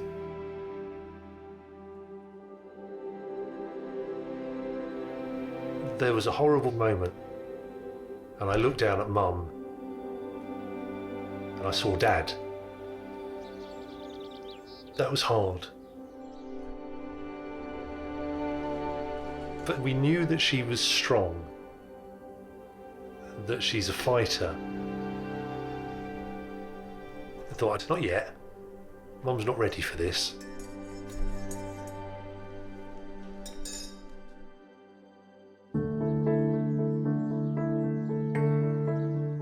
Being in my own home, even if I do nothing, yes, I'm very happy here. She actually told us that when she fell in that pool, the reason she got out, she said to herself, I'm not ready to die yet. She has improved remarkably since she fell. The thing that's important is making sure that Mum is happy. The roles have crossed slightly. She's looked after me God knows how many times in the past, and it's our time to look after Mum.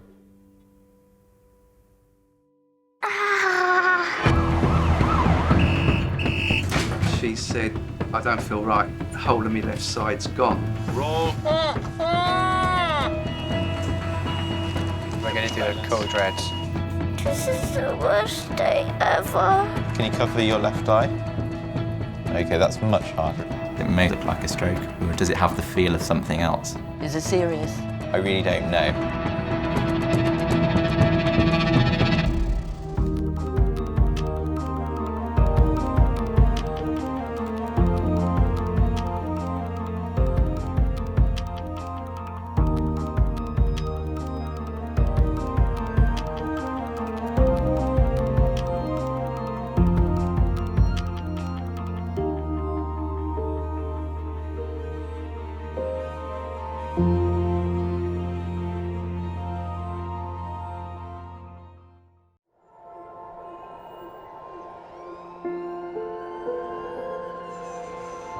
We're all so busy living our lives, and then suddenly something cuts through that, something often very unexpected. Paediatric trauma call, 15 minutes. A 71-year-old female with 2 stab wounds to the back. He was found to be in traumatic cardiac arrest. I can't feel any pulses. We're at St George's Hospital in Tooting. Yeah, 24 hours, 7 days a week. I love that question. What's your opening hours? St George's, London. One of Britain's busiest A&E departments, under more pressure than ever. So do you want to watch, darling, or do you want to look away? This is the worst day ever. You never know what's coming in, and you just have to be ready for anything. Gas canisters exploded, 15% burns to hands, face. In a world of uncertainty, we see a life-changing event. I'm A&E, I need to get out of here, please. When patients come in, something takes over. I'll be fine. I'm going to be very fine. A place where life... Give me an A. Give me an E. Love... Okay, good lad, well done. And loss... unfold every single day. Did you enjoy the Queen's birthday yesterday? I watched the football. All the patients you're about to see were treated in just one 24-hour period. Don't worry. We get to see people who love one another in loads of different ways. Yes. And I think you can give someone the best care in the world, but really what they want is to hold the hand of the person that they love and for them to tell them that they're going to be okay. You're my hero.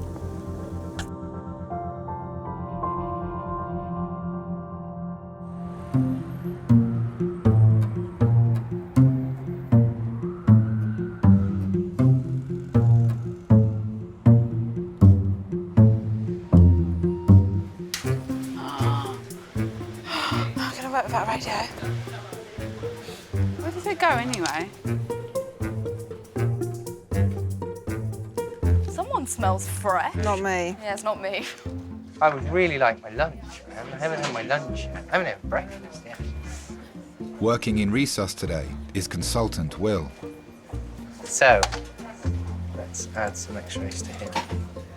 People often say that when they go into medical school that their motivation is that they want to care for people, but for me it started with being inquisitive. What does that look like? I don't know. So does that not look like an acute ST elevation MI? I don't know. Different specialties attract different types of personalities. I certainly enjoy the sort of immediacy and the fast pace involved with emergency medicine. There's no surgical pathology. The swelling should not affect her airway. And it wasn't until I understood more about what being a doctor entailed and actually how much more important that human aspect is. The responsibility of what you're being trusted with becomes apparent to you. What's brought you to see us today? Don't say an ambulance. Pop this hand up for me. That gives you a certain perspective about what's really important, and it's not having a big house or a nice car. Get you sorted, sir. It's about being happy with your lot. And it certainly does affect how much you cherish what you've got when you've got it.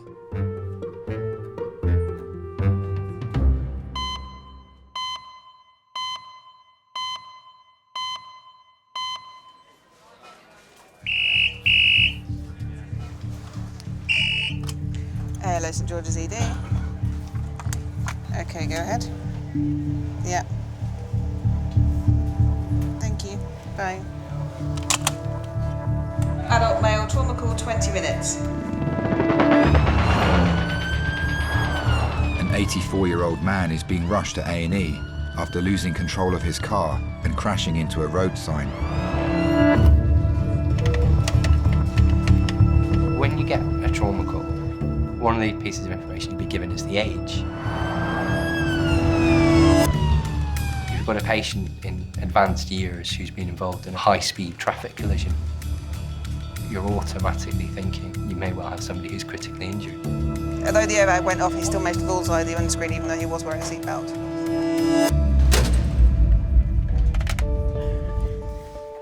If somebody's bullseyed a windscreen, one of the concerns there is that that patient has a significant head injury. man's wife has been informed and is on her way to St George's from Surrey. I'd gone out with the WI for a meal. We were almost at the end of our meal when I was asked to go to the desk to see somebody, and the somebody was this police officer.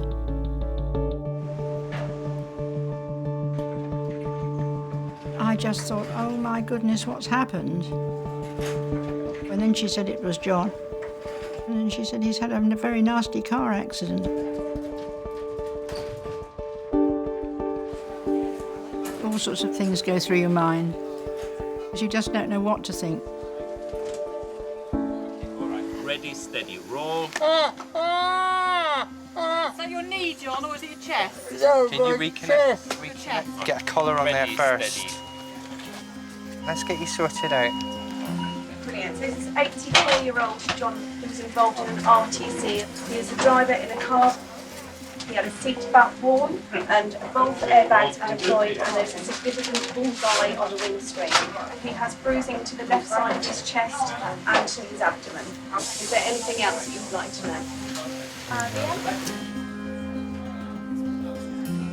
know? Elderly patients have less ability to deal with a given injury than a much younger patient. Your ability to deal with blood loss is lessened. Your bones become less supple. All right, nice deep breath for me, John. Injuries that would be relatively minor could end up being really quite severe and life-threatening, and you need to take action very quickly. We'll get you some painkillers in a moment.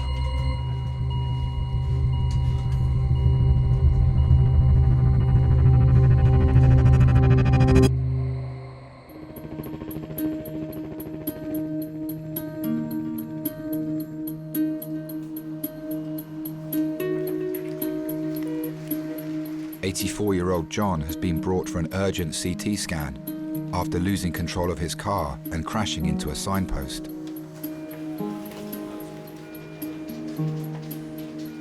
So you just have to lay nice and still as you are, okay? Yeah, okay. All right. So we'll start off, we're just going to scan your head and neck, okay? John's wife Gwyneth and daughter Susan have arrived from Surrey.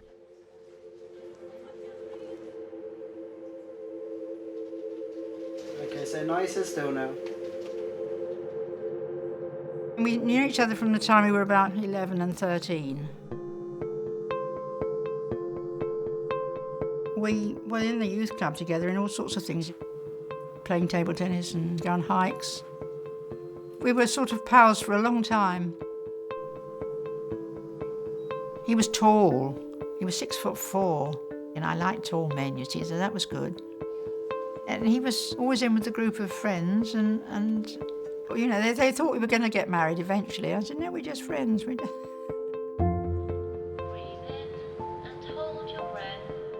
He was then doing his national service for 2 years in the Navy. And he was lucky enough to be on boats. He was on aircraft carriers and things. So he was away a lot. It was very difficult because we hadn't been apart that much at all. No, I suppose that's when it really struck home. I missed him a lot more than I'd realised before.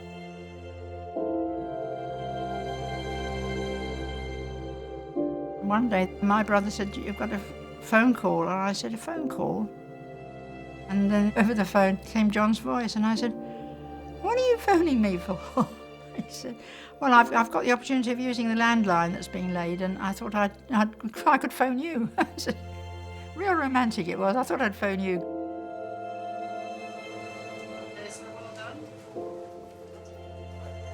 Doctors will need to wait for the initial results of John's CT scan before they can determine the full extent of the injuries to his neck, spine, and internal organs.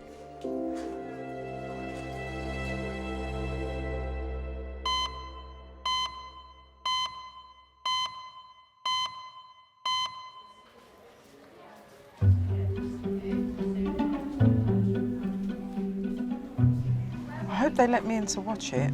Watch what? Them do whatever they've got to do. And why would you want to do that? Just tell them that you want me to come in. No, I don't. No, honestly, you do. No, I don't. Just say you'd feel more relaxed if I was there with you. But I won't. You will. I bloody won't.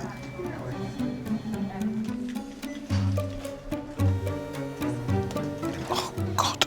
Jenny, the slightest touch is hurting me. Don't be a baby. No, I'm touching it there from my jeans and it still hurts. Yeah, it will hurt. How do you know? You got one?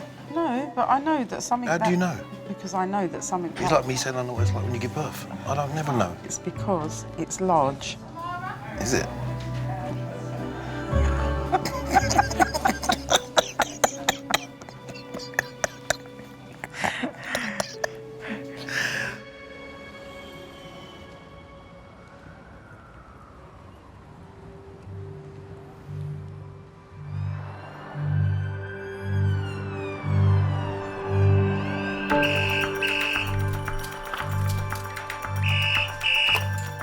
Listen to the ZD. Okay, go ahead. Yeah. Thank you. Bye. A 66-year-old supermarket assistant is being brought to A&E after suffering stroke-like symptoms on her way to work. Adult thrombolysis call 20 minutes. Her husband Paul called the ambulance. I was on quite a late shift the night before. What we normally do then, I'll just stay out of her way while she gets ready for work. She said, I don't really feel that well. But Christine has always been a trooper. She'd do her best to get into work. I heard her come back in again, so I got out of bed straight away.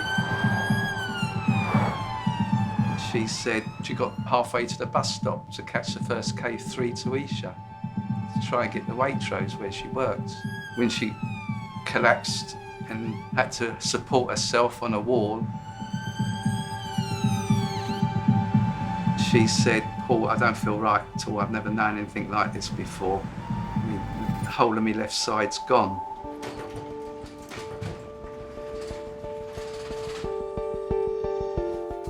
Due to the immediate onset of her symptoms, specialist neurology registrar Anil has been called to resus. It's sudden. One moment you're functioning normally, and just suddenly you can cruelly have the loss of the ability to do some things we really take for granted. Good morning.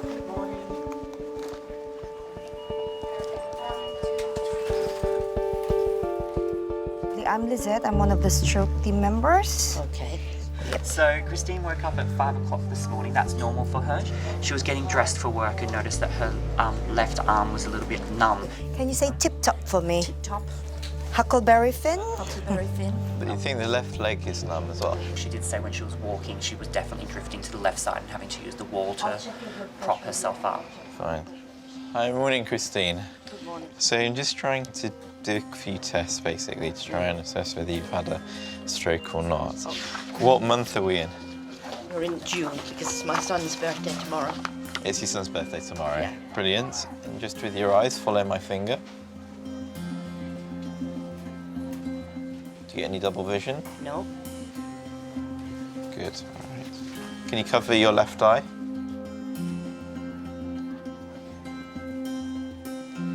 The brain is a very specialised organ, so there are elements which control movement.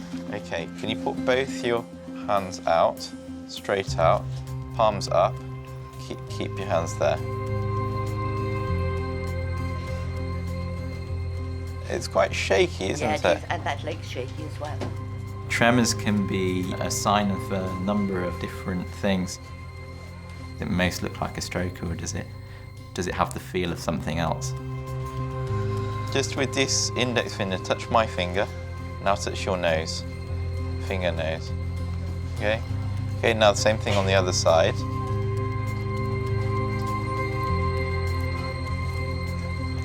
Okay, that's much harder, isn't it? Christine needs an urgent brain scan to determine what may have caused the sudden weakness in the left side of her body. Only then will doctors be able to decide on the next stage of her treatment.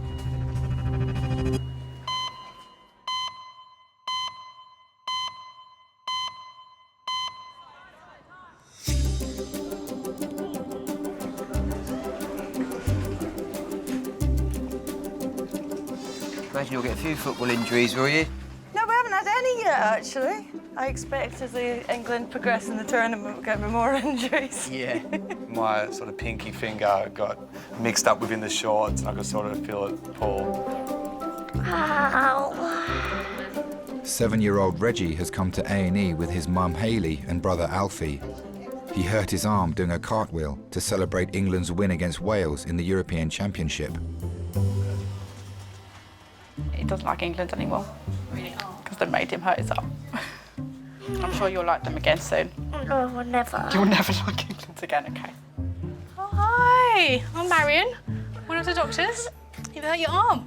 Yes. So what happens? As he went on the floor and put weight on it, I think it just popped out, yeah. Right. Okay. When I'm pressing here, does it hurt here? A tiny bit. This side, sorry. Okay, I'm not going to move it anymore. It's definitely not in place in terms of you can see the alignment, but I don't want to manipulate it because it's going to be too painful for him. So we'll just x-ray his arm to see what injuries has had to it. I've always been all about children from a really young age. I used to worry my mum sometimes, at like sort of 8 or 9. I just want to be a mum. My mum would say, there's a lot of things you need to do before that happens. I always wanted to see inside Reg's body. Like some of my friends at school kind of had these career plans to be journalists and doctors and dentists. I just want to meet someone and have babies. I might not speak to Daddy. You want to speak to Daddy? Yeah. I was 17 when I met Rob. I've got no reception bell, but it might not work. I was like, oh my God, he's amazing. They might put you to sleep to do something so that you don't know, it doesn't hurt you, yeah? Okay? Right? Yes. Good boy. It was probably only a few months into the relationship that I would start talking about children and Rob would go, no, stop talking. We were together for 4 years and we bought our first home. And then I kind of notched it up a little bit, like, oh, now there's like really no reason that we can't have children. And yeah, and then a year later, Reggie came along. Mummy.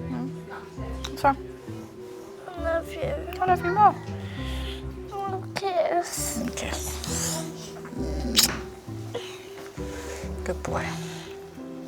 Hey. I'm going to come and be a semi-porter until I can find one. Okay. Reggie will be taken to X-ray to assess whether the impact has caused a fracture to his arm or shoulder. Mum, Yeah. it looks like Cyborg. It looks like what? Cyborg.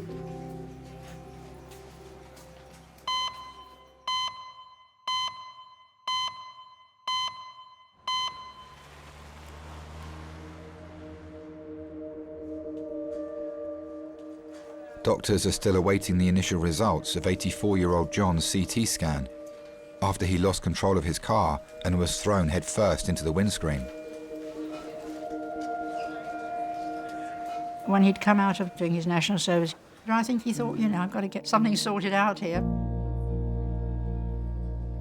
But my mother was very sick. He asked me if I'd marry him. He asked me 3 times, and each time I said, I don't think so, because I thought I can't marry him and leave my mother.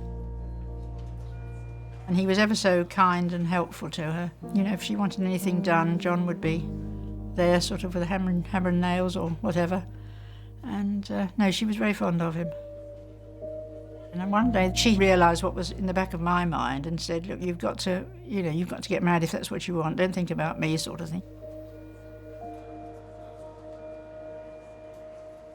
So we went out for a meal and that was it. He'd got a ring and I came home with the ring on, you see. Consultant Will has received the initial results of John's CT scan. They show a fracture to his pelvis and serious internal bleeding. Pelvic fracture is a very serious injury. It's quite a significant structure. It's also got a very, very rich blood supply around it. And he currently has a systolic blood pressure of 60. As white as a sheet. You can have a situation where you injure an artery deep inside somebody's pelvis and it will just bleed away. I think all of this, if he's smashed his systolic, is the culprit. So we're going to do a code red. We want blood. John needs an emergency blood transfusion to prevent his heart from going into cardiac arrest.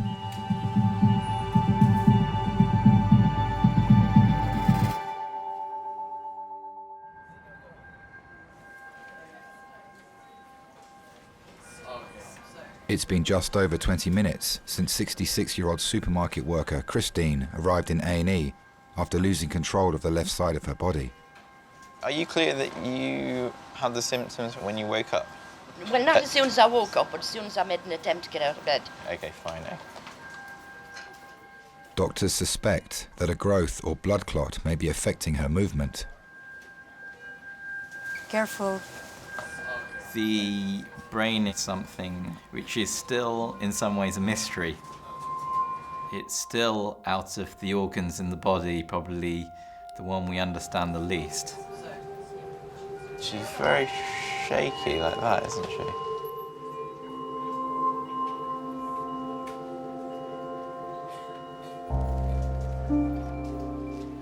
Christine's husband, Paul, is awaiting an update on her condition.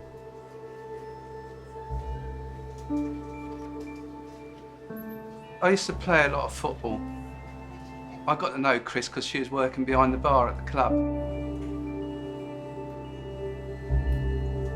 I was only 21 then. She had long, dark hair, short black miniskirt, nice legs, and I was shy. I probably had a few drinks, so that's when I asked her out. She had a bubbly personality, life and soul of the party. You know, she could talk to anyone. That's what attracted me to her. She had good social skills and things like that, you know, which I was lacking and still lack. Breathe in and hold your breath. We got married in March 1975. I don't remember actually proposing. I think she went to see the priest and arranged it all and then came back and told me. I just went along with it.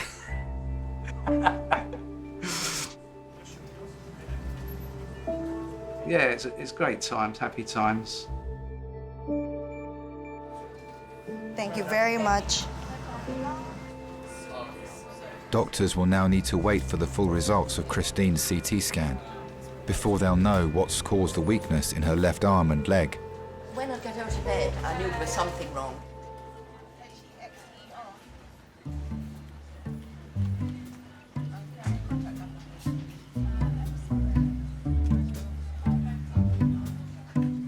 I don't want to go to school tomorrow. You don't? Why not? I think I'll leave it for a few days and then go back. If you go to school tomorrow, you get to wear your own clothes. Doctors have received the results of 7-year-old Reggie's X-ray after he injured his arm doing a cartwheel to celebrate England's victory against Wales. Right, we've got the X-ray back. And it is broken. Right. And it's moved out of place. Okay. So I've spoken to the bone doctors. They want it casted until they come and see him and see what happens. I don't know if you wanted to see it. I want to see it. Do you want to see it? Mummy. I think when you have your own children, you always kind of reflect on how you was brought up. Okay, it's okay. My childhood, it was a pretty normal South London upbringing. Mum and Dad were together at first, but then Mum and Dad separated when I was 14. It was hard because me and my sister were both daddy's girls. It changed the relationship that he wasn't there every day. We never really spoke about it. It was kind of, it was happening and we just dealt with it, and this is the way it's going to be from now on. Like a protection thing, probably. Don't speak, it's not actually going on.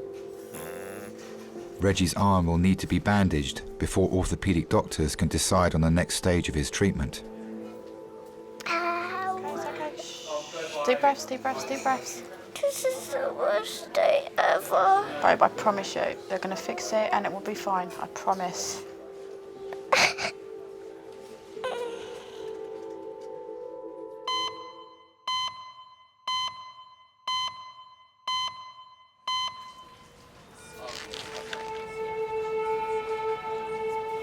84-year-old John has been given an emergency blood transfusion, whilst doctors attempt to stop the bleeding from his fractured pelvis.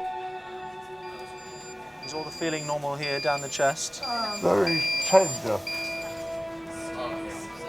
Dr. Will has referred him to orthopaedics to decide whether or not they should operate on his left hip. We are medically managing his bleeding. We have a period of stability at the moment, so it might be that he's bled but is no longer bleeding. So we're trying to come up with a plan. Patients with pelvic fractures, there is a risk that any movement could worsen the bleeding. Patients who are elderly will have a harder time coping with any surgery they require to fix that. It's not something that can be done completely without risk. Plan A is that we're going to take that risk and we're going to do it. Do you want to come through and see him? I'd love to. So just to warn you, he's a bit beaten up, okay? John, your family are here, sweetheart. Your wife's here, okay? I suddenly lost control of the car. I don't know whether the road was wet or what it was. Oh, I'm sorry, John. You don't have to apologise to me, no. I'm not, I'm just, well, I'm just very, very sad that you've got this all to contend with. 2 years ago, he got a sort of a niggling cough. And I said, why don't you go and see the doctor, because this is a bit strange, this is, you know, keeps on. And so he went and saw the doctor, who referred him to the Marsden. Having been sent to the Marsden, you know that things aren't as they should be. And they picked up this lung cancer. You're going to be sporting a very nice bruise on that head. He's got it in both lungs, actually, but one lung particularly. And they said, we can't actually operate and we can't cure it, but we can give you palliative care. He's had chemo and then he had 6 weeks of radiotherapy. I was really worried for him. How's the pain, John? Where are you from, dear? I'm from Italy. You're Italiano? Yeah. Oh. Parliamo Italiano. Sì. Oh, there you are, John. You've got a lovely nurse giving you dabs on your lips. Oh. No, you can't swallow it, you just got to... Yeah, a little bit, just a little bit. Try, you sort of... You got any grappa? Tell you. I wish. I wish to have some grappa at this point. Orthopaedic doctors have arrived to discuss surgery with John. John, can I chat to you about your hip on the left? Yeah. The hip is dislocated and it's fractured in many places. Really? Yeah, so in order to reconstruct the hip joint, okay? If we do this procedure, it enables you to walk again, okay? Without it, you won't be able to walk, all right? I don't want to worry you, but there's a very small chance that if there's lots and lots and lots of bleeding from the pelvis during the surgery and we're not able to stop it, eventually that you could bleed to death from this injury.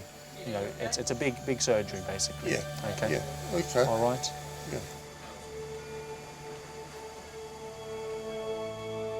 I think for every patient you see, you have an idea of what the consequences might be if you have a bad outcome for that family unit.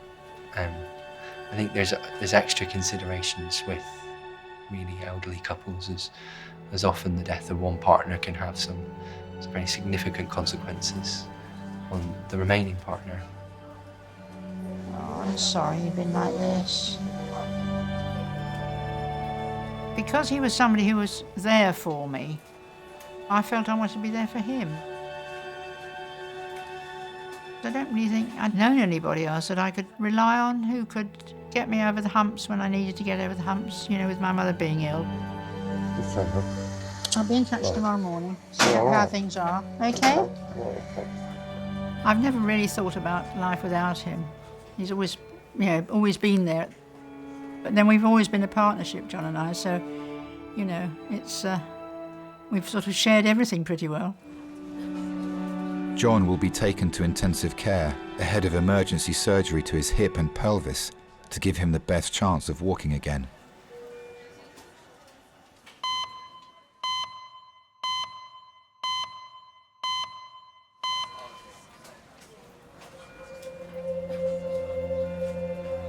Doctors are awaiting the results of Christine's CT scan after her left leg gave way whilst travelling to work at a local supermarket.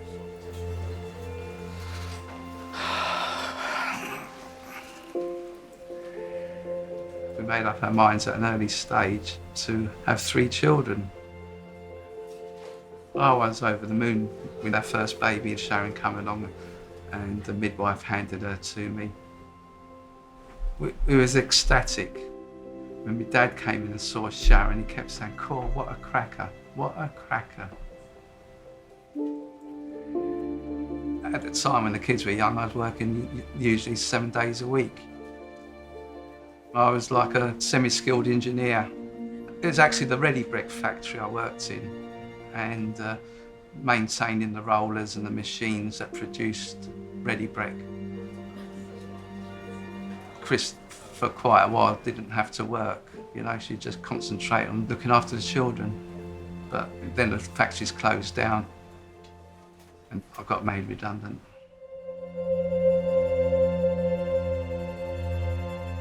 It did knock me confidence. You know, it's difficult to get another job that paid that well. We sat down and worked out our outgoings, and we felt that the only way things could work out is if she went back to work full time. That kind of broke my heart because Sharon was still quite young. I remember tears running down my cheeks when I dropped her off with a baby minder, because I just wanted us two to take care of the kids, but we had no choice then. That's typical Chris. Any problems that's come up, she's always really listened, so we get through it. I was alert enough to phone up work this morning to tell them I wasn't feeling well and I wouldn't be coming in. So, you know, at least I didn't black out or anything. So that's a good sign, isn't it? I keep convincing myself. I was born in Waterford, Ireland. There was mum, dad, and I had 5 sisters and 5 brothers. My dad was a pig farmer. I used to get up at 6 in the morning, go out and pull the hay on a frosty morning. Your hands would be falling off you. We had no running water, so we used to have to go to the well to get the water. And on a Saturday, that was our job. We'd have to get loads and loads of water so Mum could do the washing. She scrubbed them on one of those washboard things. Really old-fashioned ways, but that's the way they done it in them days. I hope you don't mind me putting this by the earlobe. No, At least it's out of our way there. I knew I wouldn't stay in Ireland. In my time, there was no work there at all. You know, much as I loved it, there was nothing there. There you go. I was 16 when I came to London. I came over in 1966. I had a pair of bell-bottom jeans on, and I had white plimsolls, white socks, and a T-shirt. And I was in fashion then. And I got such a shock when I went into Paddington Station with everybody on top of cars, people sitting on the side of the road drunk and happy. And I thought, where have I come to? It was the next day I found out really what was going on, because I didn't know that night at all. England had just won the World Cup, the one and only time. And I was going to turn around and go back home again, but I thought, well, I like this. I'll be back, my lovely. Yeah. And I think leaving home when I was so young made me realise, you know, you have to fight or else you fall, don't you? So, and I wasn't going to fall, and I never will fall.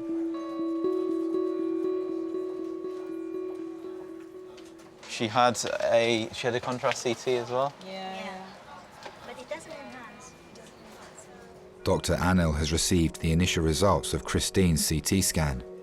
They show an area of swelling on her brain. Seeing a swelling on the brain, you know I guess, what it can be. And certainly a brain tumour can be on that list. It's going between ACA and MCA. But you need to be sure. You need definitive evidence before you sort of tell somebody something which is going to potentially change their life forever.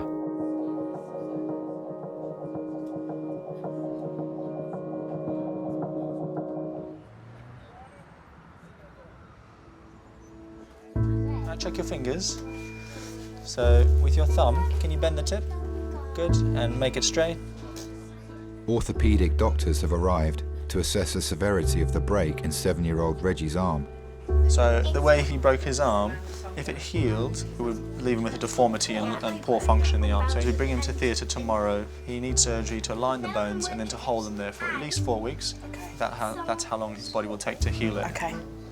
Any questions? No, I don't think so. My head's all over the place. When you're a mum, you kind of have to spin all the plates at the same time.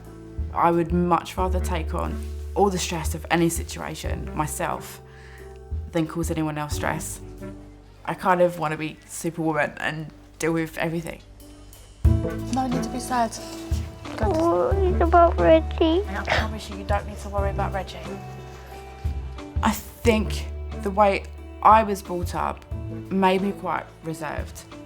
Rob moans at me and he's like, you don't talk enough to anyone. I'm like, well, that's just how I've kind of learnt to be. Take your coat off. Look, your brother. Come here. But because I know that's a bad trait in myself, I want to make sure that that's not passed on to my children.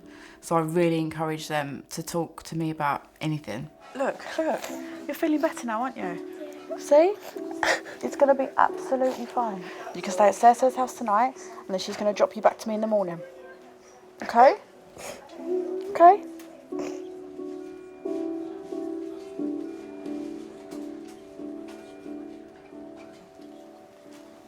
We're just the best brother in the whole wide world. Both are good brothers. You need to show your feelings and how much you love people because they're your family. Reggie will be taken to a paediatric ward ahead of surgery to align the bones and fix the break in his arm.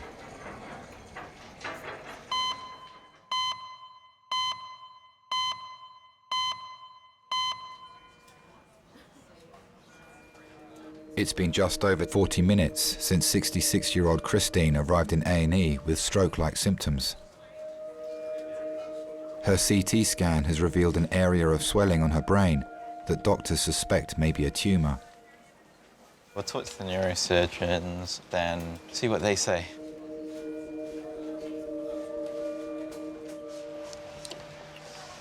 Hi there. Just to give you a quick update then, so you take a seat. So essentially, we've seen some changes on the CT scan which don't fit with a stroke. So it looks like that could be something different. Right. We need to do some further investigations, maybe more imaging. Okay. If you want to come through though, in the meantime,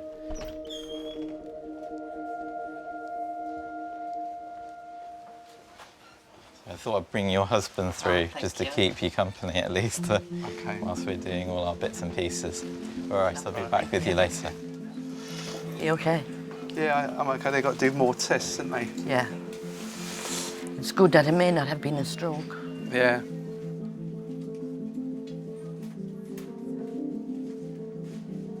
Paul and I have been married for 41 years.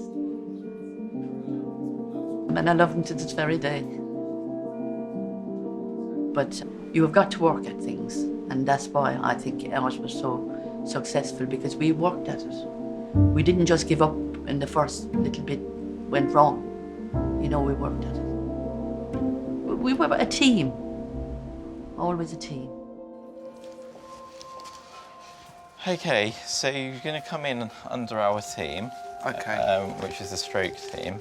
It's very difficult to know exactly, you know, what's on the scan. It looks like a little area which is a bit swollen, a bit more swollen than normal. Is it serious? I really don't know.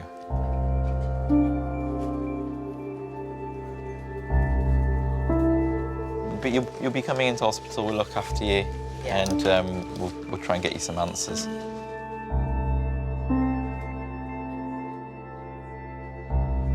Do you want to take off them socks? You want these off? Yeah, I think it'd be better if they were off. In medicine, you will see things that you wouldn't necessarily choose to see. And watching people react to those things is very enlightening to the nature of people. At least our posh nails.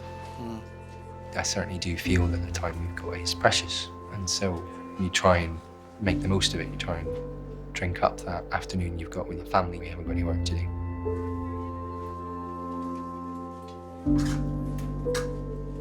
You plan and you save for your retirement. You hope to live a long and happy and healthy life, and foregoing accidents or bad fortune, that's probably what will happen, but you just don't know. Christine will be admitted to a specialist neurological ward where doctors will carry out further tests to examine the abnormalities revealed by her brain scan.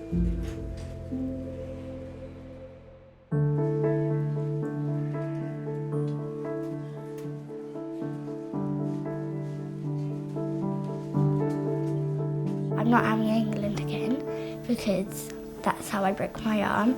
So I'm just going to have to choose for Ireland. We know now to maybe just clap when England score. And no gymnastics, no cartwheels. But then the way England play, there's not much likelihood of any more cheering or cartwheels going on, so.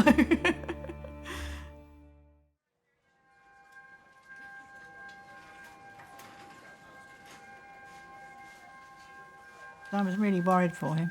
I just thought if he comes through this, he's not going to be the John he was.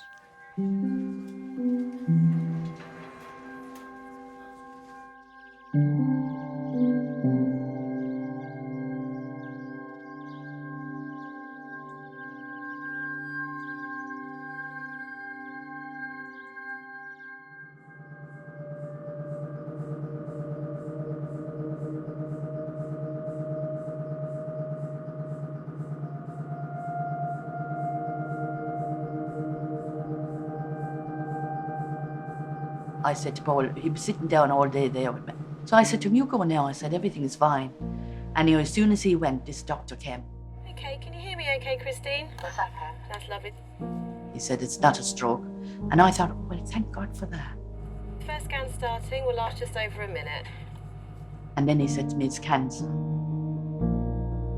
And I had nobody with me.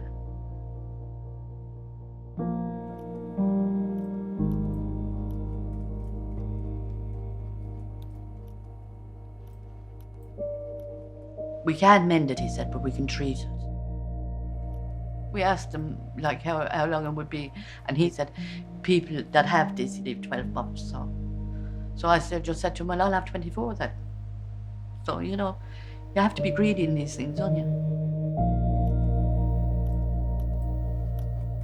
I never envisaged this at all. I thought we had another good 20-odd years together. I've never been frightened of death, never. We all have to go sometime. Just that I'm going a little bit earlier than I thought.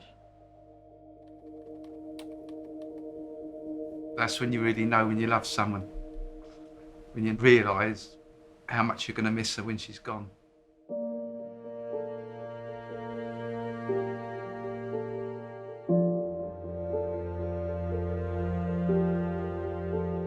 Okay, Christine, we'll finish. Just coming into you. You've done really well there. When she was a child, she had CB, and I say to her, remember when you was ill? If at that time someone could have come along to you and say what the rest of your life was going to be like, I'd say you'd snatch their hand off. You've got 3 successful children, you've got 4 lovely grandchildren. I know it's not a good innings, but there again, it's not a bad innings.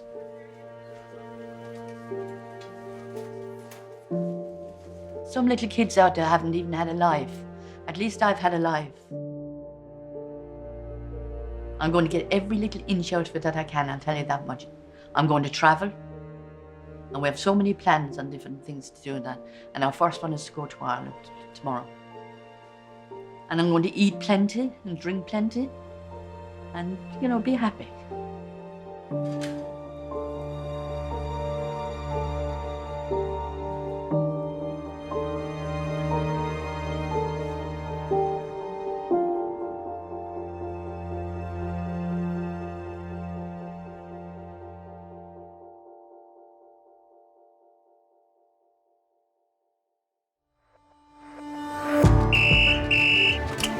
George's ED.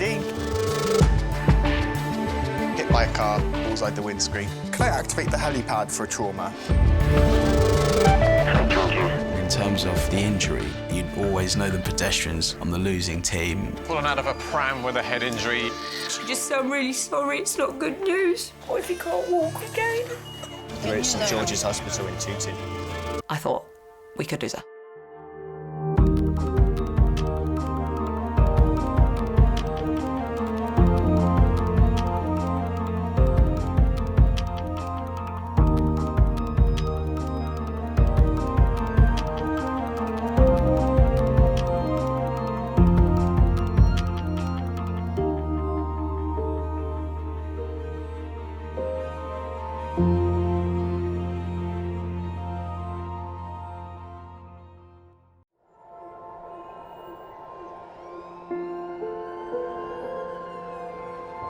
We're all so busy living our lives, and then suddenly something cuts through that, something often very unexpected.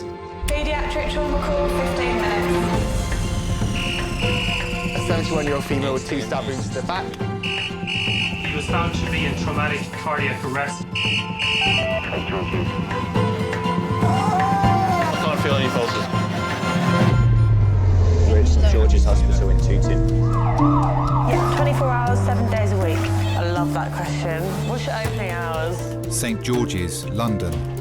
One of Britain's busiest A&E departments, under more pressure than ever. So do you want to watch, darling, or do you want to look away? This is the worst day ever. You never know what's coming in, and you just have to be ready for anything. Gas canisters exploded, 15% burns to hands, face. In a world of uncertainty, we see a life-changing event. I'm alienated. I need her to get healthy, please. When patients come in, something takes over. I'll be fine. I'm going to be very fine. A place where life... Give me an A. Give me an E. Love... Okay, good lad. Well done. And loss... unfold every single day. Did you enjoy the Queen's birthday yesterday? I watched the football. All the patients you're about to see were treated in just one 24-hour period. Don't worry. We get to see people who love one another in loads of different ways. Yes. And I think you can give someone the best care in the world, but really what they want is to hold the hand of the person that they love and for them to tell them that they're going to be okay. You're my hero.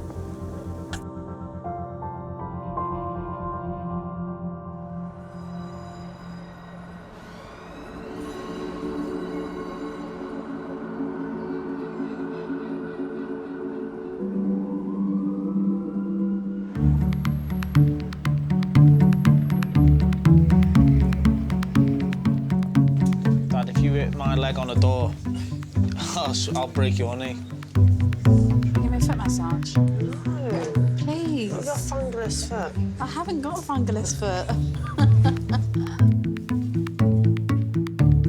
I'm going to the doctor. Liz has been a nurse at St George's for the past 10 years.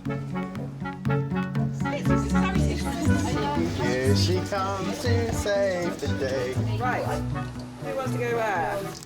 I wanted to be a vet when I was a really little girl because I loved animals. Oh, I almost did the splits then. Have you got keys on you? Splits? Yeah. We had pets at home. I had 2 pet rats, actually, which are very cute. They sound smelly, but they're not. They're the cleanest things ever, and they used to climb up my hair and sit on my head.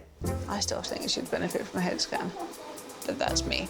But then about aged 11, I realised that actually the job would entail quite a lot of putting animals to sleep and things, and that changed my mind. Any visas? Both me and my sister did different degrees first of all, but my mum was a nurse and my grandma was a nurse, and we've now, both me and my sister have become nurses, so she says it must be in the blood somewhere. Don't wake yourself up again before we get the morning. Yeah. I love being in resus. I just love the variety, the never knowing what's coming in the door. Practical 10 minutes. All emotions are heightened. Grief at its worst or love at its finest come out in the resus area. He's got hit around the head with a hammer. Again. Apparently it happened to him 2 weeks ago. I don't think I could ever do a 9-to-5 office job.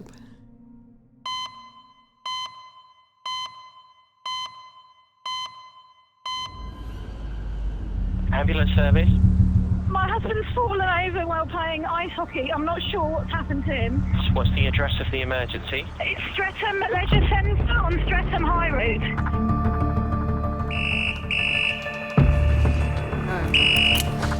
Hello, George's ED. 10 minutes. Okay. Thank you. Bye. Practical 10 minutes. It's a 24-year-old who's had a cardiac arrest. A man in his 20s is being rushed to A&E after suffering a cardiac arrest during a game of ice hockey. Has cardiac arrest in a 24-year-old. Phone goes and says it's a cardiac arrest. You worry anyway for the patient, but if it's a cardiac arrest in someone in their 20s, then you're especially worried. The adrenaline kicks in straight away. We'll get our drugs out. If an out-of-hospital cardiac arrest, it's very rare that you get the person back. You kind of got in the back of your mind, this may not end well. The man was with his wife at the ice rink when he collapsed. The Sunday morning, I remember that the weather was grey and it was raining because we'd been in Sicily and it had been so sunny and beautiful. We woke up late and he said he was very tired and he said that he wasn't feeling well. I thought absolutely nothing of it. I was going to watch him because it was a championship game. We were 17 minutes into the game. Cory was playing really badly. Cory had skated to the goalkeeper and he fell on the ground. Are they here? I remember his helmet hitting the floor of the ice. I just knew something was not right at all, and I just got up. I was like banging on the doors to the ice rink. They rolled him over, and I could quite clearly see that he was starting to go blue. And I just started screaming that somebody needed to do something. Cory's teammates administered CPR for 25 minutes before doctors and paramedics arrived and finally managed to get a pulse. Just remember this huge hive of activity just taking place, and they were just literally just going at him. I just sat there really, I just sort of stopped crying and I felt like I was just going to be sick.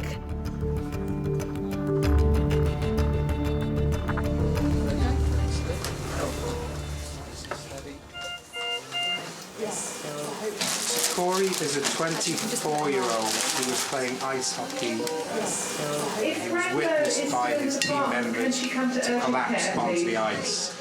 They immediately went to him and found him without a pulse. He had a no-flow time, maybe 1 minute, 2 minutes. He had a low-flow time with CPR of about 20 minutes. He had 2 milligrams of adrenaline, 150 of amiodarone, and a total of about 8 shots. The only other intervention is he's been actively cooled. His wife is with police at the moment. We transfer you off the oxygen. Cory was placed in an induced coma at the scene in an attempt to prevent further injury to his brain and major organs. In a cardiac arrest, there's no oxygen getting to any of your brain, so it just stops. If your brain's starved of oxygen, very, very quickly it will start to die off. I think he had 8 shocks in total. He's now been in ROSC for 20 minutes. There's a lot of things that can go wrong and a lot of things that you need to get in place to make sure that this person stays alive. I mean, obviously you've got them connected up to the monitors and everything, but you never leave that person alone. There's the CO2. There's a chance that their heart could stop beating again at any time. Are you free to check out some fentanyl with me? Doctors need to work quickly to minimise the risk of continuing damage to Cory's brain.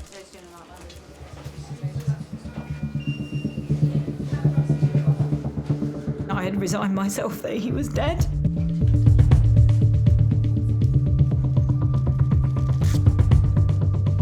It was just so sudden. Like, I think if somebody gets sick gradually, you can kind of process that information, but this, I don't... Yeah.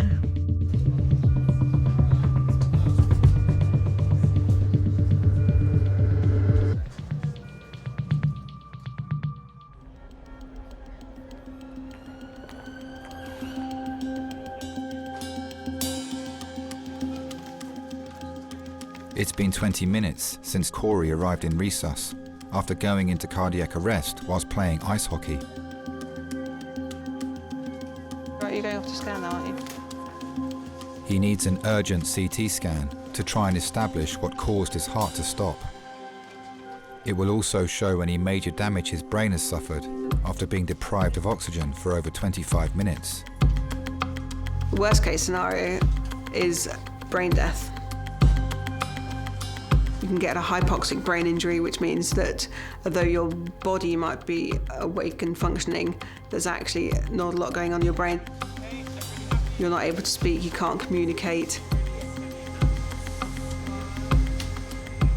Or if you get too bad a hypoxic brain injury, then you die as a result.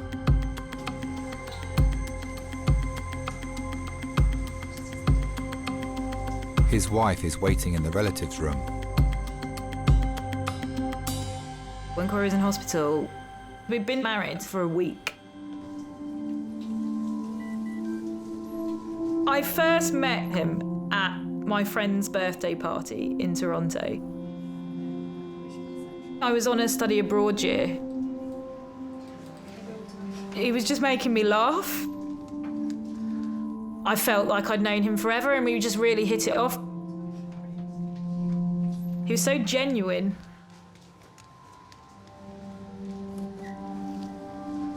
The first date, he asked me if I'd come ice skating, and I literally put the skates on and I could just about get on the ice, and he was like, "You can't skate?" I was like, no. He was like, "Don't you skate in England?" I was like, no.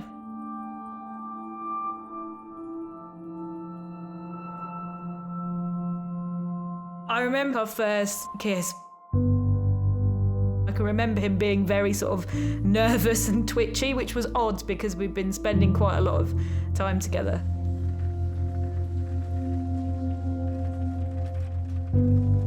I realised I loved him gradually, it crept up on me.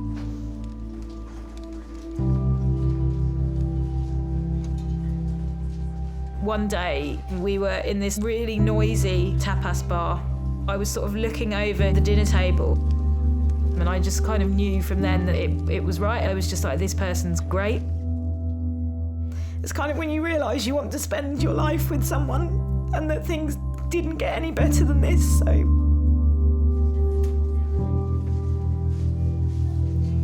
Doctors will need to wait for the full results of Cory's CT scan before they'll know whether he's suffered any life-changing injuries.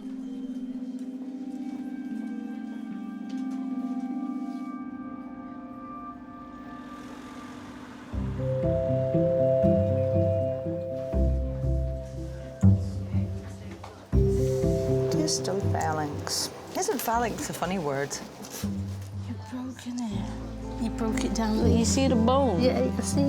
Ah! I'll keep you still now, wouldn't it? No more running for a while for you.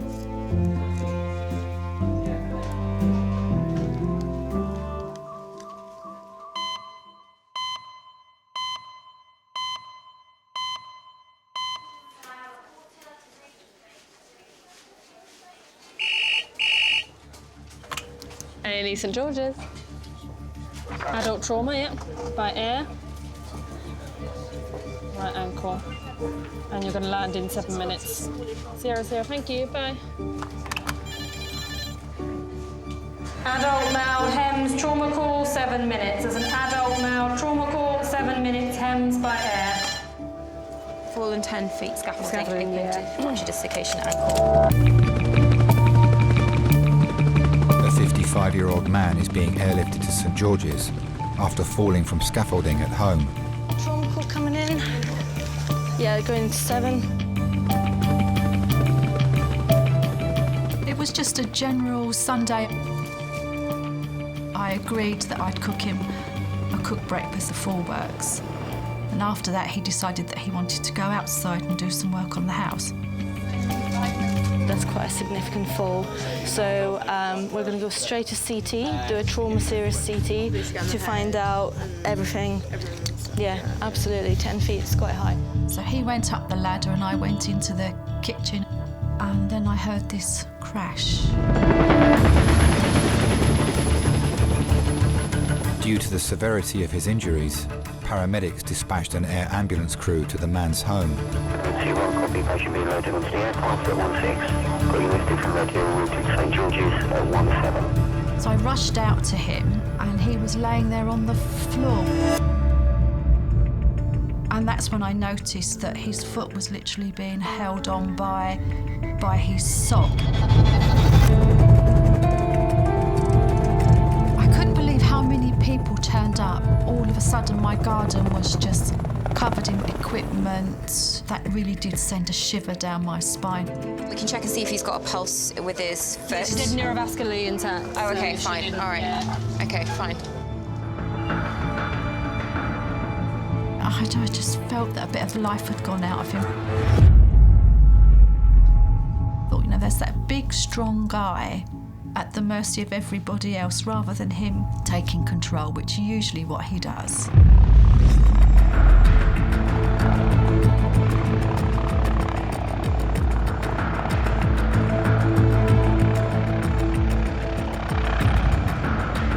When your husband's being flown off in a helicopter, all those dreadful thoughts go through your head.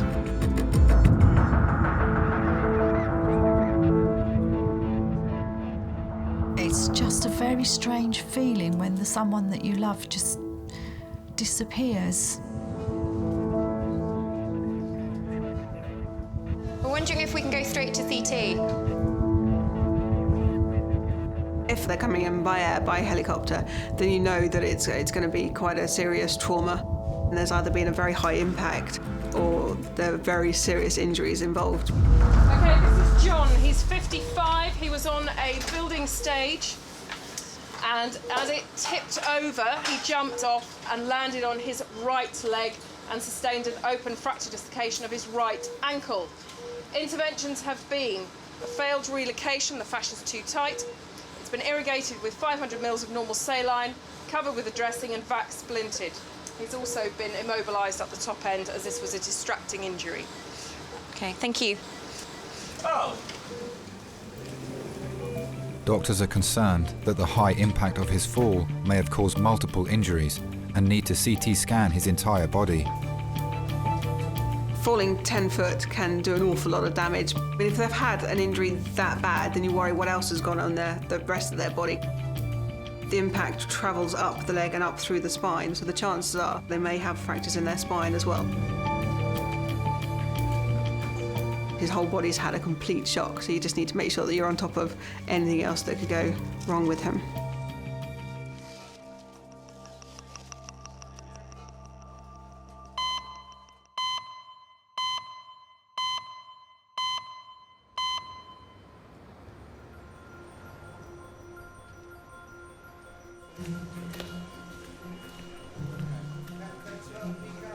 Yeah, I just have porridge with dried nuts and fruit on top. How do you cook yours? Do you cook with milk or water? Water. Yeah, but what I do with mine, I just put in a bowl, put the milk in, put in the microwave for a couple of minutes. Give it a stir up, and it's all nice and thick. I'll tell you what's nice as well, but it's expensive. Manuka honey. It's supposed to be one of the most healthiest things you can have.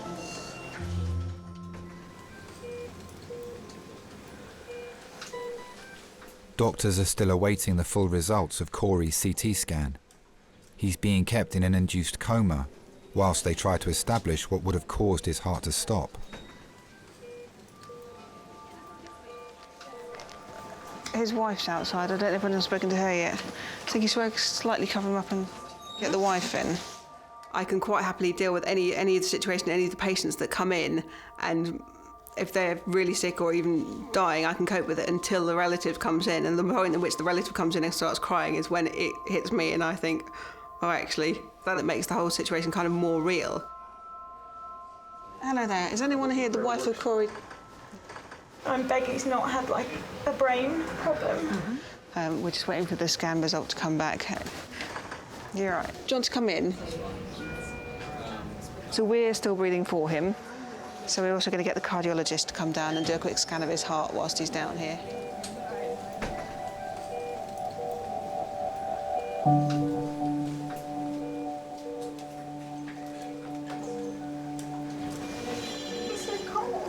Yeah, what the ambulance crew actually actively called him. So it's to help preserve the brain after a cardiac arrest. They actually actively We've only been married 7 days. I know. My best friend, if he dies, I don't know what I'll do without him.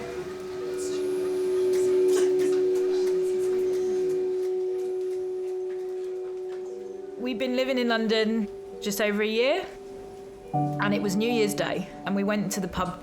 He kind of looked across the table and said, well, would you like to get married? Should we get married? And I was like, yeah, we should get married. So we actually went and bought the engagement ring together, and he wouldn't tell me when he was going to give it to me. And we had planned to go to Budapest, and I was like, he's so going to propose.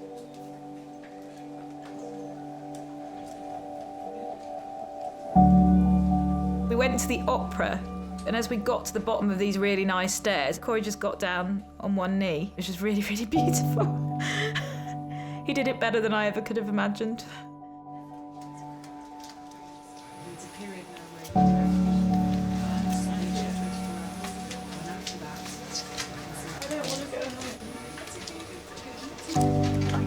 We got married in Sicily because it's a really, really beautiful place. I was just really nervous to be stood up, I think, in front of all the people we knew. It's difficult to say, really, because we don't know exactly what's going on, we don't know exactly what we're treating. And as I looked across at Cory didn't look nervous at all. He was just standing there smiling. And so that made me feel better.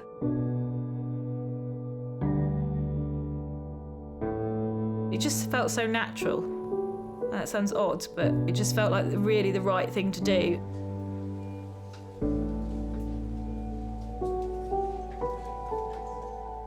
It makes you feel the same, but so much better. It's just knowing that you've always got someone. And like, it was just nice to stand up in front of all of our friends and say stuff.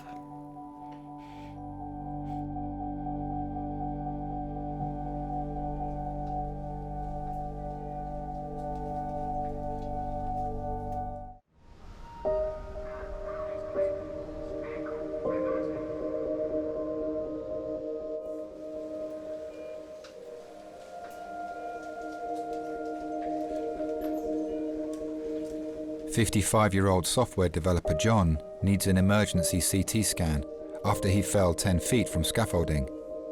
His wife Penny is travelling to the hospital from their home in Surrey. I first met John in 1977. We were teenagers. John had just turned 16 and I was approaching 16, so we've been together virtually forever. Ready, steady, go. I'd say stop. If you're scanning everything.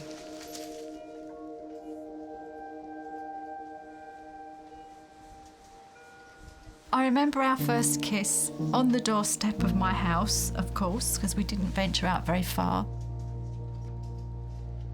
He's a good foot taller than I am, and I used to have to stand right on the doorstep where the door closes and then sort of stretch up to kiss him. And he says one of the first things I said to him is, I don't do French kissing.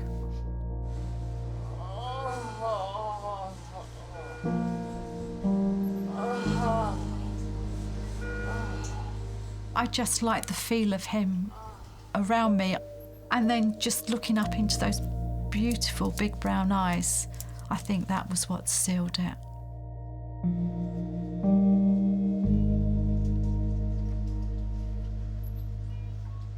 It was whoosh. It was quite a whirlwind, really. We'd got engaged, we'd bought our house, and we were married with twins by the time I was 26.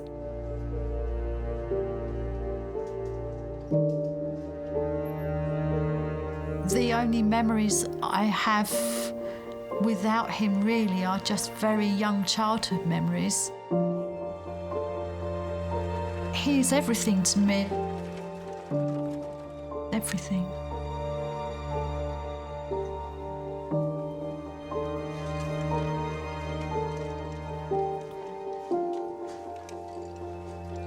Doctors will need to wait for the full results of John's CT scan before they can decide on the next stage of his treatment.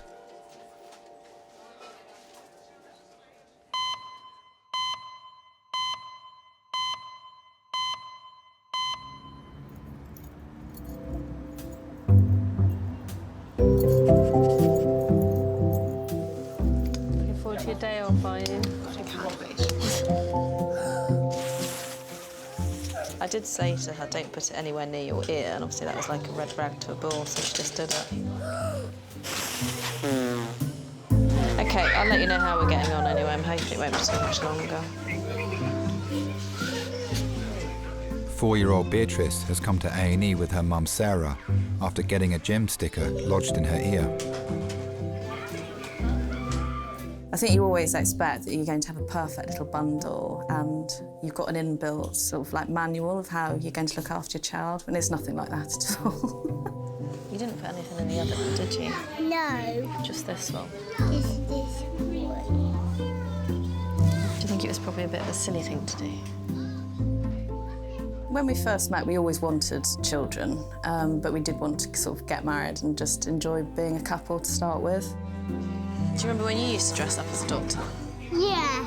So we did that. Well, a good 3 years, actually. And it was more important having that time together before we actually had a family. I would leave it if you don't mind, sweet pea. I don't mind. When we found out we were pregnant, we were just delighted about the whole thing. And we did used to talk to the bump, yeah, and we used to play music really loudly as well. Right, I can see a doctor. Stand up and smile, they might come quicker. Stand up tall, look. Hello, hi. Obviously, there's a lot of books as well to tell you the exact things that you need to do to create Einstein, so we did all of that. As I think every parent probably does, but just no one actually ever admits to it. Let's lift you up. Right. You're going to tell the doctor what's happened. Tell me what's happened.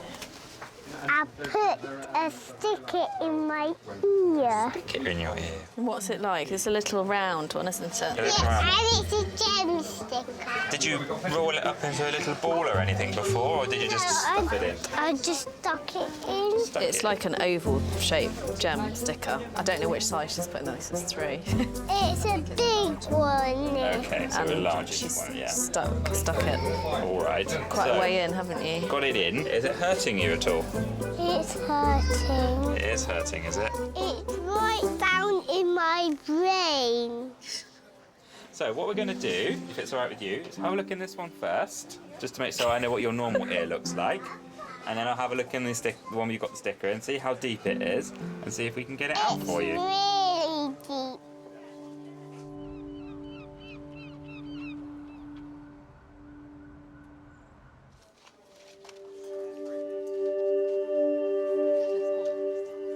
Initial results of John's CT scan have revealed a complex ankle fracture. Doctors are concerned that the impact may have damaged the blood vessels and nerves in his foot. Hello, sir. So, how bad's your pain now on a scale of 1 to 10? About 4 or 5, maybe. Okay. Oh, maybe a 6. All right, just leave it. Don't move it. That's fine. Sharp scratch.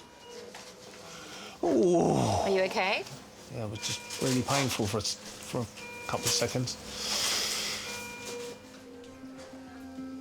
Specialist orthopaedic doctors have arrived to assess the extent of his injury.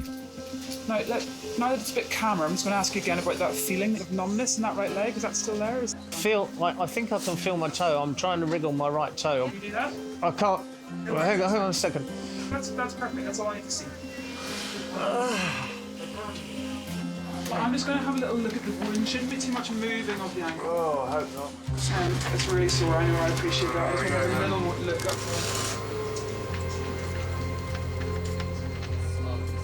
An open fracture is where the bone has snapped but it's come out through the skin. So there's bits of bone sticking out through the skin, which can be very, very serious because there's much higher risk of infection. So infection not only in the skin and the surrounding areas, but actually infection into the bone. Gosh, that's awful. That's probably... I haven't seen one as bad as that for a while. His wife Penny is on her way to St George's. Poor John's had to support me a lot over our years. 10 years ago, I thought I had cancer. I knew I had to have major surgery for hysterectomy, and at the same time my dad was dying. Plus, my daughter was going off to university, and I just felt bereft. So what are you doing at work on a Sunday? Well, I've got a bungalow and there's one room upstairs. It's got rotten timbers, so I had some scaffolding. I've had it up there for weeks. I've been up and down it fine, and today I was taking it down, can you believe? Oh, I see. And it bloody fell down. Oh, no. I feel like a complete idiot. I don't know how I would have coped without John being there. I really can't imagine ever getting through it. He's been an absolute rock. Ah, lordy, lordy. If there's nothing else that's identified on the CT scan, we'll want to have a look at your joint in theatre. Yes. OK? He was there for me when I lost my mum. My sisters and I nursed my mum for almost a year, so he had to put up with me just running in and out the house, going to work, changing, running off to the hospital, coming back, throwing whatever I could lay my hands on as a meal, and then rushing back off to the hospital. And I think for him to put up with that is pretty damn supportive.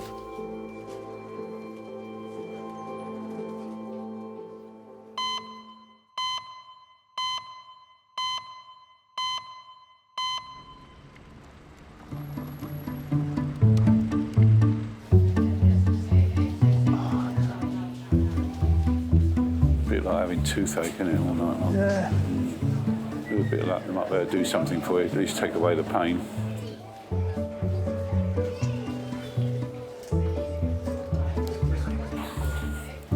I say when I came in here after that cardiac arrest, I've never experienced so many people around me in one hit.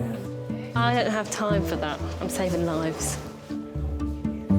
I wish I could find that lady that saved my life. I'd love to have thanked her, but, you know, it's... Almost impossible.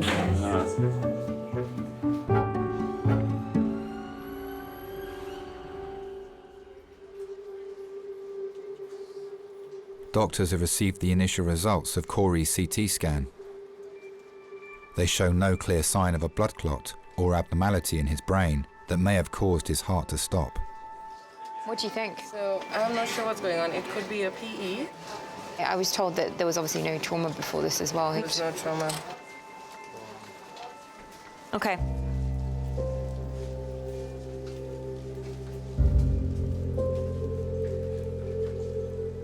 Cardiologists have arrived to conduct an ultrasound of Cory's heart to see if a blockage or defect is putting him at risk of another cardiac arrest.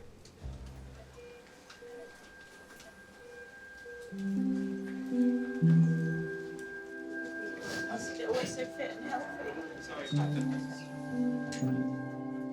Cory's mum told me he was a difficult child because he always had an answer for everything. Not only was he top of the class at school, I think he was in the top 10 graduates from Ontario, so he got a full scholarship to the University of Toronto. His dad said that when he graduated from high school, Cory won every single award pretty much at school, and it got to the point where he couldn't actually hold on to all these awards. And that's why his mum thought he was going to be the President of Canada.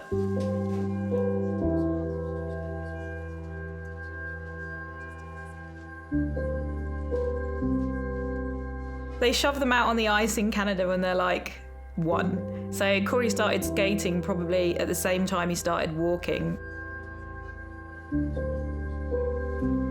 His dad was a hockey coach, so he used to turn the back garden into an ice rink. So this basically involved turning the hose pipe on and filling the entire garden with water so it froze over.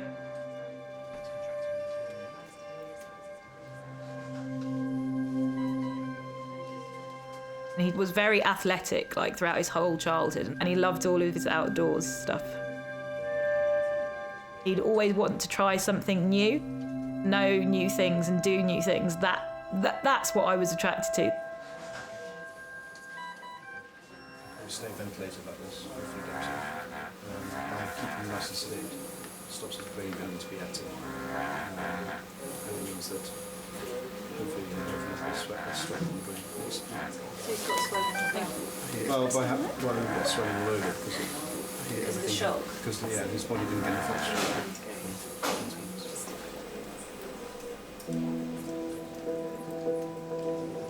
What does this mean? We don't know.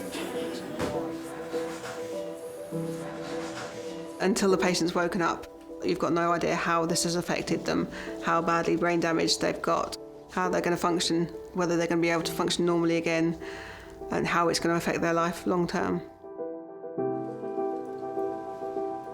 We were just starting our life. Like, Cory just said to me recently that he was really, really happy, and like, it just seemed cruel to take it all away from him.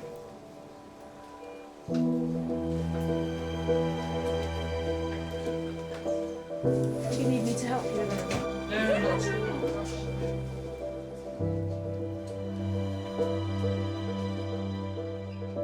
You realise like what a good life you've had. Nothing else seems important.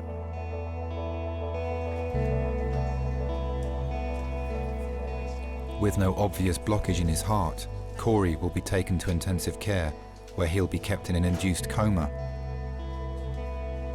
Doctors will be unable to assess the extent of the damage until they feel it is safe to try and wake him up. Everything that you see in A&E, it just teaches you to live life to its fullest, because you wake up one day and anything can happen to you. I mean, I do look at these long-term relationships and think actually it would be nice to be in a relationship like that myself.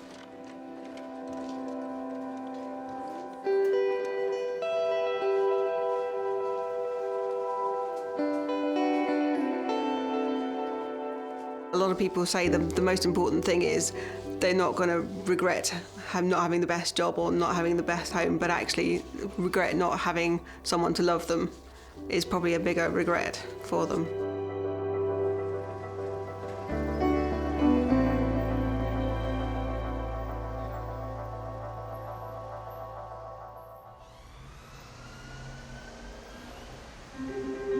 I'm very brave.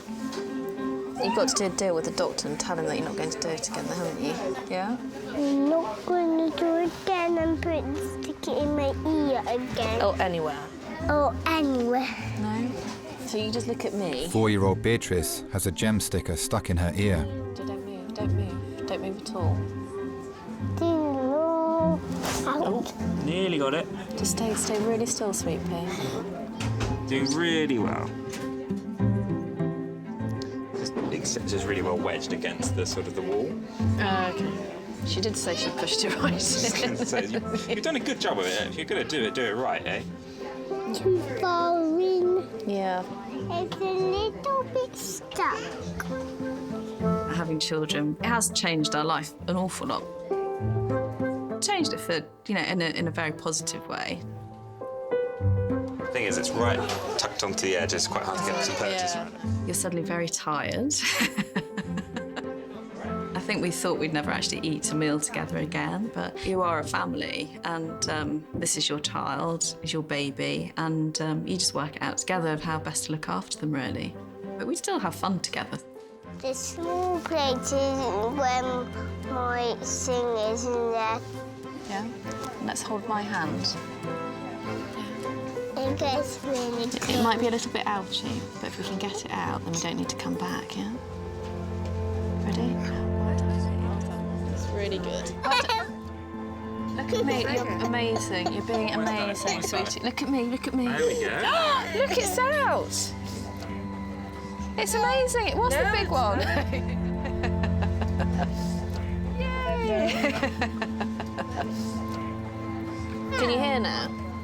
Yeah. Nothing else to go in your ears, okay? Okay, Mummy. Come on, let's lift you off. Well done. You're very, very brave.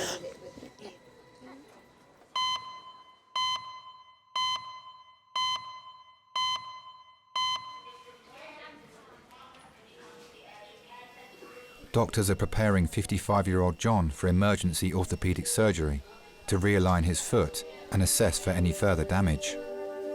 His wife Penny and son Daniel have arrived from Surrey. Hi, I'm one of the nurses. I've just got your family here, all right? Are they here? Yeah. Oh, super duper. John, it's me, darling. How you doing? Fine. All right, son? Yeah, I'm all right. You? Yeah. You all right, dolls? Yeah, it's... I just feel such an idiot. Well, do you know what, babe? It's done now. I felt it going, and I thought I'd just jump off. And I waited for my moment, I jumped off, but just landed so hard on that right foot. Yeah, you would. Jesus, that was really hard. But do you know what? I've still got you. It was really difficult seeing the person that I love in so much pain, and to know that I couldn't do anything for him. To know that he was just not himself. Sorry. Babes, don't worry about anything, all right? We'll sort it out. I just thought while you're here, you can... Yeah. Why have you got this on? I don't know. Maybe they don't want me to look around. So we're just saying to John that we kept this on just as a precaution, but so far it looks like it's just his ankle. He's literally going to theatres now and see what's happening. I hope it's not infected. Yeah. So that's the main risk. Is there anything that you wouldn't want us to do while you were asleep if it came life or limb threatening in an emergency?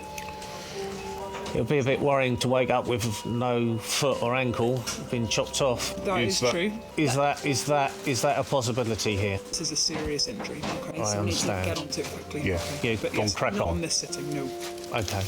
So we'll have a little look and see, but it might be that this is the first sort of emergency operation to get everything lined up And then again. I might have to have others. Exactly. So how long is it going to be in theatre? So minimum an hour and a half, maximum 3-4 hours, something like that. Jesus Christ. Oh, well, good job I brought my book, darling, then, yeah?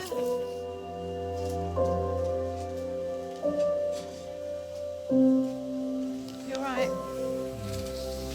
I'm not going anywhere until I know you're all right. I said my vows, meaning every single word, and I think every single one of them over the last 30 years have probably come true. In sickness and in health, that's definitely happened. For richer, for poorer, we've had some poor times. We've had some times where we've really had to tighten our belt, but it is forever. See you later, darling, Okay. yeah? Don't cause any trouble. We all think that we have loved, but it's not until you meet the right person that you know what love is. It's a rather lovely feeling to have tucked in your heart.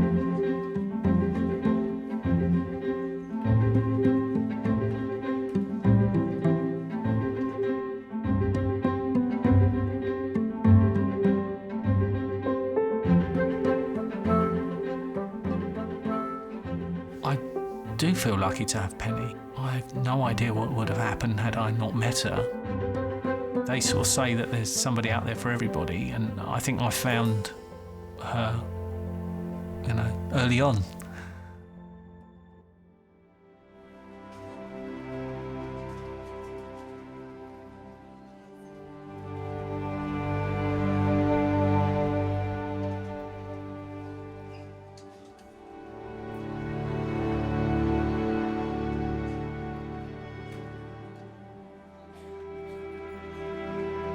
I was just going to the car to drive to the hospital. It was about midday and they'd called me and said, "We've woken Cory up."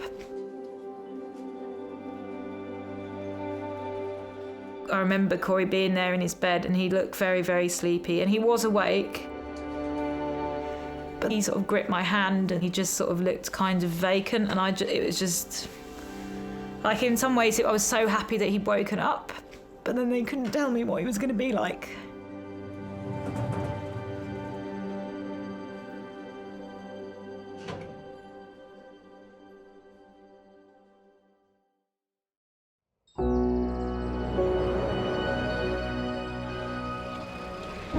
The first thing I remember is not really understanding why I was in a hospital. I saw Alice. She was super beautiful. Loving somebody when they're fit and able and healthy is one thing. Loving someone when they're sick and ruined is another. And she's shown her true colors.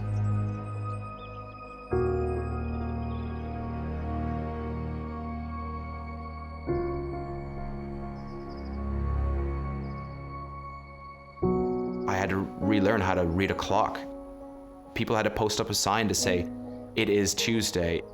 She had to watch me almost like a parent watching an infant grow into an adult. Even though I've had such bad luck with the situation, I have such good luck with her. It just proves to me that I married the right person.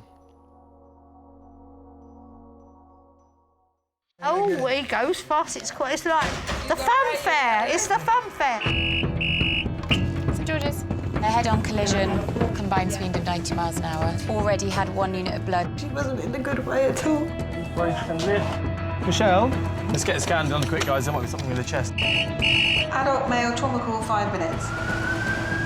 A lot of these injuries are time critical. If you don't restart the blood supply to the foot, the worst case scenario is that there might be some kind of amputation.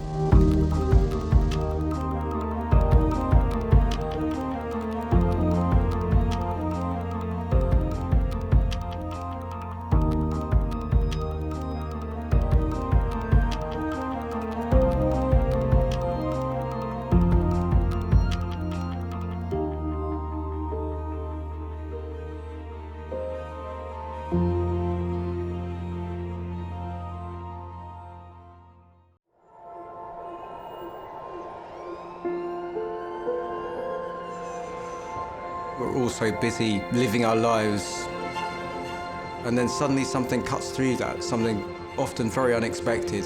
Paediatric trauma call, 15 minutes. A 71-year-old female with 2 stab wounds to the back. He was found to be in traumatic cardiac arrest. I can't feel any pulses. We're at St George's Hospital in Tooting. Yeah, 24 hours, 7 days a week. I love that question. What's your opening hours? St George's, London. One of Britain's busiest A&E departments, under more pressure than ever. So do you want to watch, darling, or do you want to look away? This is the worst day ever. You never know what's coming in, and you just have to be ready for anything. Gas canisters exploded, 15% burns to hands, face. In a world of uncertainty, we see a life-changing event. I'm ANAP. I need her to get out of here, please. When patients come in, something takes over. I'll be fine. I'm going to be very fine. A place where life... Give me an A. Give me an E. Love... Okay, good lad. Well done. And loss... unfold every single day. Did you enjoy the Queen's birthday yesterday? I watched the football.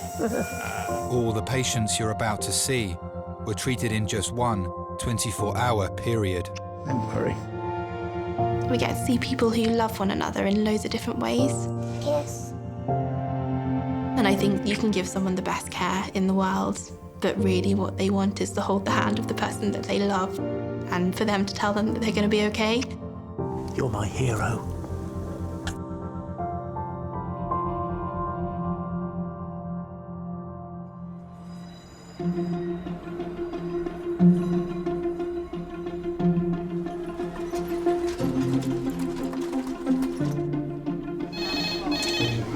Hello, A&E reception. I was settling in for the night. I wanted to catch up on Love Island tonight. We are very different people. I was like, oh. My friend's pregnant. She phoned me to tell me that. I was furious. Why? But you know what they do when they have the babies, don't they? They drop the mates. Oh, right. No, once they have the babies, that's it.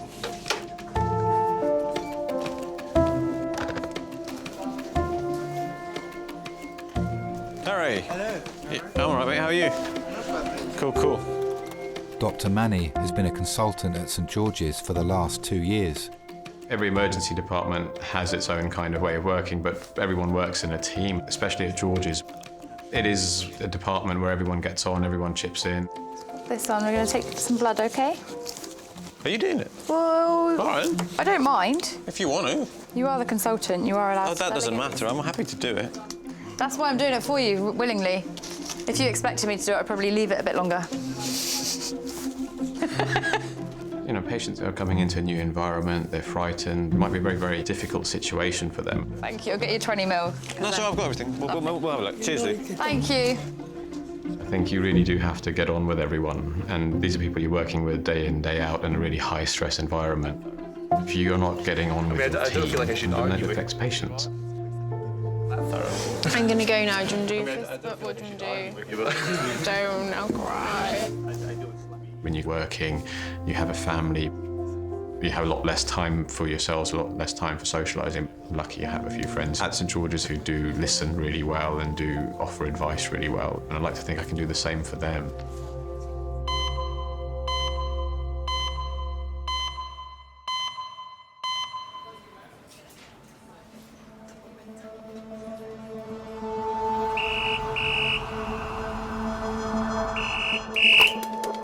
George's.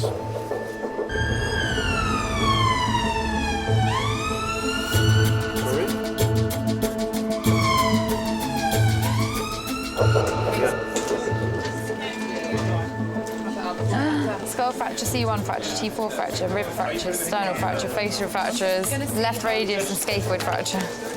How many minutes was that? 10? Yeah. Adult trauma call to resus, please.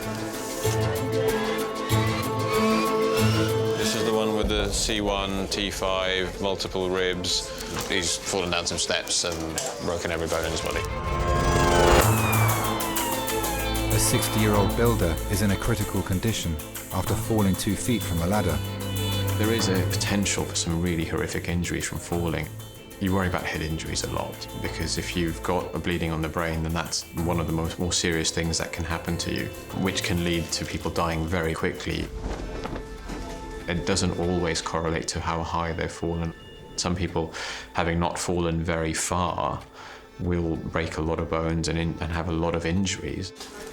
The man was taken to a local hospital, but his injuries are so severe he's been transferred to the major trauma unit at St George's. If the patient's being transferred from another emergency department and they're saying, listen, we cannot manage this patient here, we need to step it up and we need to move him over to you. So then immediately you do worry a bit more because you know that they are quite unwell. Travelling with the patient in the ambulance is his business partner, Paul.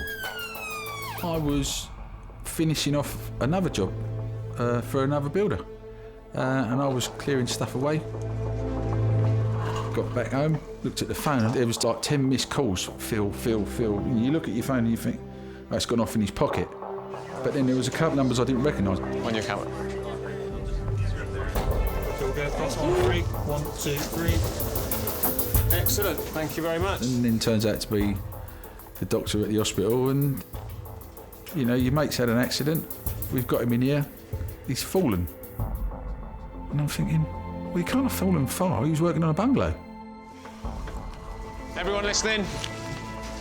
This is a pretty 60-year-old gentleman. This afternoon was at work on a ladder, estimated 2 feet high, plus his height as well. They're rearing around 9 foot. Landing's hit his head. He's got a laceration on the back of his head. Query in LOC, C2 fracture, some thoracic fractures, left wrist, facial fractures. So he collared and immobilised him. Excellent. That's everything with us. Thank you very much. So let's get the scoop out and then do a primary and then do a completion CT. Darren, if you're happy, just get a set of bloods done. Okay. And can you make sure there's a troponin because he's got a sternal fracture. All right. Thanks, Steve. You get worried when you see patients who've come in with obvious signs of internal injury because you immediately know these are the injuries that are hard to treat. Doctors must work out the full extent of Phil's multiple injuries as quickly as possible.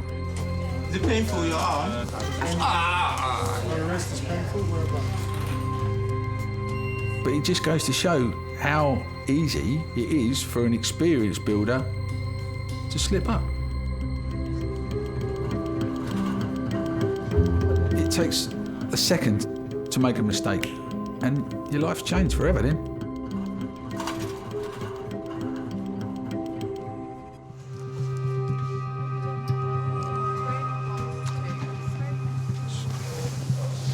Sorry, sir.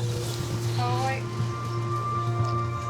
60-year-old bricklayer Phil arrived at St George's after falling backwards off a ladder at work. Just going to go in and out the scanner a few times. I'll give you an injection. It might make you feel a bit warm and funny.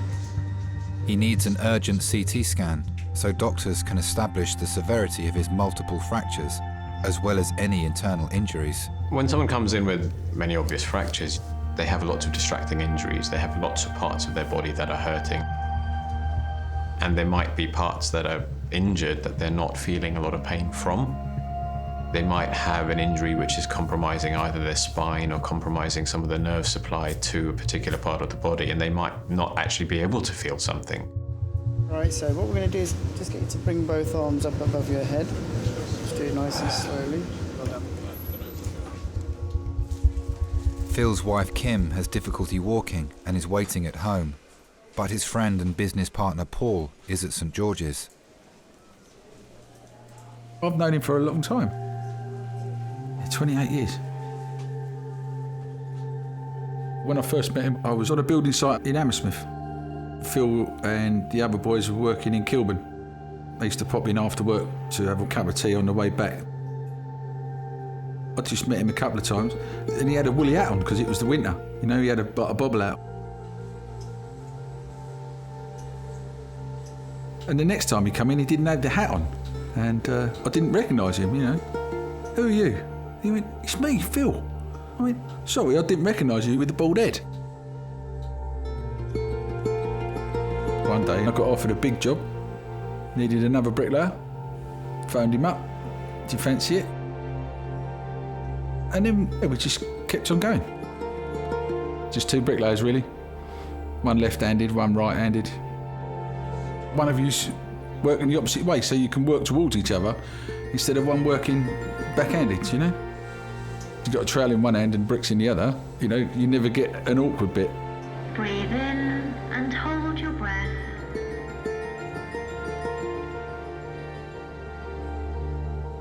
Over the years, we've always had more laughs than arguments.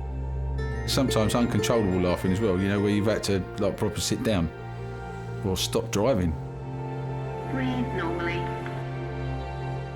We was coming home from a job one day and he said something and we had to pull over, literally pull over and physically laugh for 10-15 minutes until he calmed down enough to be able to drive off. Okay, so that injection's going to go in now. Yeah, there's not many people that I've met in my whole career as a builder that I would say, yeah, I would call him a friend. Without him, you know, life would be different. There'd be a little bit of empty, I think. You know? Breathe normally. Doctors will now need to wait for the full report of Phil's CT scan before they can decide on the next stage of his treatment.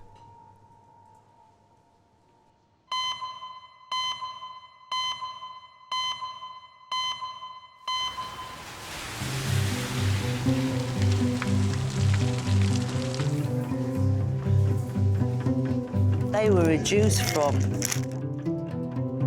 £1.39 to 35p. That's good. Bargain. 18-year-old Shana has come to A&E with her mum Donna and best friend Bryony after injuring her ankle during a dance rehearsal. Right, Shana, let's practice your accents. Right. Go on. Scottish. I'm Shana from Scotland, and I eat haggis. Not everybody in Scotland eats haggis. All right, I'm sick. Do an Australian accent. Hi there, I'm Shana and I'm from Australia. I like kangaroos and kookaburras and barbecues. We'd have a shrimp on the barbie, don't I? I first met Bryony in nursery. The teacher used to have like this like board where you have like your names on like little stickers, and like I dropped mine. We both went down to pick it up and like bumped heads, and then Bryony was kind of like, "Oh hi," this is like the first day of nursery. But yes, we basically became friends from bumping heads. And then, like, always sitting next to each other, like, always doing things together, talking, giggling, laughing, annoying the teachers. Do a posh accent, Shana. Hello there. I come from South Wimbledon and I go to the tennis and eat scones and... What is it? Tea and scones. I'm posh anyway. I'll have a laugh. We have the same favourite film, like even till now. Like we're both in love with Grease. We'd learn the songs, go back to our mums, have a little show, and it was like X Factor or whatever you want to call it. Shall I be like, I'm Sandy because I'm the gal and you could be Danny? I know. Well, you should have cheered up a bit. Like, what's the saying? When life knocks you down. Something. When we was younger, I was really shy. Shana was this confident girl. But Shana brings the good out of me. Should you have a selfie while we're sitting here? Oh, come on then. Get us a selfie. Let's get a selfie. Selfie. Peng. You ain't got that stuff that makes your lips go all like that, have you? Go on then. Oh, Put can I lips have like me. That's it, now go like that. All three of us look like Mick Jagger. We'll be like get no satisfaction. We're all gonna look like Mick Jagger. Oh dear.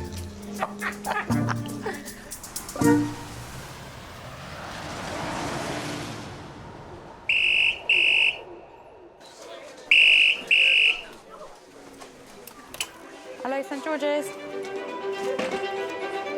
Medical trauma. Yeah. Yeah. A 93-year-old woman is being rushed to St George's with an open leg fracture after falling at home whilst getting ready to meet friends for lunch. Yeah. Leading the trauma team is consultant Will. An open fracture is where there is the underlying break to the bone, but there is tissue damage above that. So the end of the bone can poke out through the skin. Thanks, bye. So we've got a 93-year-old lady post-fall with an open tib fib fracture. We have immediate concerns, which is, has the blood supply or the nerve supply to the foot been compromised in any way? If the foot doesn't get blood, the foot will eventually die and have to be amputated. The woman's son has been informed and is travelling from his home over 30 miles away in Surrey. Friends Sylvia and Bob were the first to arrive at the scene. Bob and I were just clearing up after breakfast. The phone rang and she said, "Sylvia, can you help me?" She said, "I've fallen on the floor and I've hurt my leg." So we both went over. Adult trauma team to casualty restart. Oh, she's still got her colours in. Yeah, She was laying with the head towards the front door, and I could see straight away that she got a problem. There was quite a lot of blood on the floor. It looked as though something was sticking in her leg. I'd never seen that sort of thing before. looked like a dagger going into the shin. But in fact, of course, it was her shin bone poking out. We'll just do the handover now, before we just leave everything. Violet, feeling unwell this morning and went downstairs, felt faint, and then she's woken up kind of on the floor. We think she's hit a cabinet and she's got a open fracture of her right side. We've had ongoing bleeding since transport. She's got 2 dressings on, usually independent by herself. Good, so hands over, brace, pull. Doctors must establish whether the break to the bone has disrupted the blood supply to Violet's foot. It is a potentially limb-threatening injury, and so we will be working hard to ensure that we get blood supply back to the foot. Do you live alone or with someone? I don't. Do you live alone? I live alone. Sorry, I'm already wearing hearing aids, but they're at home. Oh, okay. All right. Try to speak up then. Yes, if you wouldn't mind. Sorry. We're going to put it in a back slab now, so they're nice and comfortable. All right? Right. So I won't go home today. No, I'm afraid not. Will she get over it? That's what you tend to think, you know, at her age.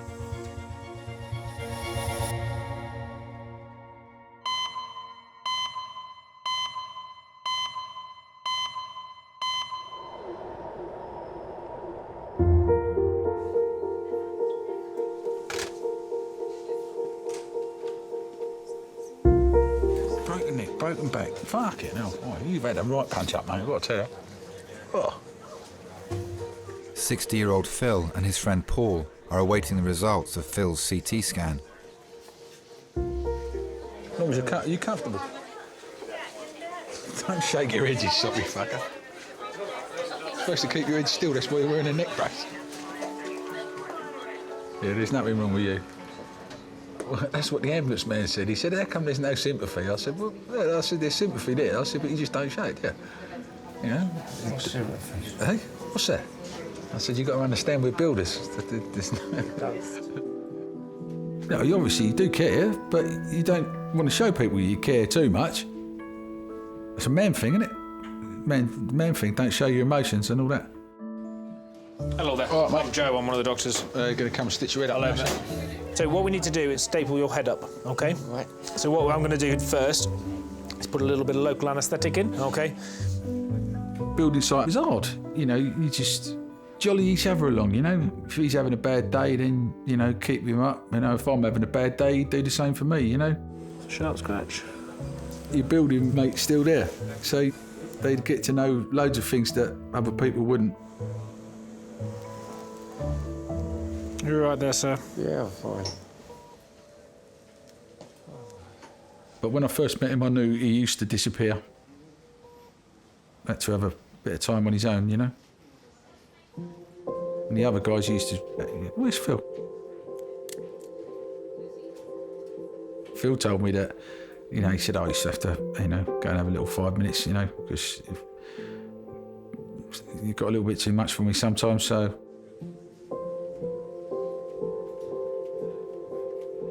Before I met him, they lost the son.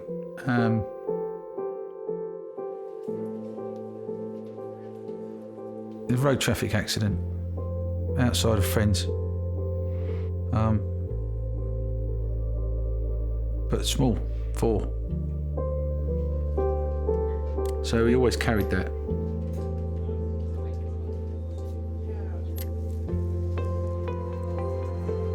So we're suspecting that you may have a bone broken at the base of the thumb. We're just going to put a splint on for now. All right? Good on you. It was hard for a long, long time. He and his first wife, they just fell apart, you know? And they split up. I'll tell you what, he's made a good job of that. Oh, I can't see. Can he wet his lips loose? Don't loose. Yeah, look at that. Hey, Arlo. Don't be acting don't be acting a raspberry on me now. Yeah. Oh, you can have as many of these sucky lollipop things as you like, but you just can't drink it. What? For? You're here, isn't you? What's that? Shoppy bastards.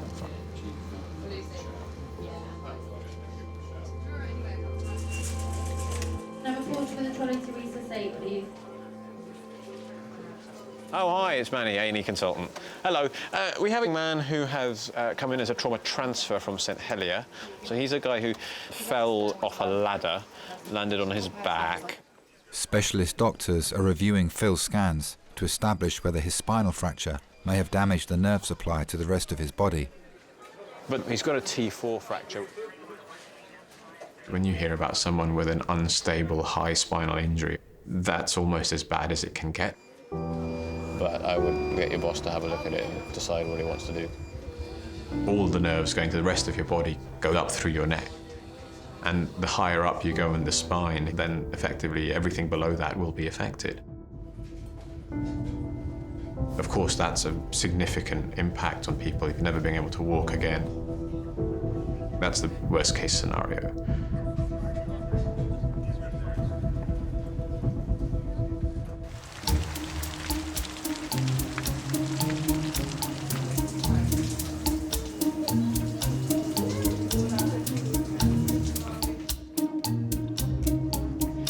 Lollipop, lollipop, oh, lolly, lolly, lolly, lollipop. Ba-dum, bum, bum. Shauna? Oh, Shauna. Yeah. Incoming. Hello. Dance student Shana has come to St George's with her mum Donna and best friend Bryony.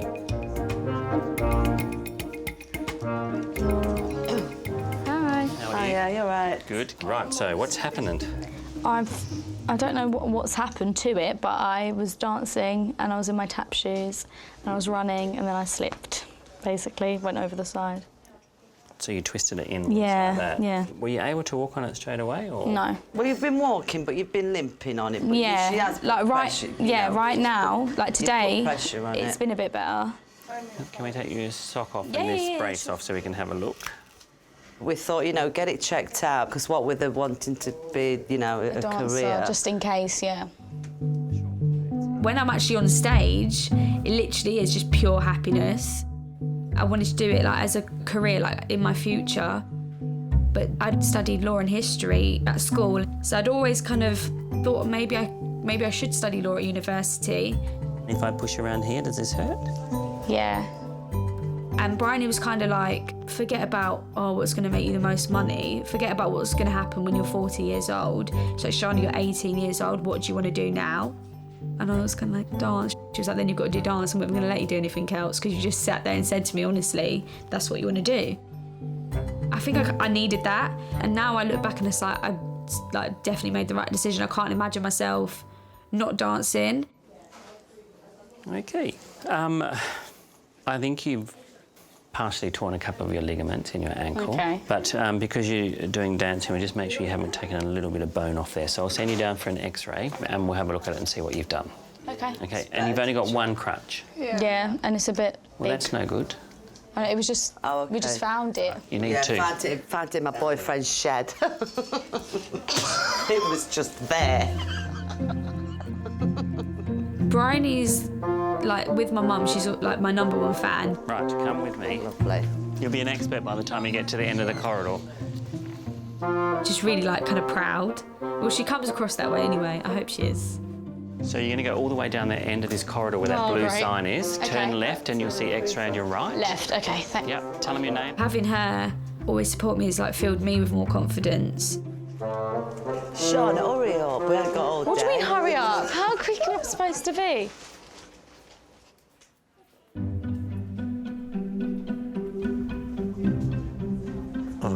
Just fold that in there a bit.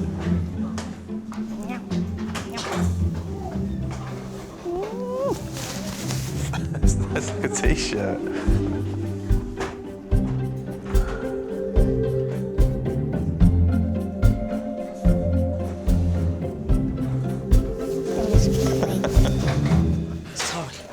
Yeah, the other way around.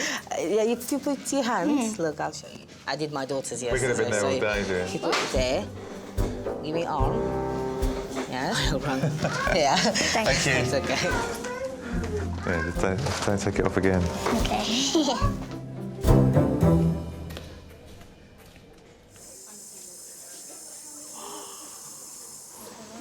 Are you comfortable there? Do you want to sit up a little bit? Just a wee bit, yeah.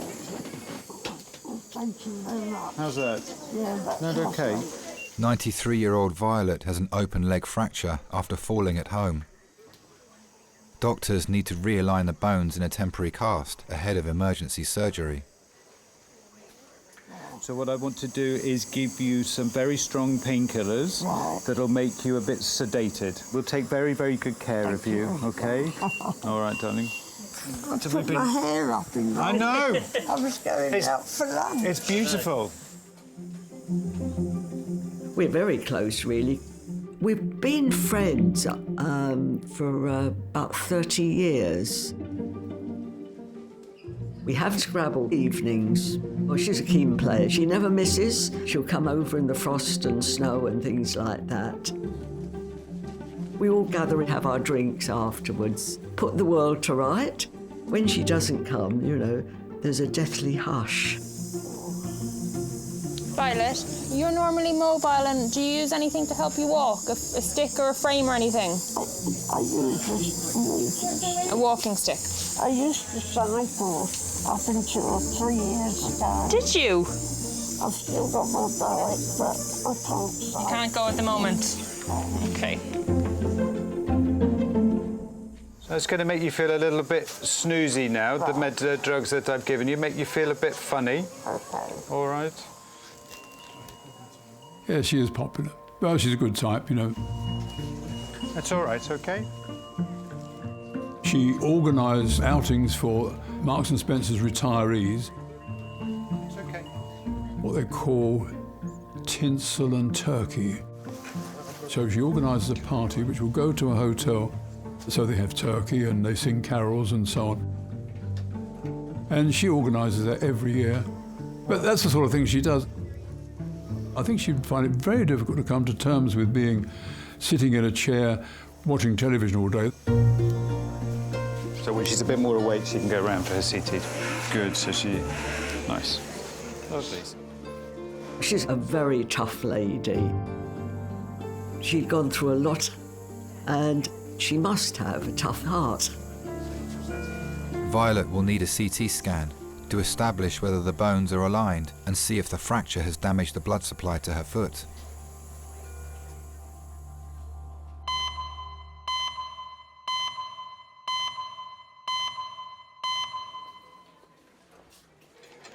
I'm going to just give you some pain relief just to help you back and everything, all right?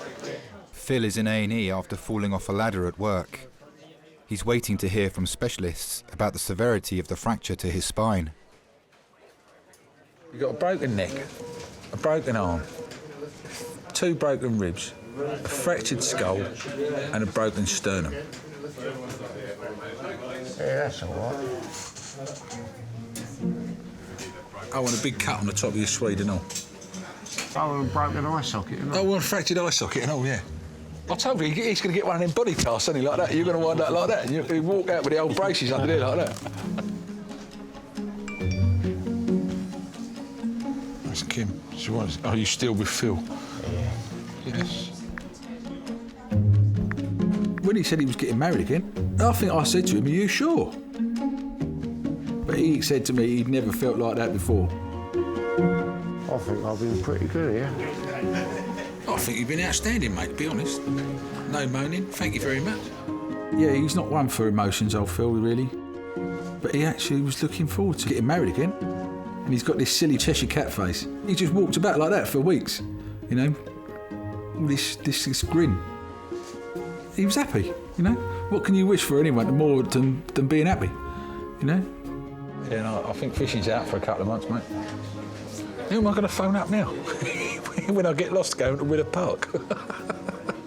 And it all went through, and he said, I want you to be my best man. And I'm like, oh, are you sure? You know, that's what shocked me when he asked me to be the best man, you know? And I'm like, well, it must mean something to him then. I'll love a cup of tea up the back drip for me. But it meant a lot to me that he thought that much of me to ask. Yeah, I can remember at the registry office in Richmond and seeing them two happy, smiling, you know. Yeah, she made him the person that he should be, I think.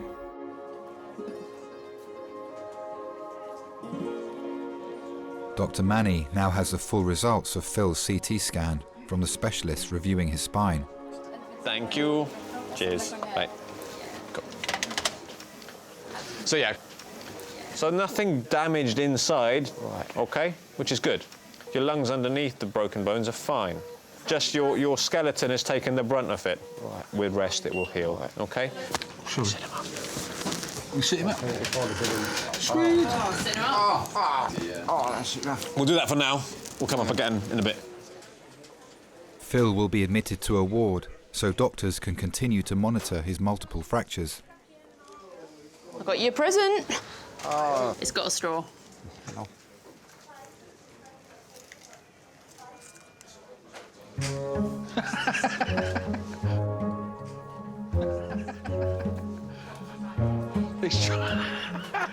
Oh, yeah, he found it. You got it, Rush?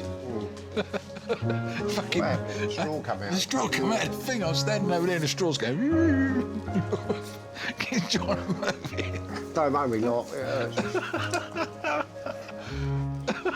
Right then, off we go. Off we go.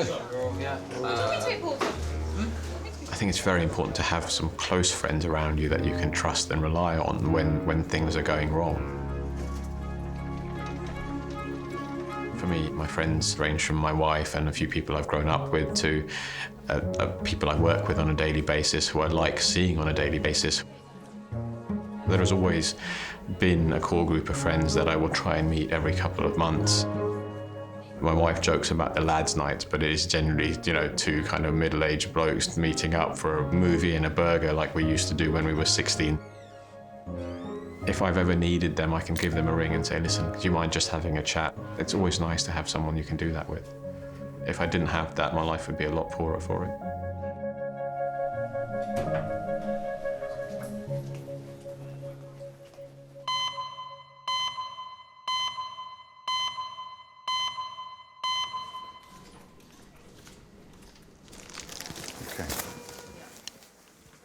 So we're not quite sure exactly what happened, but the thought is she probably fainted.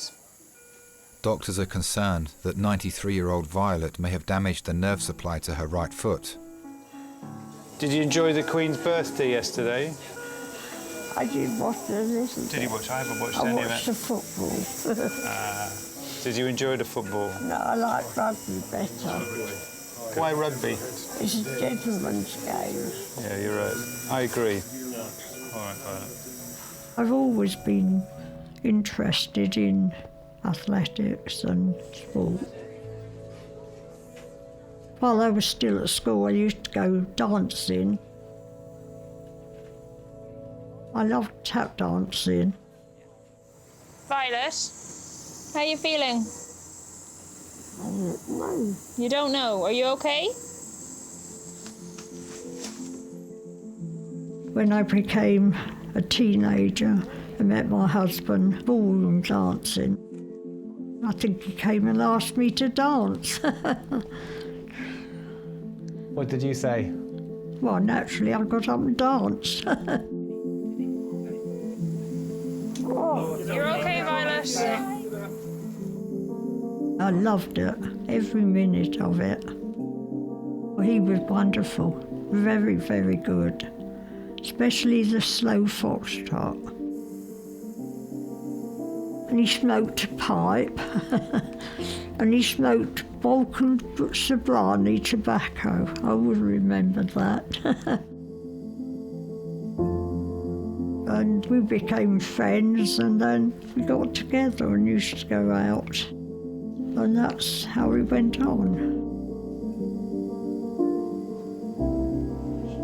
She's 93, and she said up to 2 years ago she used to go cycling. She's on like near enough no tablets. Was on her way out for lunch, and that's why she's got her hair in curlers. We were together for 2 or 3 years, and then we got married. I could rely on him all the time. We had some happy times. Breathe in and hold your breath. Doctors will need to wait for the full results of Violet's CT scan to find out whether her injuries are life-changing.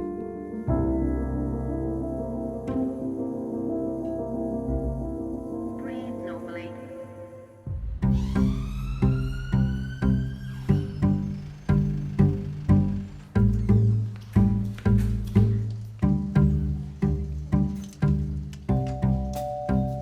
2 hours. No, we've not been sitting here 2 hours. We have been sitting here 2 hours. About an hour and a half, yeah. Shana is awaiting the results of an X-ray of her ankle. Why are we waiting? My foot is aching. Do you reckon we're supposed We've not reported to reception. We've actually not reported to the reception. That's why we're still here. There's a sign. Go now and check. We've actually not reported. Go and check. Oh, Right, what way is it? Urgent care, wasn't it? Yeah. Yeah, I think so. It was. Is that Shiana? Oh God, you've been gone for ages. You've gone so long, Craig's finished his shift and has asked me to review your x-ray, so come and have a little seat here. Good news, not broken. Yay. So, I mean, obviously it's sprained. I'll pop a referral in to our team here for them just to review you, because you're a dancer, you might need just specific strengthening exercises. We'll see how you're doing. Hopefully we'll get you back tap dancing soon. I hope so. Within school, I was the one that gave up a lot. I would come home sometimes in tears and be like, Shana, I really want to leave sixth form. It's not for me, all this. And she'd be like, no, Bryony, you're sticking to it. You're doing it and you're going to come out with good qualifications and you're going to do what you want to do. Thank you very much. Thank you. And I stuck to it and I came out with good qualifications and I'm happy that she was there to listen. But when I left sixth form, I wasn't a confident person in like interviews and stuff. And I remember she works in like a little cafe and she said to me, I'm going on holiday in July and they need someone to cover me. So every day that I was there was like building my confidence. And then when she come back, she was like, Bryony, I wanted you to do it because I wanted you to be confident. She taught me to believe in myself. All right, guys. Great. Take care. Nice to meet you. You too. Bye. Bye. When we was younger, it was kind of like, oh, my best friend Bryony. But now it's kind of like we've passed that stage, like we're family. She knows I love her, I know she loves me. We're just like sisters, really. It's raining, man. Oh, it's actually raining. It's seriously raining. Shit off. As if my day wasn't bad enough.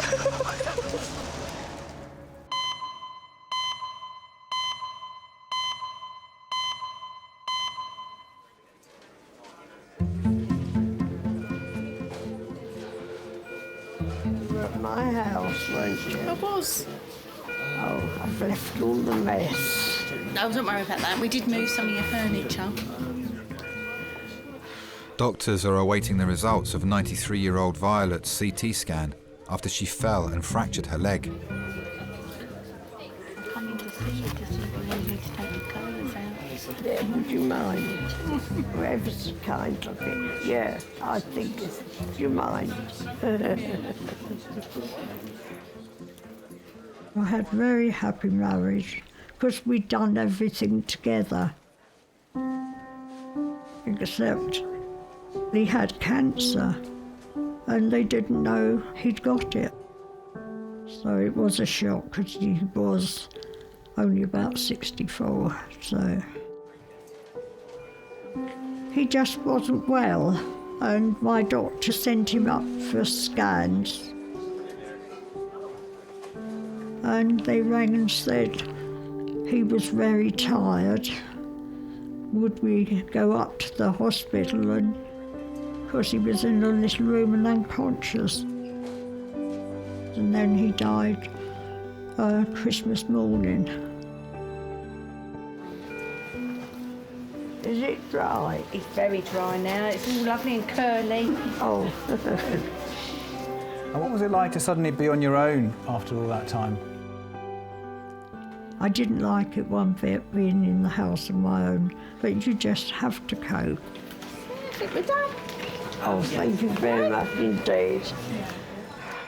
I probably wouldn't survive if I didn't have people like Sylvia, Bob, and a few others, you know, that are very kind.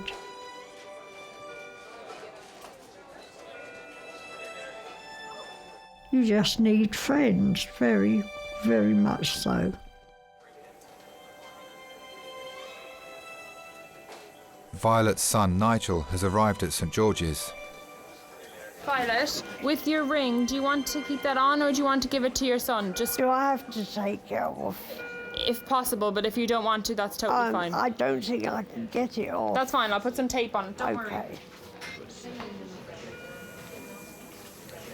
Nige, was it yours as well? I spoke to you on the phone. That's all right. So look, your mum is amazing. I think everything else is okay from, you know, head to knee, and it's just this right leg, but very nasty break.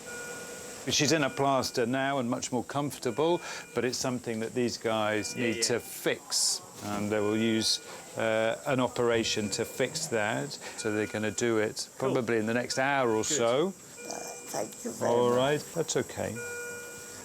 But you have to know this is a very significant injury, okay? And at 93 and 2 old knees, etc., it's going to take you a while to get better, because the first thing you said to us when you came in was, am I going home this afternoon? And you won't be going home. It'll take a little bit of time before you get better. All right? Thank you very much. That's okay. You've all been very kind. Yeah, that's Thank okay. you. That's all right. You'll get better soon, okay? Yeah. You're in good hands. If you wouldn't mind to say thank you very much. Yeah, of course. To Sylvia and Bob. I get her some flowers. Violet, we're going to bring you upstairs, okay? Violet will be taken to an orthopaedic ward ahead of emergency surgery to rebuild her leg. Thank you. Bye, Violet. Nice to meet you.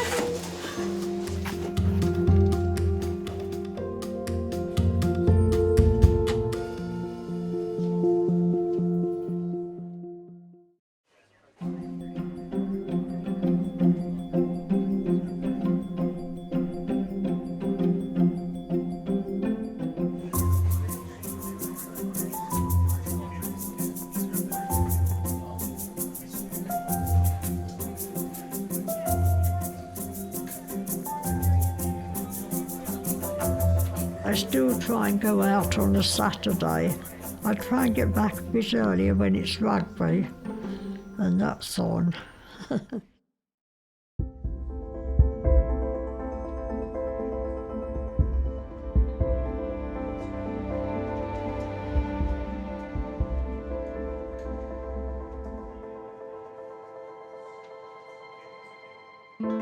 think I've been lucky, really, to recover as quick as I did. You wouldn't expect to do that sort of damage falling 2'6". Probably be double checking everything now before I get on them.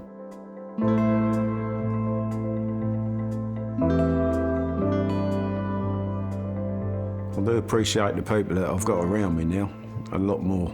You appreciate how much they're there for you. You can make 1,000 acquaintances, but how many of them are you going to call friend at the end of your time when you shuffle off? How many of them in your time can you say, he was my friend? Not many. It's right in my brain. A&E St George's, adult trauma by air. You're going to land in 7 minutes.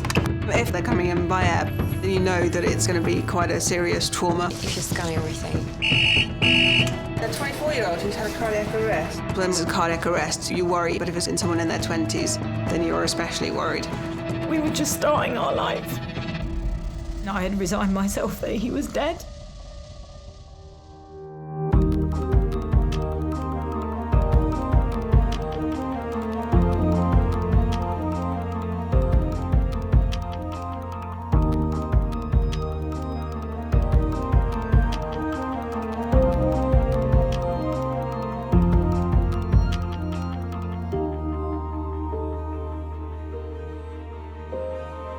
We're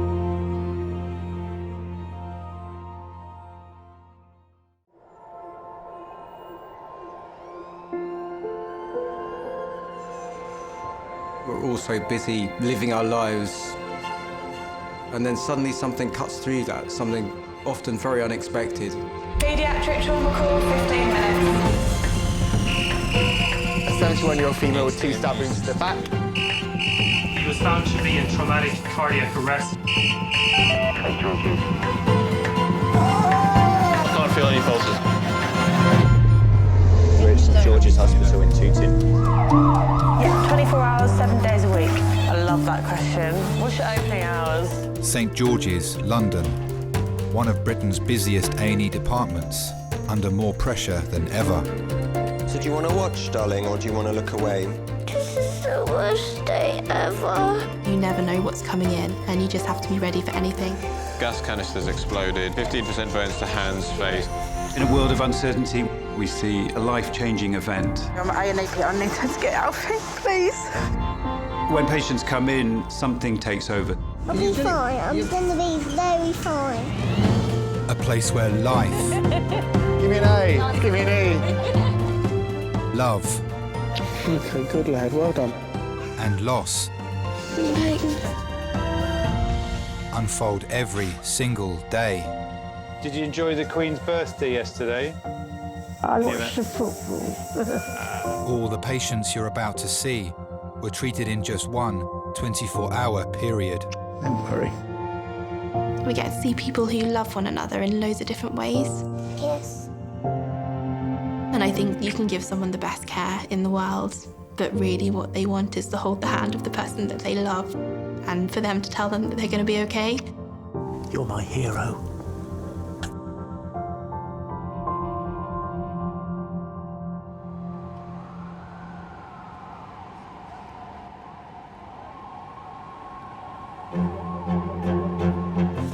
Hi, it's Tom, 611.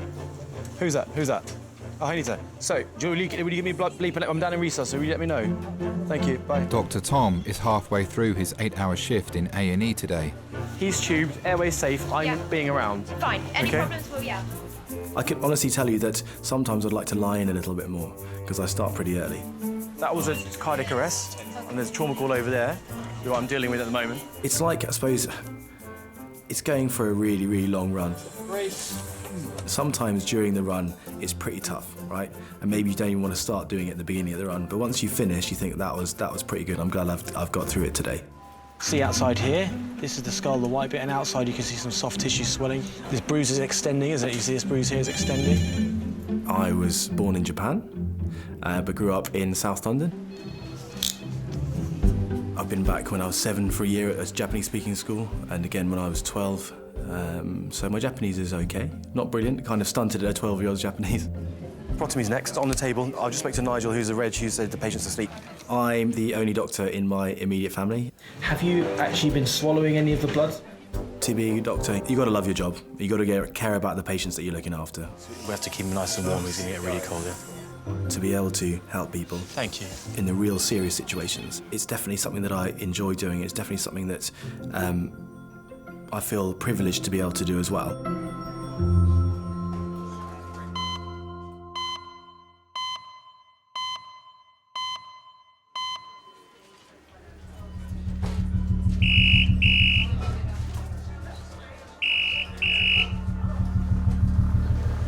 St George's. Yep. Yep.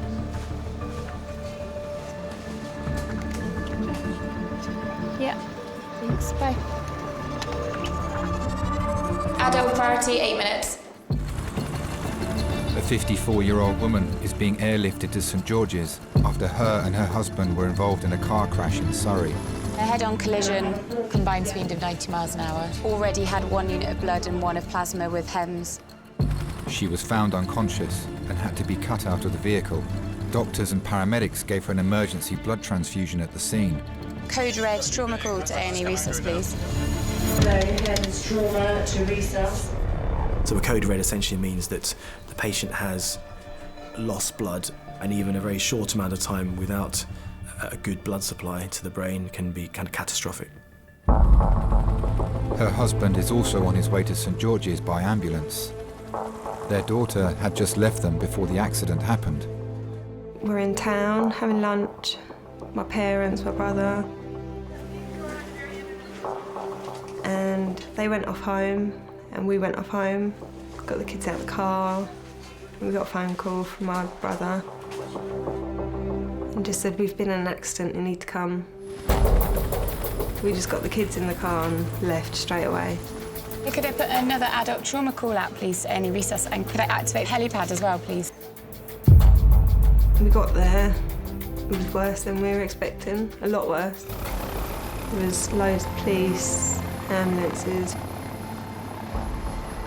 We ran over and we got pushed back because they were trying to cut my mum out of the car. I was scared, really scared. Because I'd never seen my mum like that. I didn't know what to think, I didn't know what to do. I felt helpless. It was awful.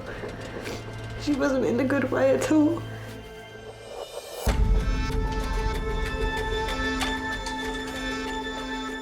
Water to resus, please, for the code red trauma call.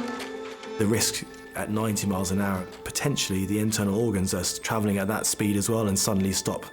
And internal injury or internal bleed can be very dangerous. Ready, brace and lift.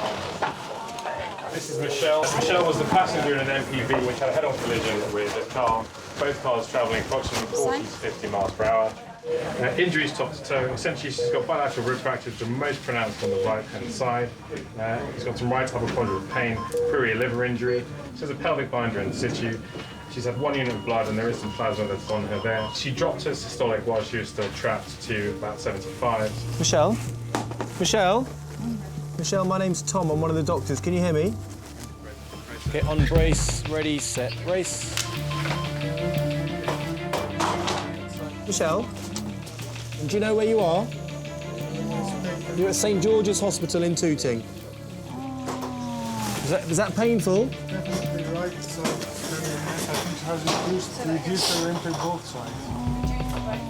If you have an injury to your ribs and your spleen and your liver, potentially all of those together can cause a lot of bleeding and can make the patient's conditioning critical or life-threatening. Let's get a scan done quick, guys. There might be something with the chest.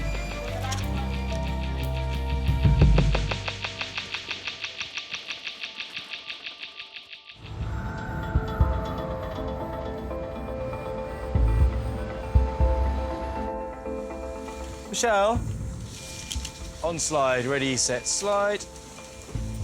Fantastic. It's been just over 20 minutes since Michelle arrived in A&E after being involved in a head-on collision at a combined speed of 90 miles an hour. Keep breathing for us, okay? Keep taking nice breaths. She's been given an emergency blood transfusion to stabilise her blood pressure and brought to CT to scan for injuries to her head, neck and internal organs. So we do head to pelvis, yeah? Head to pelvis. Growing up with 4 other siblings, Dad was always working and Mum has always been there for us. She wasn't a strict mum. No, she was quite a laid-back and chilled-out mum. Breathe in and hold your breath. Me and Mum used to go swimming, just me and Mum, and go on bike rides. And that was nice, just time with me and Mum.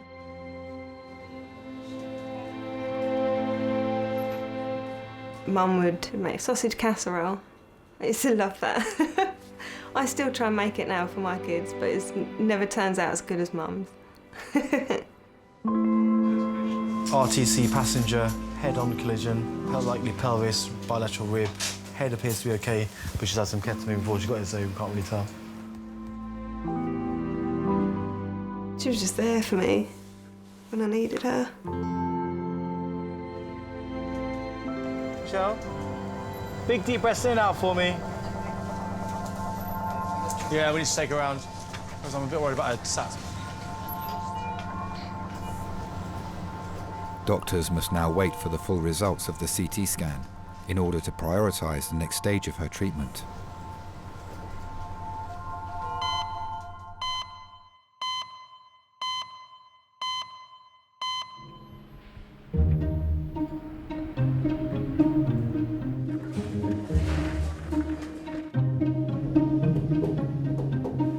Yeah, my mum says she'll pay for my eggs to be frozen at 30. She also, on my last birthday, we've got this shelf where we keep like all the nice pottery and stuff at home, and she cleared a little space on it and sent me a picture saying, just for you, little space on the shelf. Did you bring a charger for my phone or not? Just No, I'm not in charge of charging you. Tom. The entire reason we're here, you just keep lolling on it. And No, that was not on your hand, was it? Oh, it's very bruised, isn't it? There you go. Oh, blimey. I've got so much support around it, but it's still... Oh, God. 73-year-old Monica has come to A&E with chronic hip and leg pain. She's accompanied by her son, Elston. I'm not quite sure how you're going to get on top of this. Listen, I'm agile as a monkey. So, Monica, tell me, what's brought you to hospital today? I have this pain in here. Okay, so you've had this pain since? 2 weeks. 2 weeks. What? I would say probably like the last 3 weeks. Once it starts, it is murdered. That's right. Okay. But it's normally seasonal, but... Well, what I'll also do is I'm going to just move this bed this side. Yes. And probably I'll just have a feel of your joint, if that's all right. Okay. Yeah? I have to slim down. I've put on weight again. I grew up in such a beautiful house in Trinidad. Trinidad was nice, but people were very, very poor. I'm just going to move this head and down, okay? I grew up where we put on a plain dress, you go to church. I used to go and read the Bible, stand up. Can you feel my fingers? Yes. Can you feel my fingers? Yes. What I need you to do is try and raise this leg. I wanted to be a nun. To be a nun, you have to travel. This is the place where you have the pain. Oh, I think just now. Just now you have it. Yes. That hurts you. Okay. I came on the TN Venezuela to London because the plane didn't start until 2 years after, 63. 2 weeks, the longest journey in my life. I vomit every day. I couldn't eat. Oh, God. What I need you to do, okay, How if are you you just turn feeling? onto your left You're side. struggling. Yeah. I came in September, and boy, wasn't it cold. And everybody's saying it's hot, and I was freezing. It's freezing, yes. And my friend took me around to see places. So nice. Somehow it's so nice and different. I'm not used to that, but I adapted. I adapted. Because I could tell you're struggling by turning around the bed. Have you got any pain around here? No, but that's where the pain started first. Okay. Monica, would you be all right if we just took some blood samples today? Doctor, yeah. I am easygoing. Even if you kick me, I'll turn the other way. I'm easygoing. Okay. No worries. We'll just take some blood samples, yeah? And then we'll see if there is anything acute in that, which might also be one of the reasons why you're having so much of pain. I'm going to come back to you. Yes. Thank you. Can't walk. You really seen you walking there. You couldn't walk.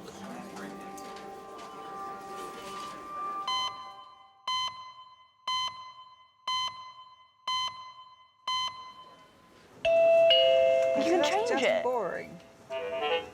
I like that. That's nice. Just the two choices. Hello, St George's ED. Okay, go ahead.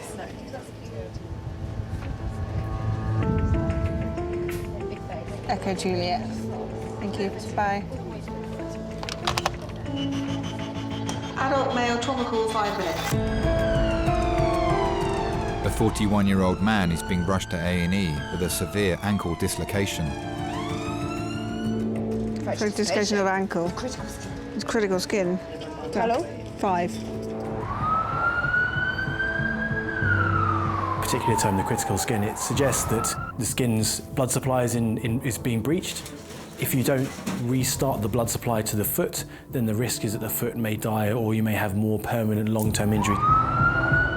The man was at a trampolining centre with his 12-year-old daughter when the accident happened. We had 10 minutes left and I was facing the opposite way.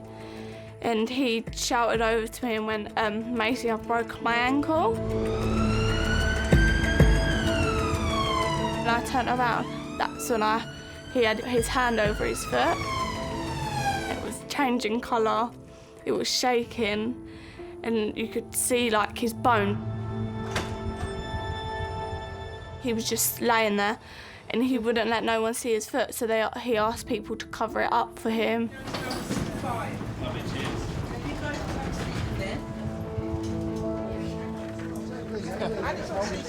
It's all good. Just be gentle. Okay, on 3, 1, 2, 3. So this is Darren. He was on the trampolines. He's bounced, landing onto his right ankle. Cory, right ankle fracture / dislocation. He's complaining of pins and needles. He's had 10 of morphine and Entonox. Still complaining of quite significant pain. Oh, it's just really aching now. I'm not surprised. Yes, no problem, love. Is there anyone that we need to call for you? They're outside, they're right. Just outside. I was with my youngest, and now my eldest has turned up. Darling? Oh, here we go. 12, Yeah. 20, 25, and 26. It's a really good day out. Is it? Yeah, but you got all I'll that. follow in your footsteps without the breaking bit. I always like to take them out just to keep them entertained all the time. Do you know what I mean? Monkey World, you name it, I would do it. Paintballing, bungee jumping, you name it, I'd do it. You have any allergies? No, mate. The only thing I'm allergic to penicillin. And you normally fit in well, yeah? Yeah. And no asthma? No. Any missing teeth? No, yeah. One there. Is anything loose? No, well, check that out. This one started to go loose now. Oh, yeah, OK. So what we're going to do is give you some medicine through here, Yeah. which will make you forget everything that happened. It's called ketamine and a bit of midazolam, so we can reduce your ankle and put it back in the normal alignment. So you're going to snap it back? We are. OK, no problem. The dislocation is time critical. If you don't restart the blood supply to the foot, the worst case scenario is that they're permanently damaged. And then very, very last end of the line might be some kind of amputation.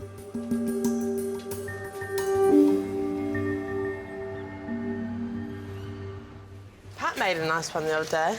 Pat made a cup of tea? Yeah, it was really nice. Oh, my God.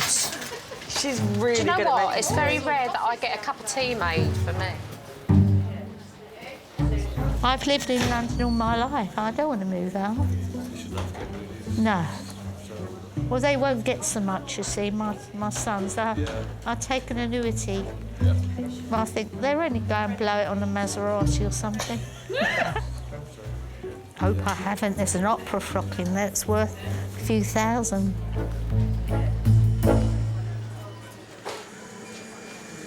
Michelle, I'm going to give you a special device where you press the button, OK, and it releases some pain relief into your veins. OK, how's that Doctors are awaiting the results of Michelle's CT scan. They suspect she has internal bleeding and may have life-changing injuries after being involved in a car crash earlier today. We'll take good care of you, all right? OK. OK? Thank you. Her daughter Tony has arrived at St George's. She was in a lot of pain from her ribs and her hips as well, OK, and we were concerned that she might have broken her pelvis and broken some of her ribs.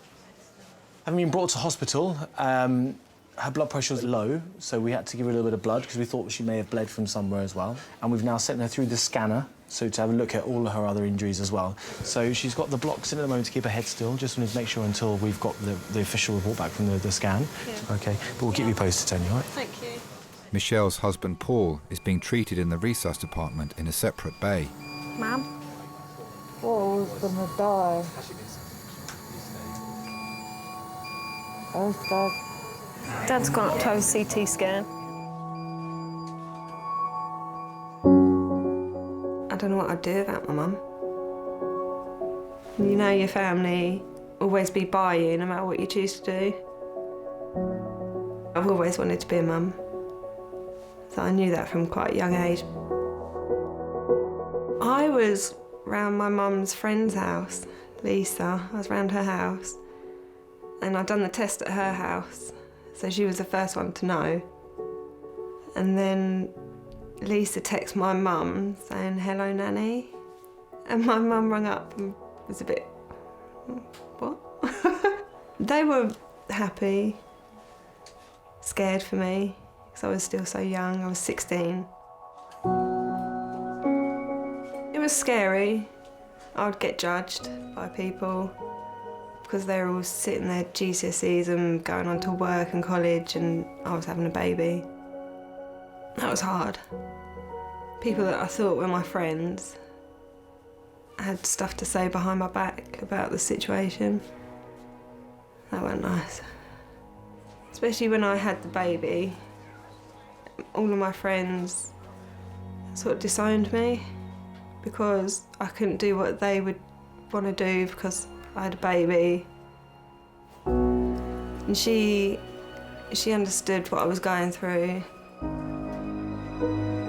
And she was there when I had Tia. And then I still lived at home, so she was there after. She just lifted my spirits. But I knew that things were changing for Mum.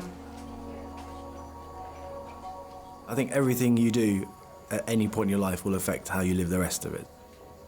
When I was at school, I wanted to join the RAF and be a pilot, and was in the air cadets and all that kind of stuff. But when I was 15, one of my best friends, he was unwell at a friend's house on a Wednesday afternoon. I remember him kind of lying on the sofa, not being his usual self, you know, but assuming that it was going to be like a cold or a flu or something.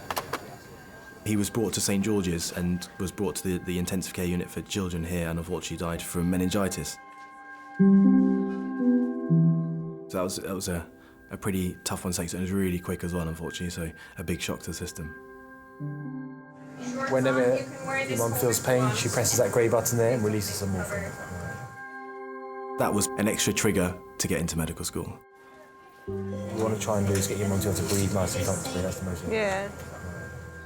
Orthopaedic doctors have been called to resus to assess Michelle's injuries.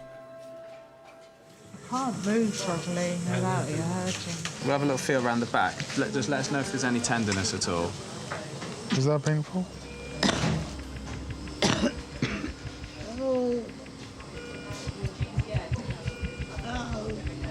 Does it hurt in your tummy when you cough, or your chest? Yeah. That's where your liver is. The injury to the liver, stretching. Oh.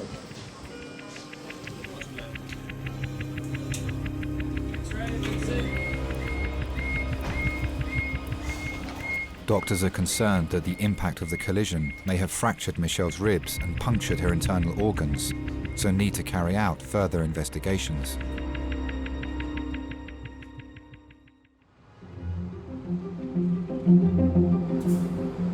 We're going to give some ketamine to midazolam. Take him off the, let's take him off the scoop. Keep his legs still.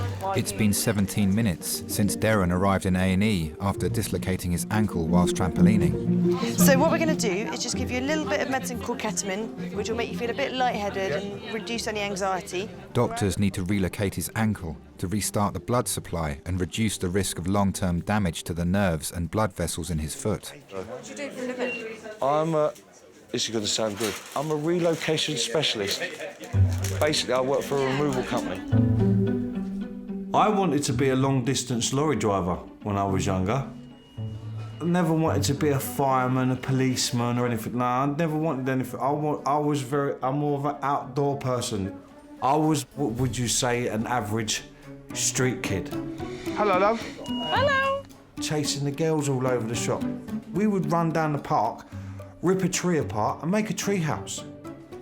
Most of my friends, we always not tried to get in trouble so much, but it did happen every now and then. It just feels like everything, like the muscles are just starting to contract on themselves. Yeah, that's exactly. The body's trying to protect itself by going into spasm. Yeah. Ketamine is a very powerful anaesthetic drug. You can sometimes feel that you're having an out-of-body experience. Well. From the outside, it may seem that you're quite spaced out. You're all right, you're doing really, really well. Nice. Keep your eyes open for me. All right. Wow. What's that? I was always the one on the outside. Wow. But I always used to get dragged into it. I feel like all the little PlayStations now.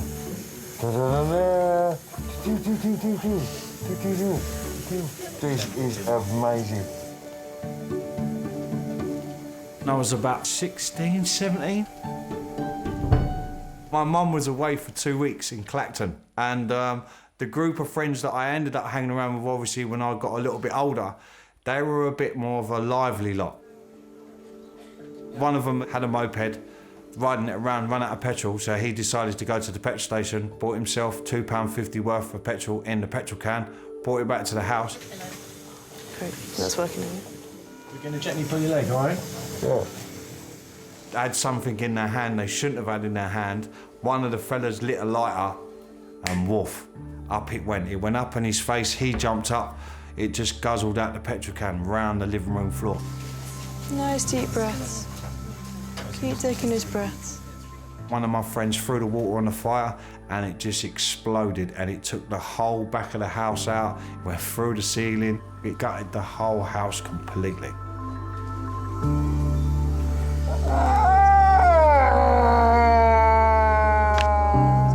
There we are, brilliant. Well done.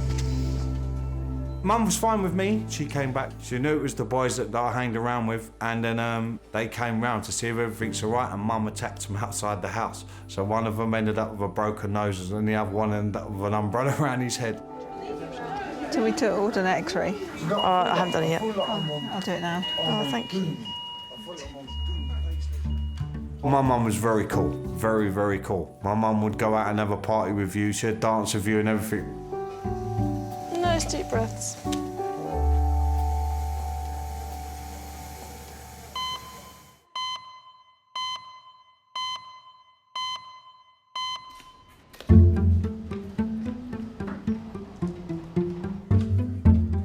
Look at how my thighs are getting big. Okay. No exercise. Don't be training for that 5K. Monica has come to A&E with her son Elston. She has severe pain in her hip and leg. It's coming back. I thought I'd be able to walk out. I thought I'd be able to walk out. Doctors have ordered bloods to be taken to see if there is a serious underlying cause for her pain. Hello. I've got difficult veins. So I have to start apologizing. No, you don't. Veins is so difficult. I remember I had an emergency operation and the anesthesist came out and she said to me, always when you come into the hospital, warm up your hands, warm up your hands. And I said, I want to be cremated because I'm always cold, so I want to feel some heat. Oh, my goodness me. You learned a few things from my mum today. My goodness. When I came here to live, the hospitals wanted nurses. I used to work here. Oh, right. When I was young, I'm 73 now. I went to George's as an agency, and I got the agency job. I love nursing, looking after people. Oh my God. Right, I've found a vein. So, let's see. Good luck, darling. Oh, gosh. It taught me to be kind, because taxis those days were very expensive. Patients going home, they have no money, and I will go and give them. They say, I'll bring it back. I said, no, don't. We've got it. My goodness me. Yeah. She deserves an award. Now, every time you go and get a blood test, you have to think of her name. You have to ask for me, yeah. My goodness. All the nurses used to go to the pubs up here. We used to go here, and their pubs, they know it was the nurses' pubs. When we come, all the chairs were out. Jeez, look at that. We used to go dancing. Gay clubs, listen, we love the gay clubs, and I love the gay men because they are great fun. Well done. I've got 3 full bottles as well. My God. So the vampire doesn't have to come tonight. Yeah. I used to say to my husband, Noel, can't we swap hands? Because his veins was beautiful. Before I met Noel, I've been married twice before. He heard I was divorced, so he came in, knocked the door, and when he walked in, he had denim, and he had the denim jacket. Oh, and I said to him, oh, God, you look sexy. I'm sure he was blushing. And he said, We are going out, so I dress up in heels. I can't walk in heels. He was tall, very intelligent man. Then, a month after, he said, Monica, I'll come here and look after you for the children. Noel was more than a father, especially Elston. Elston wasn't good at maths and things. He would teach him. Which one are you reading? Thriller, crime thriller. Oh, Billy. It's good. I've probably read about 4. I think Noel and I, we started going out. And my God, that's when the racism started with them. We had it from both sides. People used to stop in cars. Why are you with a black woman? These 3 white men, they came out of the crematorium and they said, have you got a light? Noel said, run. I said, I'm not running, I'm going to kill them. And I think they heard and they left us. When we had it at the pub, I decided, I think it's best we break up because I can't take any more, you know. Noel said, Monica, just ignore it. Just ignore it, he said. I asked him to marry me after 7 years. We married for 28, but we were together for 30-something years. I can't explain to anybody this pain. Don't worry. Doctors need to wait for Monica's blood test results to decide on the next stage of her treatment.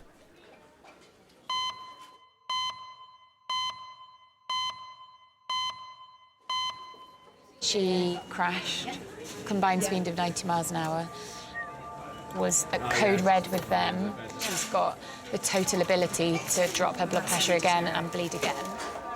Michelle's sons have arrived in A&E. Doctors have received the initial results of her CT scan. They show multiple injuries to her internal organs. Found that she's got some rib fractures on the right-hand side. If you've injured the liver, probably the ribs above it will be injured as well.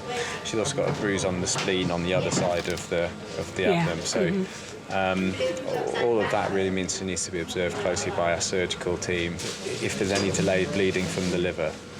And that may develop over the next 24 or 48 hours. Alright. I'm alright when I'm laying still. You seen the car? No. This is you, man. I just remember all the noise.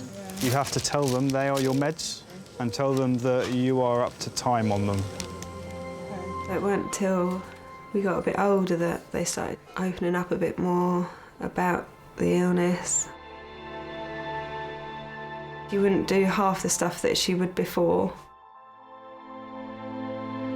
She's got depression, anxiety, split personality disorder. It was like we'd lost a part of her. My dad sort of jumped into my mum's role. He gave up everything to be mum's full-time carer.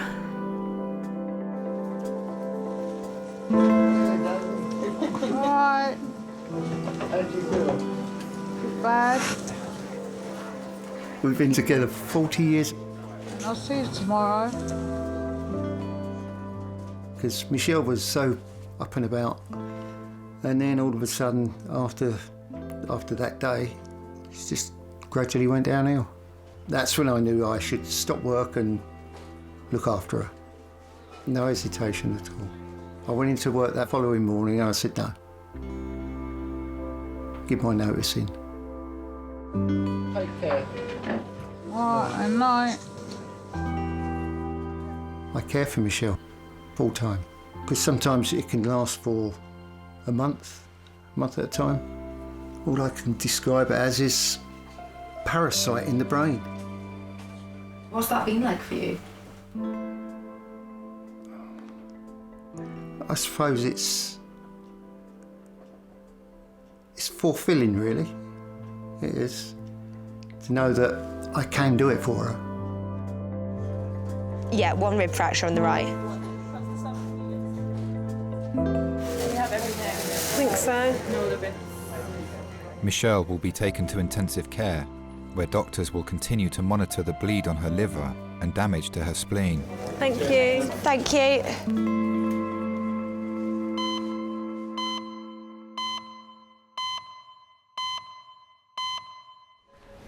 How old are you? 42, man, yes? You guys spring in a step. Yeah, man. It's only a number to me. Only a number. Of course. You're as young as you feel, man. Doctors are awaiting the results of Darren's X-ray after having his ankle realigned. They are concerned that the dislocation may have caused permanent damage to the muscles and nerves in his foot. Hey, how long have you been here? 5 or 6 years now. Wow. Last count. His stepdaughter Billy and daughter Macy have come to see him. I've proper snapped my ankle, love. Oh my God. And it literally went sideways. I've got like a bandage thing around it at the moment, do you know what I mean? It's like a solid concrete thing that runs through from the bottom of your foot up the back of your leg, and then it's wrapped with a bit of foam and then a bit of bandage. All right, I'll speak to you soon. Ta-da. Very close to my mum. We used to love sitting down doing, I can't remember what it's called now. It's not knitting. Was it crochet? I think it is crochet. We used to do them little round crochet things with the little puppies on and things like that. I used to sit there. It used to amuse me. I used to get, what's the word for it? It used to be therapeutic. Darren? Hello. Hello, nice to meet you. My name's Charlie. Hello, Charlie. We'll just do your blood pressure again in a few minutes, Yeah, it's okay? fine, yeah. You feeling okay? No, I'm fine. I'm all good. Woken up? Yeah, I'm there. Just want to get up, want to walk about. My mum was ill for a long time. She was on a dialysis machine for months. The heart started getting weaker, her breathing started getting weaker, and then you could see she was deteriorating day by day by day. Want to sit up a bit? Oh, yes, please. It got to the point where they said, if we do any surgery on her heart's so weak that at the end of the day she might not come back round. And my mum automatically said, if I go, just let me go. Don't try and bring me back, because I don't want to come back, do you know what I mean? Because I'm just going to be sitting there doing nothing. Do you want us to go and get you something to eat and drink? No, have a drink, please. She said to me that night, she said, it's going to be soon, son. That's the only thing that I always stuck in the back of my brain. Got a phone call in the morning from my sister that I knew straight away something was wrong. Oh, wow. She was talking to me the night before, and then the next morning, nothing. So it was, in that kind of thing, it was really, really hard. I just landed once and it just went wrong. But you was rolling around, which made me scared. Very hard for Macy at the time as well, because she was quite close to my mum. So, and in fact, she's telling her when she come back, that was the hard part for me. Is actually sitting down in a room with her and actually telling her at the end of the day her nan's gone. So it was quite hard, very hard. But I dealt with it. I got on with it. My mum meant the world to me. How you doing, you all right? I've seen your x-rays. They look absolutely fine. The reduction's perfect. Got on. Now, what has dislocated is not the actual ankle, it's the subtalar joint. Sometimes when it's dislocated, it takes some bony fragments. Yeah, it can make it a bit more weaker. They can trap inside. Okay, fair enough. So we need to assess the condition of the joint. We need to take another exam. We need to get you through the CT scanner. I want to be completely clear that there's a chance of that swelling up. Yeah. And you might develop what we call compartment syndrome, which is a devastating complication, all right? Yeah. It might lead to necrosis of your foot. We're going to keep him in overnight anyway. Oh, don't do hospitals overnight, mate. Trust me, I can't stay in I it. think that it's a good idea to monitor this leg of yours because the actual joint has been out for at least 2 hours. We just need to get this scan, all right?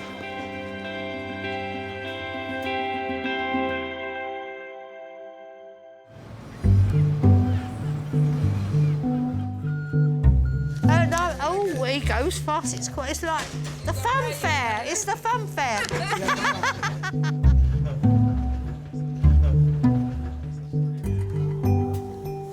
Laundrette, 14th of the 6th. Oh, that's when I went to the laundrette. 14th of the 6th, 16. Up at A&E. Retired nurse Monica came to A&E earlier today with her son Elston. Doctors are still trying to work out the cause of her hip and leg pain.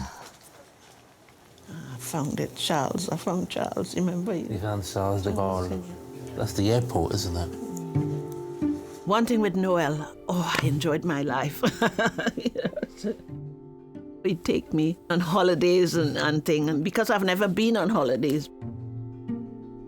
He was my life. He was everything. You know, the last word is the hardest to get. S-A-Y-S. 7 years he died now, so... But I miss his intelligence. Found it. Doctors have received Monica's blood test results. So we've had a look into your blood results. I don't think that there is something which you should be worried about in terms of an infection. And what we are planning for you is to go to the CDU in terms of how, and of course, how you mobilize yourself. And they will also have a discussion about how you're going to manage things back home and if they can help you with that.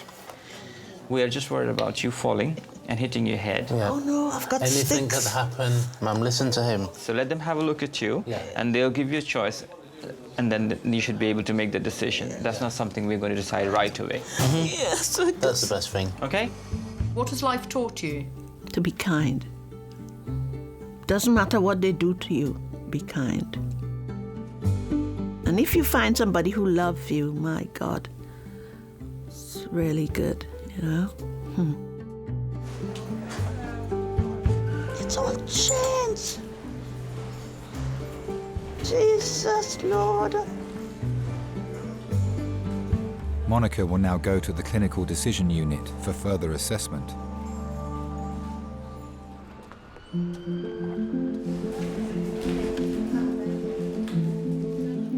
Hello, mate. So I'll take you for a CT scan, all right? Oh, now already? Yeah. Time waits for no man. Doctors need to scan Darren's ankle to see if the dislocation has caused any disruption to the blood supply that would put his foot at risk. When my nan died, he was there to help me. We're very close. I know a few of my friends' dads and they're not that fun. They wouldn't go out and do what my dad does. Yeah, sorry, Chris. Cheers, Charlie. Yeah, I have a reminder on my phone to ring him at 7 o'clock every day to know how his day's been. Oh, do you want to go and sit back in the room now? I'll be back in a minute. I'm just going to have my scan, but I didn't want to leave all the stuff in the room. I've pulled the curtain closed. I'll be back in a sec. After my mum passed away, it was a bit hard for me at time. I did lock myself away for a little while, so just like keep myself in the room. I didn't want to know no one. Oh. Hello? I'm just going for my scan. And after a while, it took me a couple of weeks to get round to used to the idea, and then just come out and just went back to my normal self, and then just always remembered at the end of the day, it's always in the back of my head. Do you know what I mean? The memories that I need to have are up here. Right, we're going to do this scan of your ankle, OK? Yeah. Darren will be kept under observation until doctors have the full CT scan results and can rule out any long-term damage to his foot. Are you happy if I stand down? Yeah, thank you. When you've had a loss, you learn to appreciate things, your time that you have, and you know, you realise suddenly that they're not always going to be there. Their family is really important. You know, life's pretty tough, so you need all the people around you that love you to support you through that, to also enjoy the things that you enjoy as well, and to kind of appreciate things. And everything's much better to, you know, everything positive in your life is so much better to do it when sharing it with someone or people than doing it by yourself. That's why Christmas is always better than birthdays.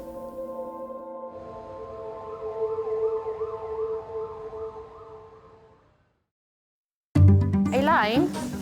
Oh my God, You remember Elaine? Yes, I remember the face, if nothing else. Yeah. Monica. I always remember you doing nights. Yeah. Always chatting up the fellas, she was.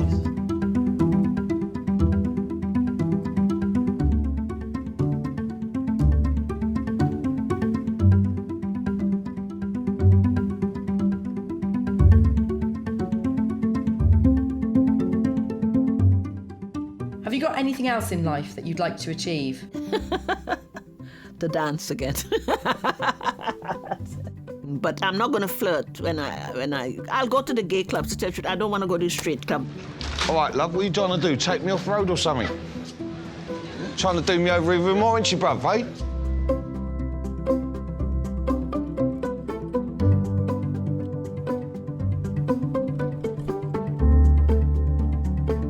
Never look on the negative side, always look on the bright side. I always look at the bright side of life, always.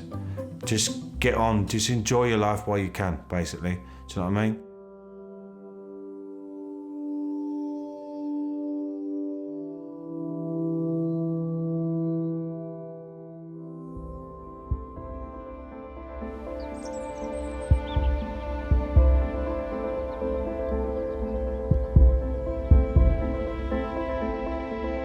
I was there every day. I think the whole time she was there, I missed 1 or 2 days. It meant a lot to her.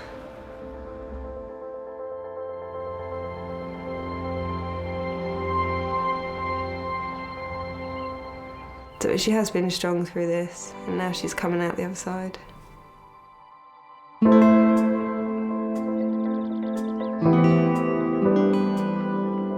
We keep saying that we're going to start swimming again. We will. Michelle means the world to me. She's just everything I've got. He's always there for me. He always has been there for me. And I think he'll always be there for me. So I've got you into a hassle. Into a hassle? A fox. Your heart rate's gone up. Well, I told you. ever since you came in. St George's. Adult male trauma call in 8 minutes. The whole road was cordoned off. There was, 2 ambulances. And then you just see him lying there.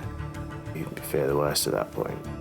Sometimes, even with the best care in the world, we can never get people back to the point where they can live the life that they lived before.